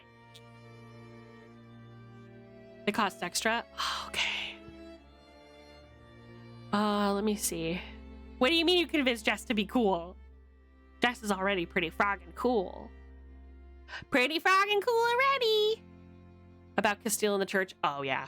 Yeah. See, that's the thing, right? Like, you have to make certain assurances before you play games like this, because if you play it the way that it was quote unquote meant to be played, which is with a lot of sexism, potentially racism, and classism, among other things, it is challenging. And it gives you a rough time, and it kind of gives you the ick, right? So some things just need to get a little bit squashed, you know, get a little bit of a cheeky twist. You know what I'm saying? Why does it sound like we're at a funeral at sea? Come on, let's get some peppy music opened. What about this? Sea monster battle music, perfect. All right, this guy looks like Lagiacrus. He's pretty cool. Yeah. Anyway, where was I?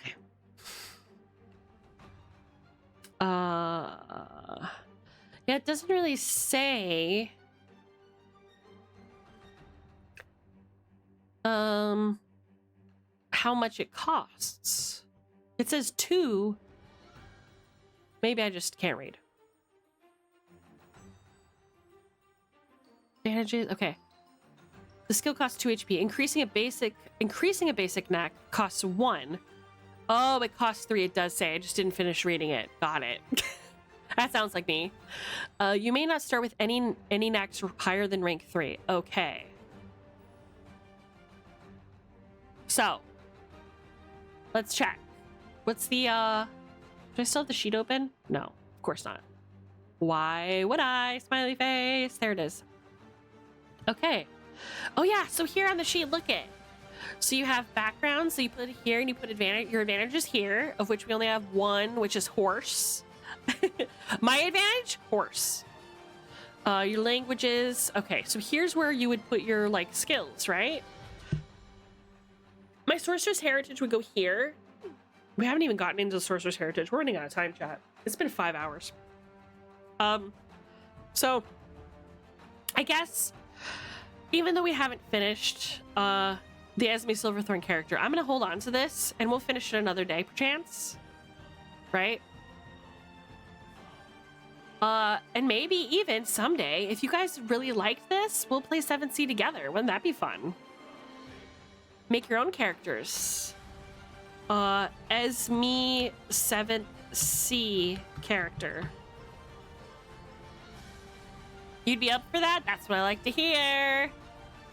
For now, I think that would be a blast. I'm so glad you think so.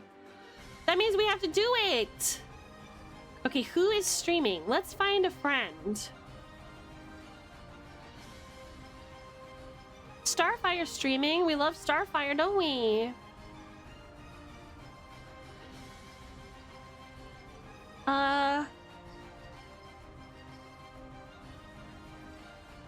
Yeah, I'm happy with Starfire special events. What is she doing? Oh, I think she's doing her donathon. Did you come for the Scooby Gang? Because they're dead. They're dead. We killed the murder mystery. She has her The face murder cam on. Hang on, Ace, Okay, where are let's you? go support Come here, her. Ace. Let's definitely go Come support by her. me. Come over here. She's a friend of the get this. channel. Someone over here. We have to support her. Okay, you guys. There you go. Don't forget the raid message. Help.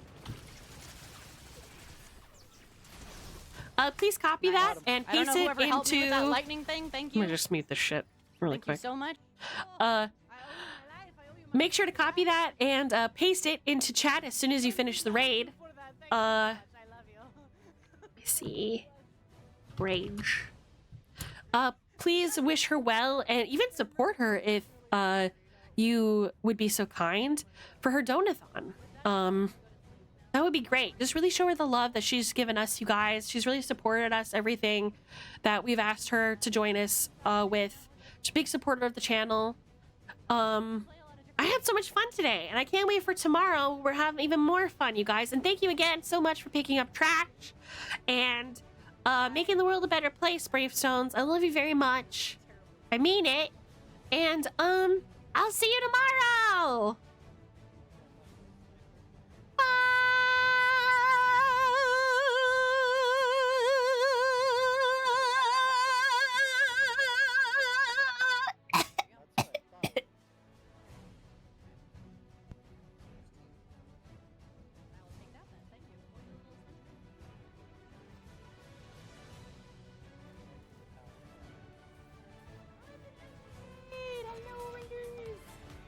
Hello, hello, hello. It is the beautiful guild. Hello, my guild friends. Let me go in here. Protect my body, y'all. Protect my body for a second. Esme, welcome in. Welcome in. Hello. Thank you so much for the raid. Hi, everybody. If you guys can protect my body for just like 2 minutes, let me see who else is here. Argus, welcome in. Esme, welcome in. Amuse, Yuhara, welcome in. And Lily, hello, everybody. Happy Donathon. Thank you so much. Hello. Yes, it's good to see everybody. How was your stream? What were you guys up to? Hello, hello. Yes, we're playing some Fortnite. We're all playing as Jones. We're playing as the default skin, and I feel really bad for people that come up to us because they think we're newbies. Someone over here. And then we're murdering them, and it's quite sad. How is everybody doing? Where are they at? Where are they? Am I blind? There's somewhere over this way.